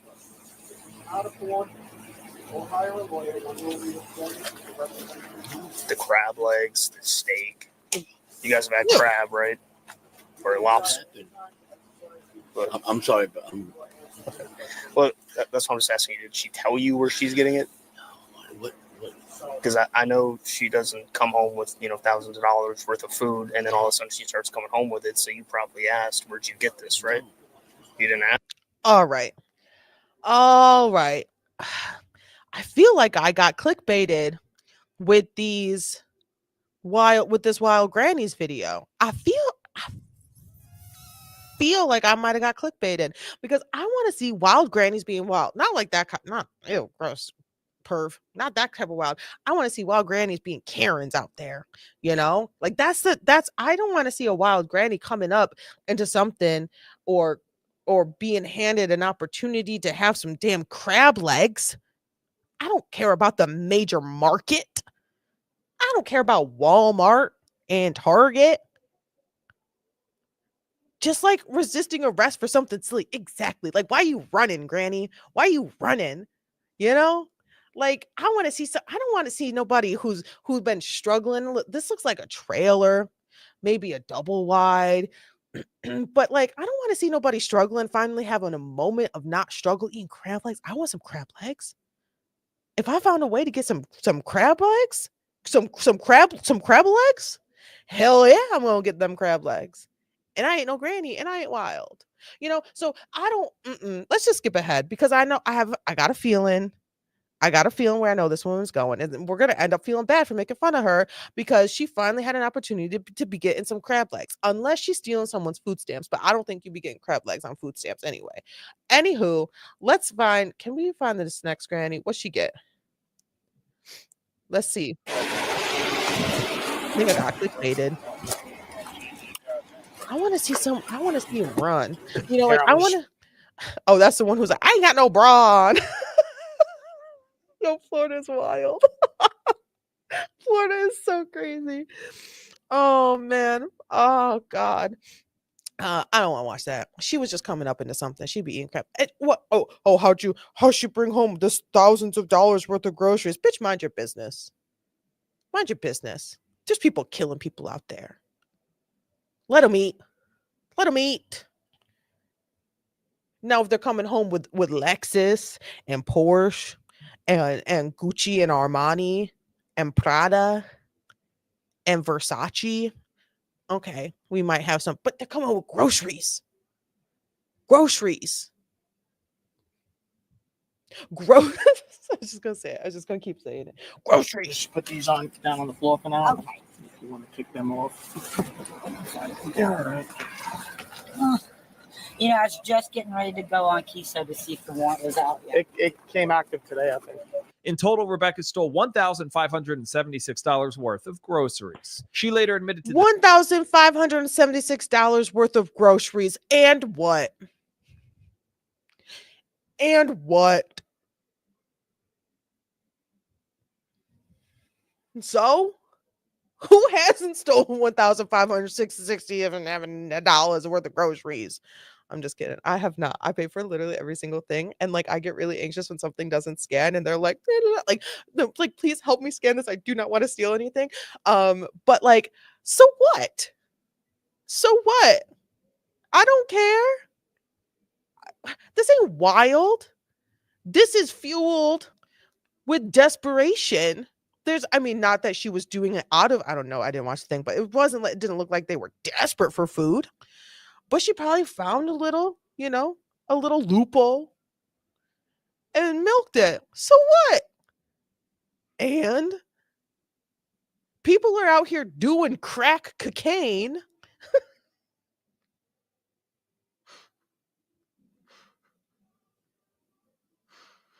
People are out here doing crack cocaine and stealing damn cars, right?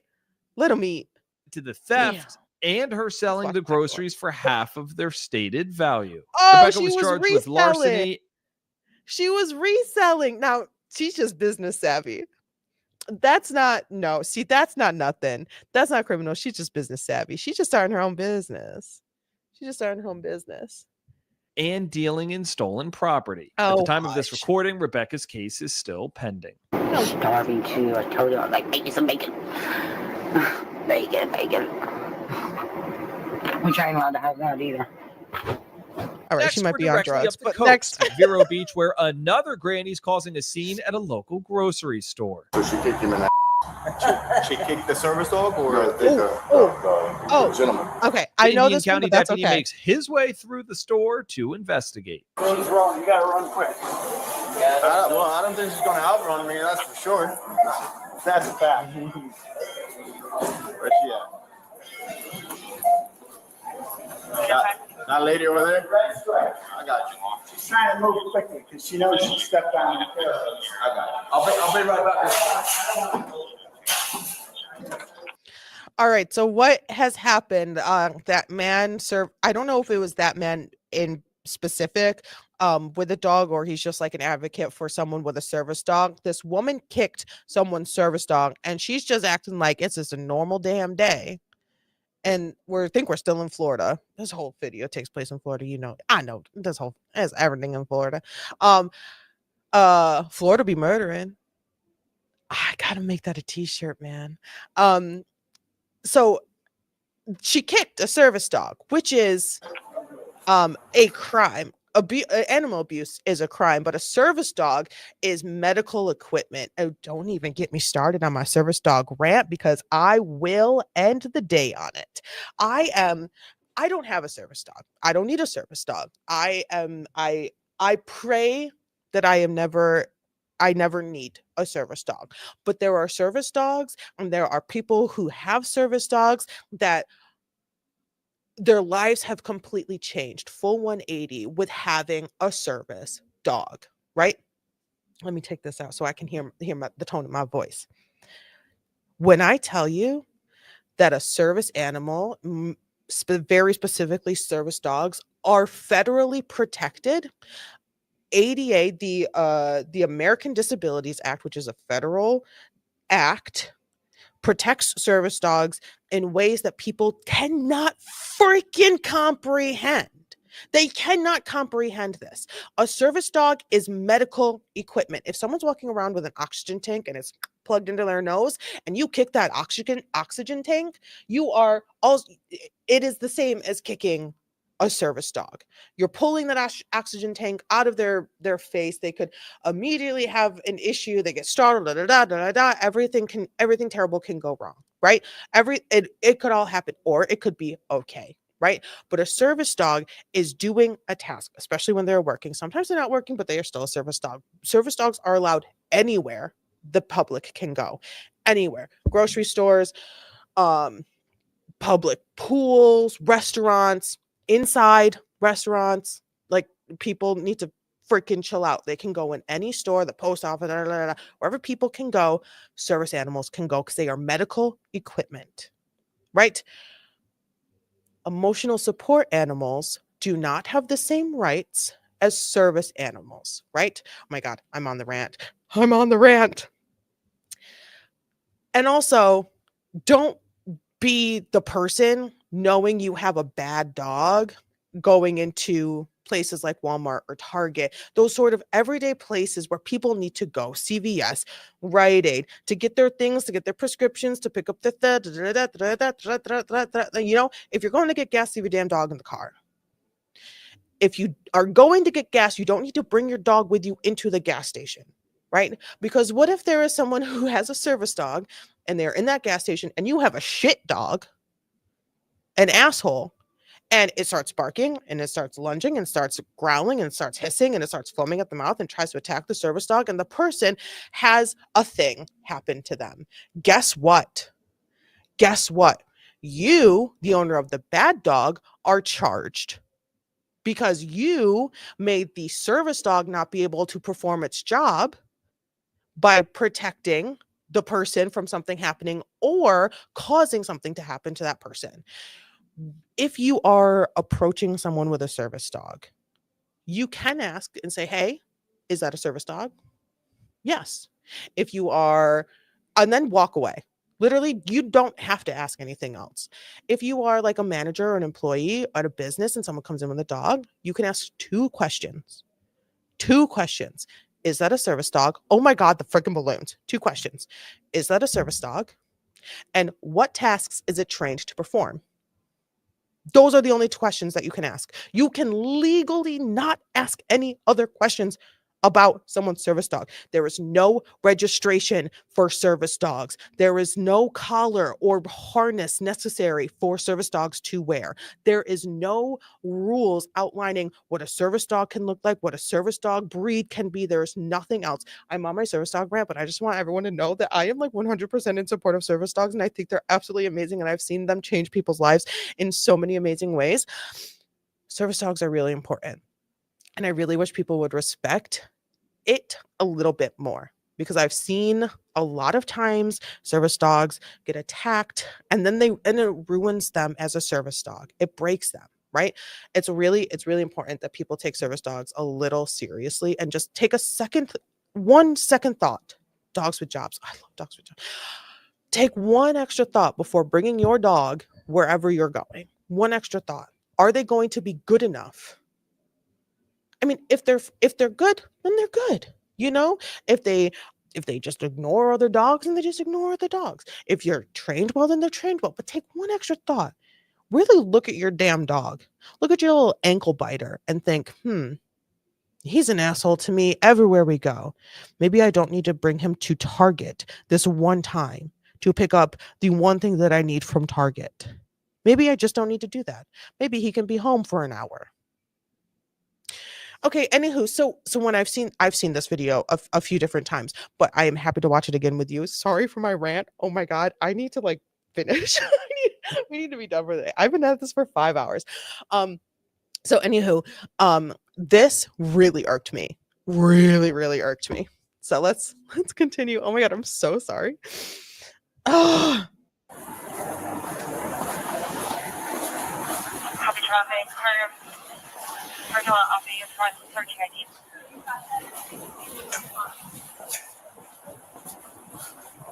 Oh, here he is. Hi. Hello. How you doing?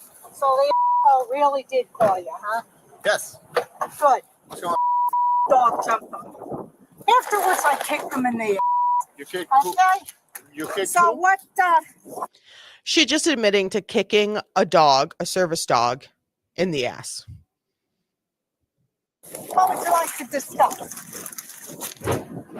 I also want to thank Upside for being such a proud sponsor of After Hours. Upside is an incredible free app, yes, free, that gets your credit back on every gap, 25 cents back. What? I mean, if Upside wants to sponsor me.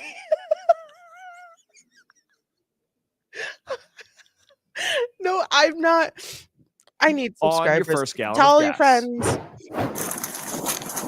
What's the story? What's the story? I asked the man why he had the dog in here. It's a service dog.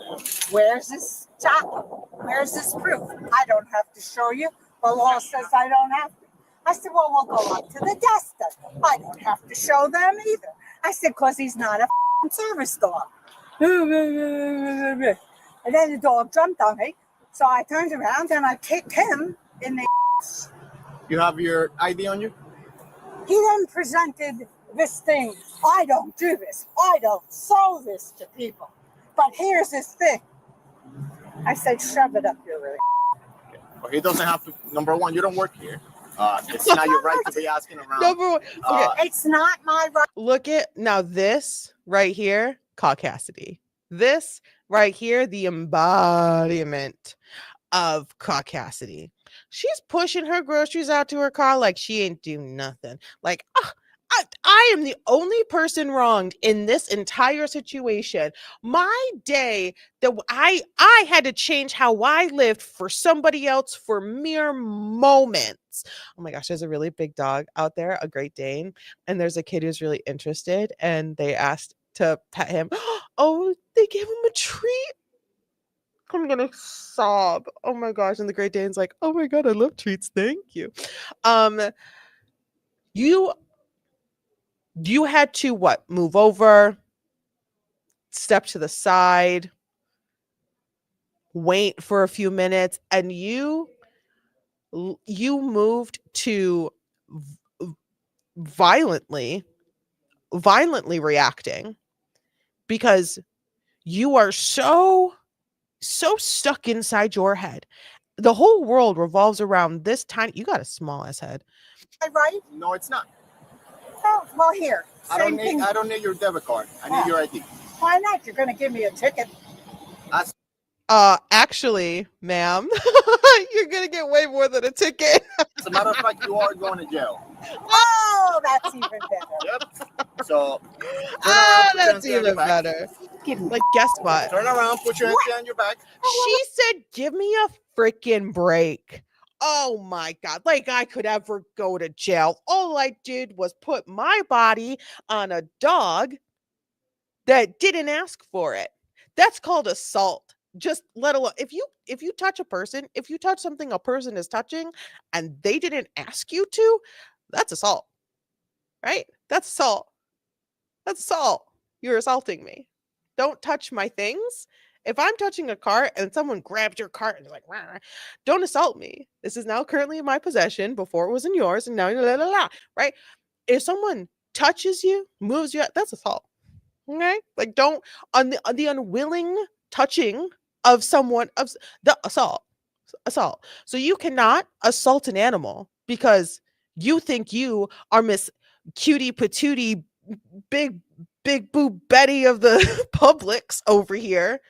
You are not above the law. And guess what? This cop had time today, and I love it. I love it. We're going to jail.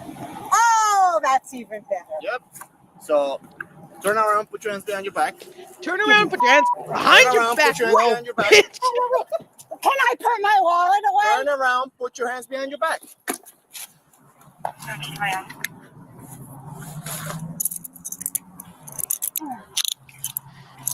That's got nothing better to do. We got plenty of things better to do, but you can't be civil. You can't be civil. So guess what? I don't care how old you are. I don't care how old you are. How old are you? You are going to learn a lesson today. And the lesson is leave it at home. Guess what? If you can't handle going to the grocery store, Instacart. And don't call your damn grandkids to help you with the app. Grow up. Get over it. I'm Check it out. 80. You're 80, acting like a 14-year-old. 80. 80 years old. Any weapons on you? Yeah, my mouth. I can see that. You're just leaving that in the middle of the street? Yeah. We're also going to just leave your groceries in your car. This is the biggest joke I've ever seen. You're the biggest joke we've ever seen. Yeah. You're just gonna leave my purse there, my wallet in the cart. Yeah, I am. Because I'm arresting you. I'm detaining you. There is a person right here who is filming this. Probably the store manager or something, or like the person that it happened to. Oh my God, ma'am, your groceries. You just wasted all that money on those groceries. Just wasted all that money on those groceries because those are sitting in that damn. You want me to put this in your car? What do you want me to do with this? If I tell you, you'll give me another ticket. No, I want to take it with me. You're not getting a ticket. You're getting arrested. Are you drunk? Ma'am, are you drunk? Ma'am, how many drinks have you had today? Are you drunk? Why would I Did you not drive want my here? license, my credit cards, and all my money put back in my pocketbook and take it with me? Okay. Well, I got to search it before I take it. Okay? I'll go right ahead. My pen might do something to you. Watch out. Wow. Ma'am, you're talking to the cops like this when you think you don't need them. How's your tone when you do? How's your tone when your front door starts wiggling and jiggling and everyone that lives in the house is already home?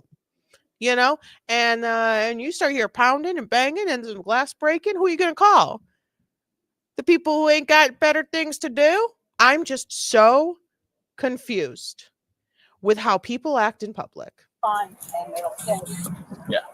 Walk over to my car. Making a damn spectacle of yourself. My car, I pay taxes. I pay taxes as well. Probably pay more taxes than you. Oh, the taxes I pay my taxes. This is my car. It's not your car. You own nothing. You own nothing. Like, this is my sentiment of life.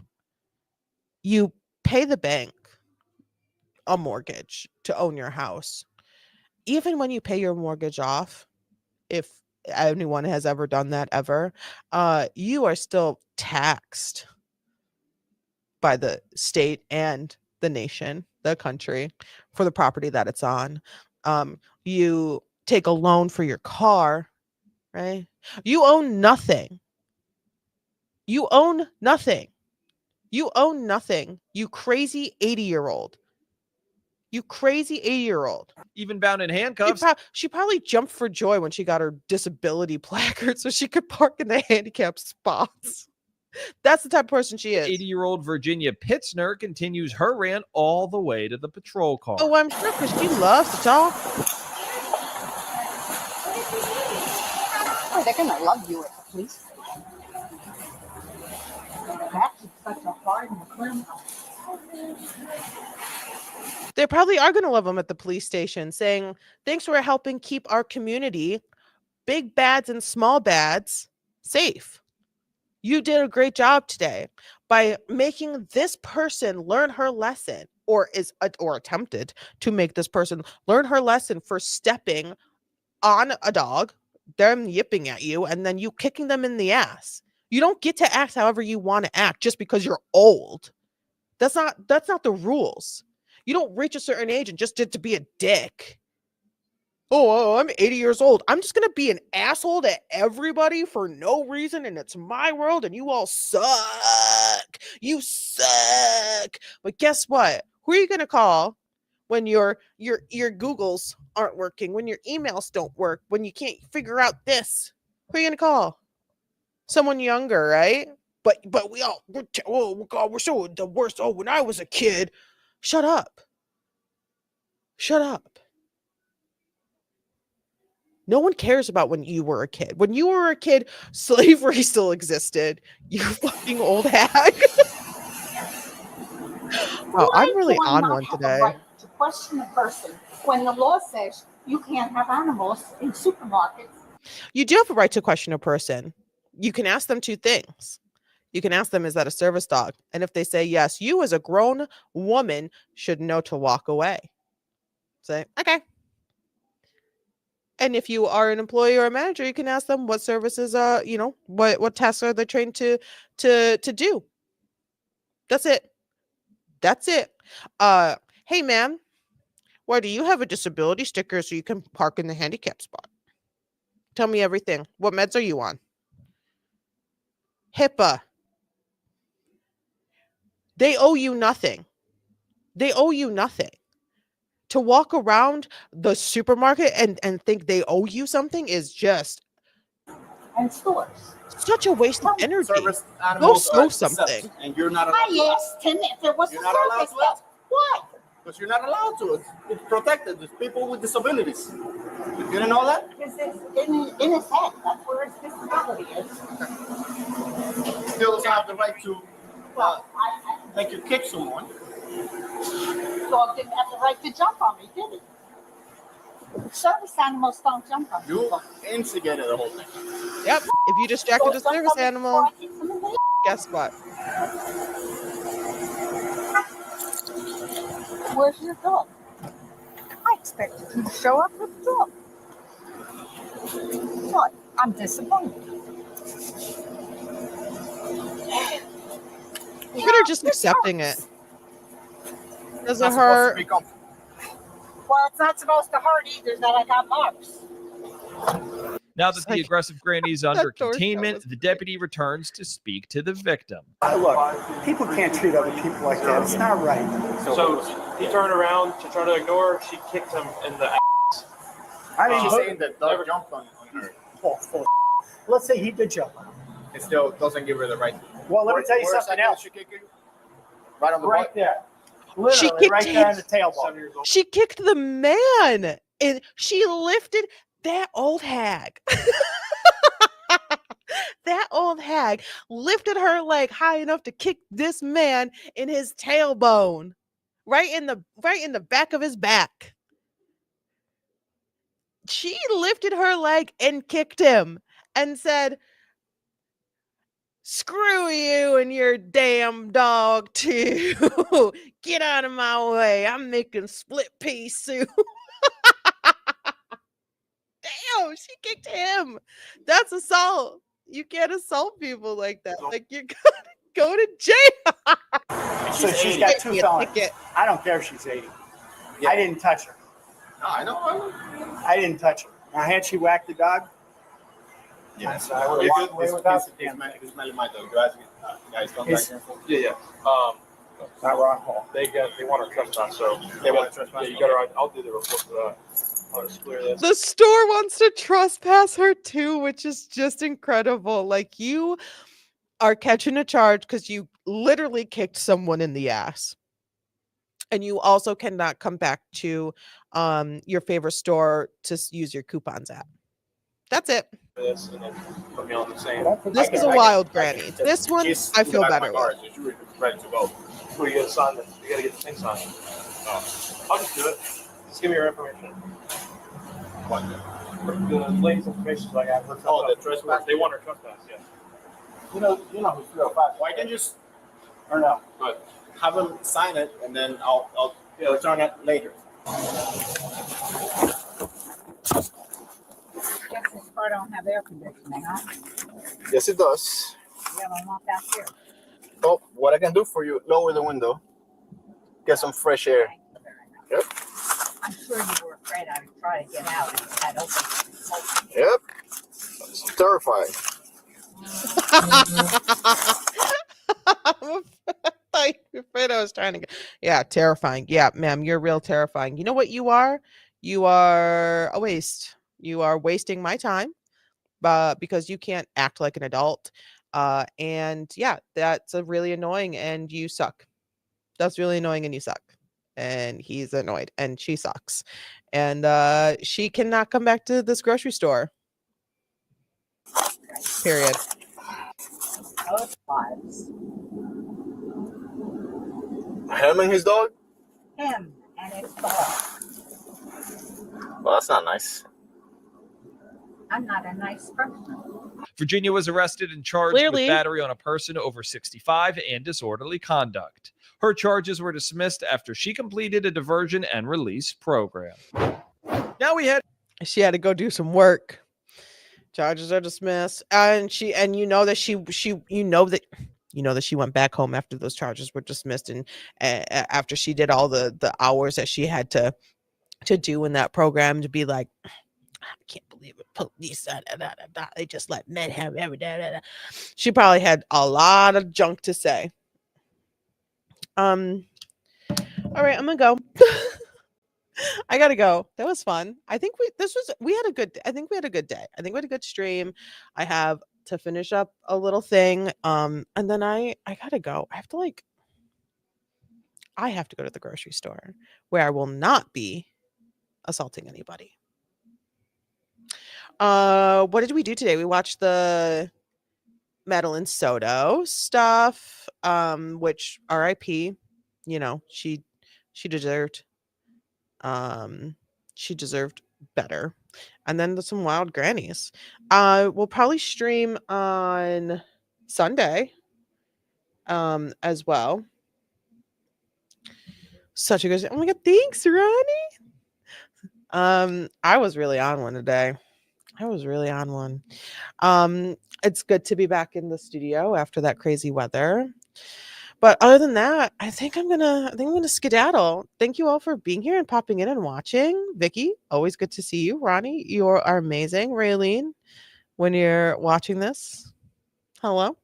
Janine, thanks for being here. I know that Janine was here earlier. It's just Janine. I love that. That's such a good screen name. That's it. That's all I gotta say. Don't kick anyone in the ass. I will try really hard to not kick anyone in the ass. But you know what? Sometimes things happen. And you get charged with battery. I don't know. It's wild out there. Sunday, I might just be doing more of the same, because why not? It's fun. It's not like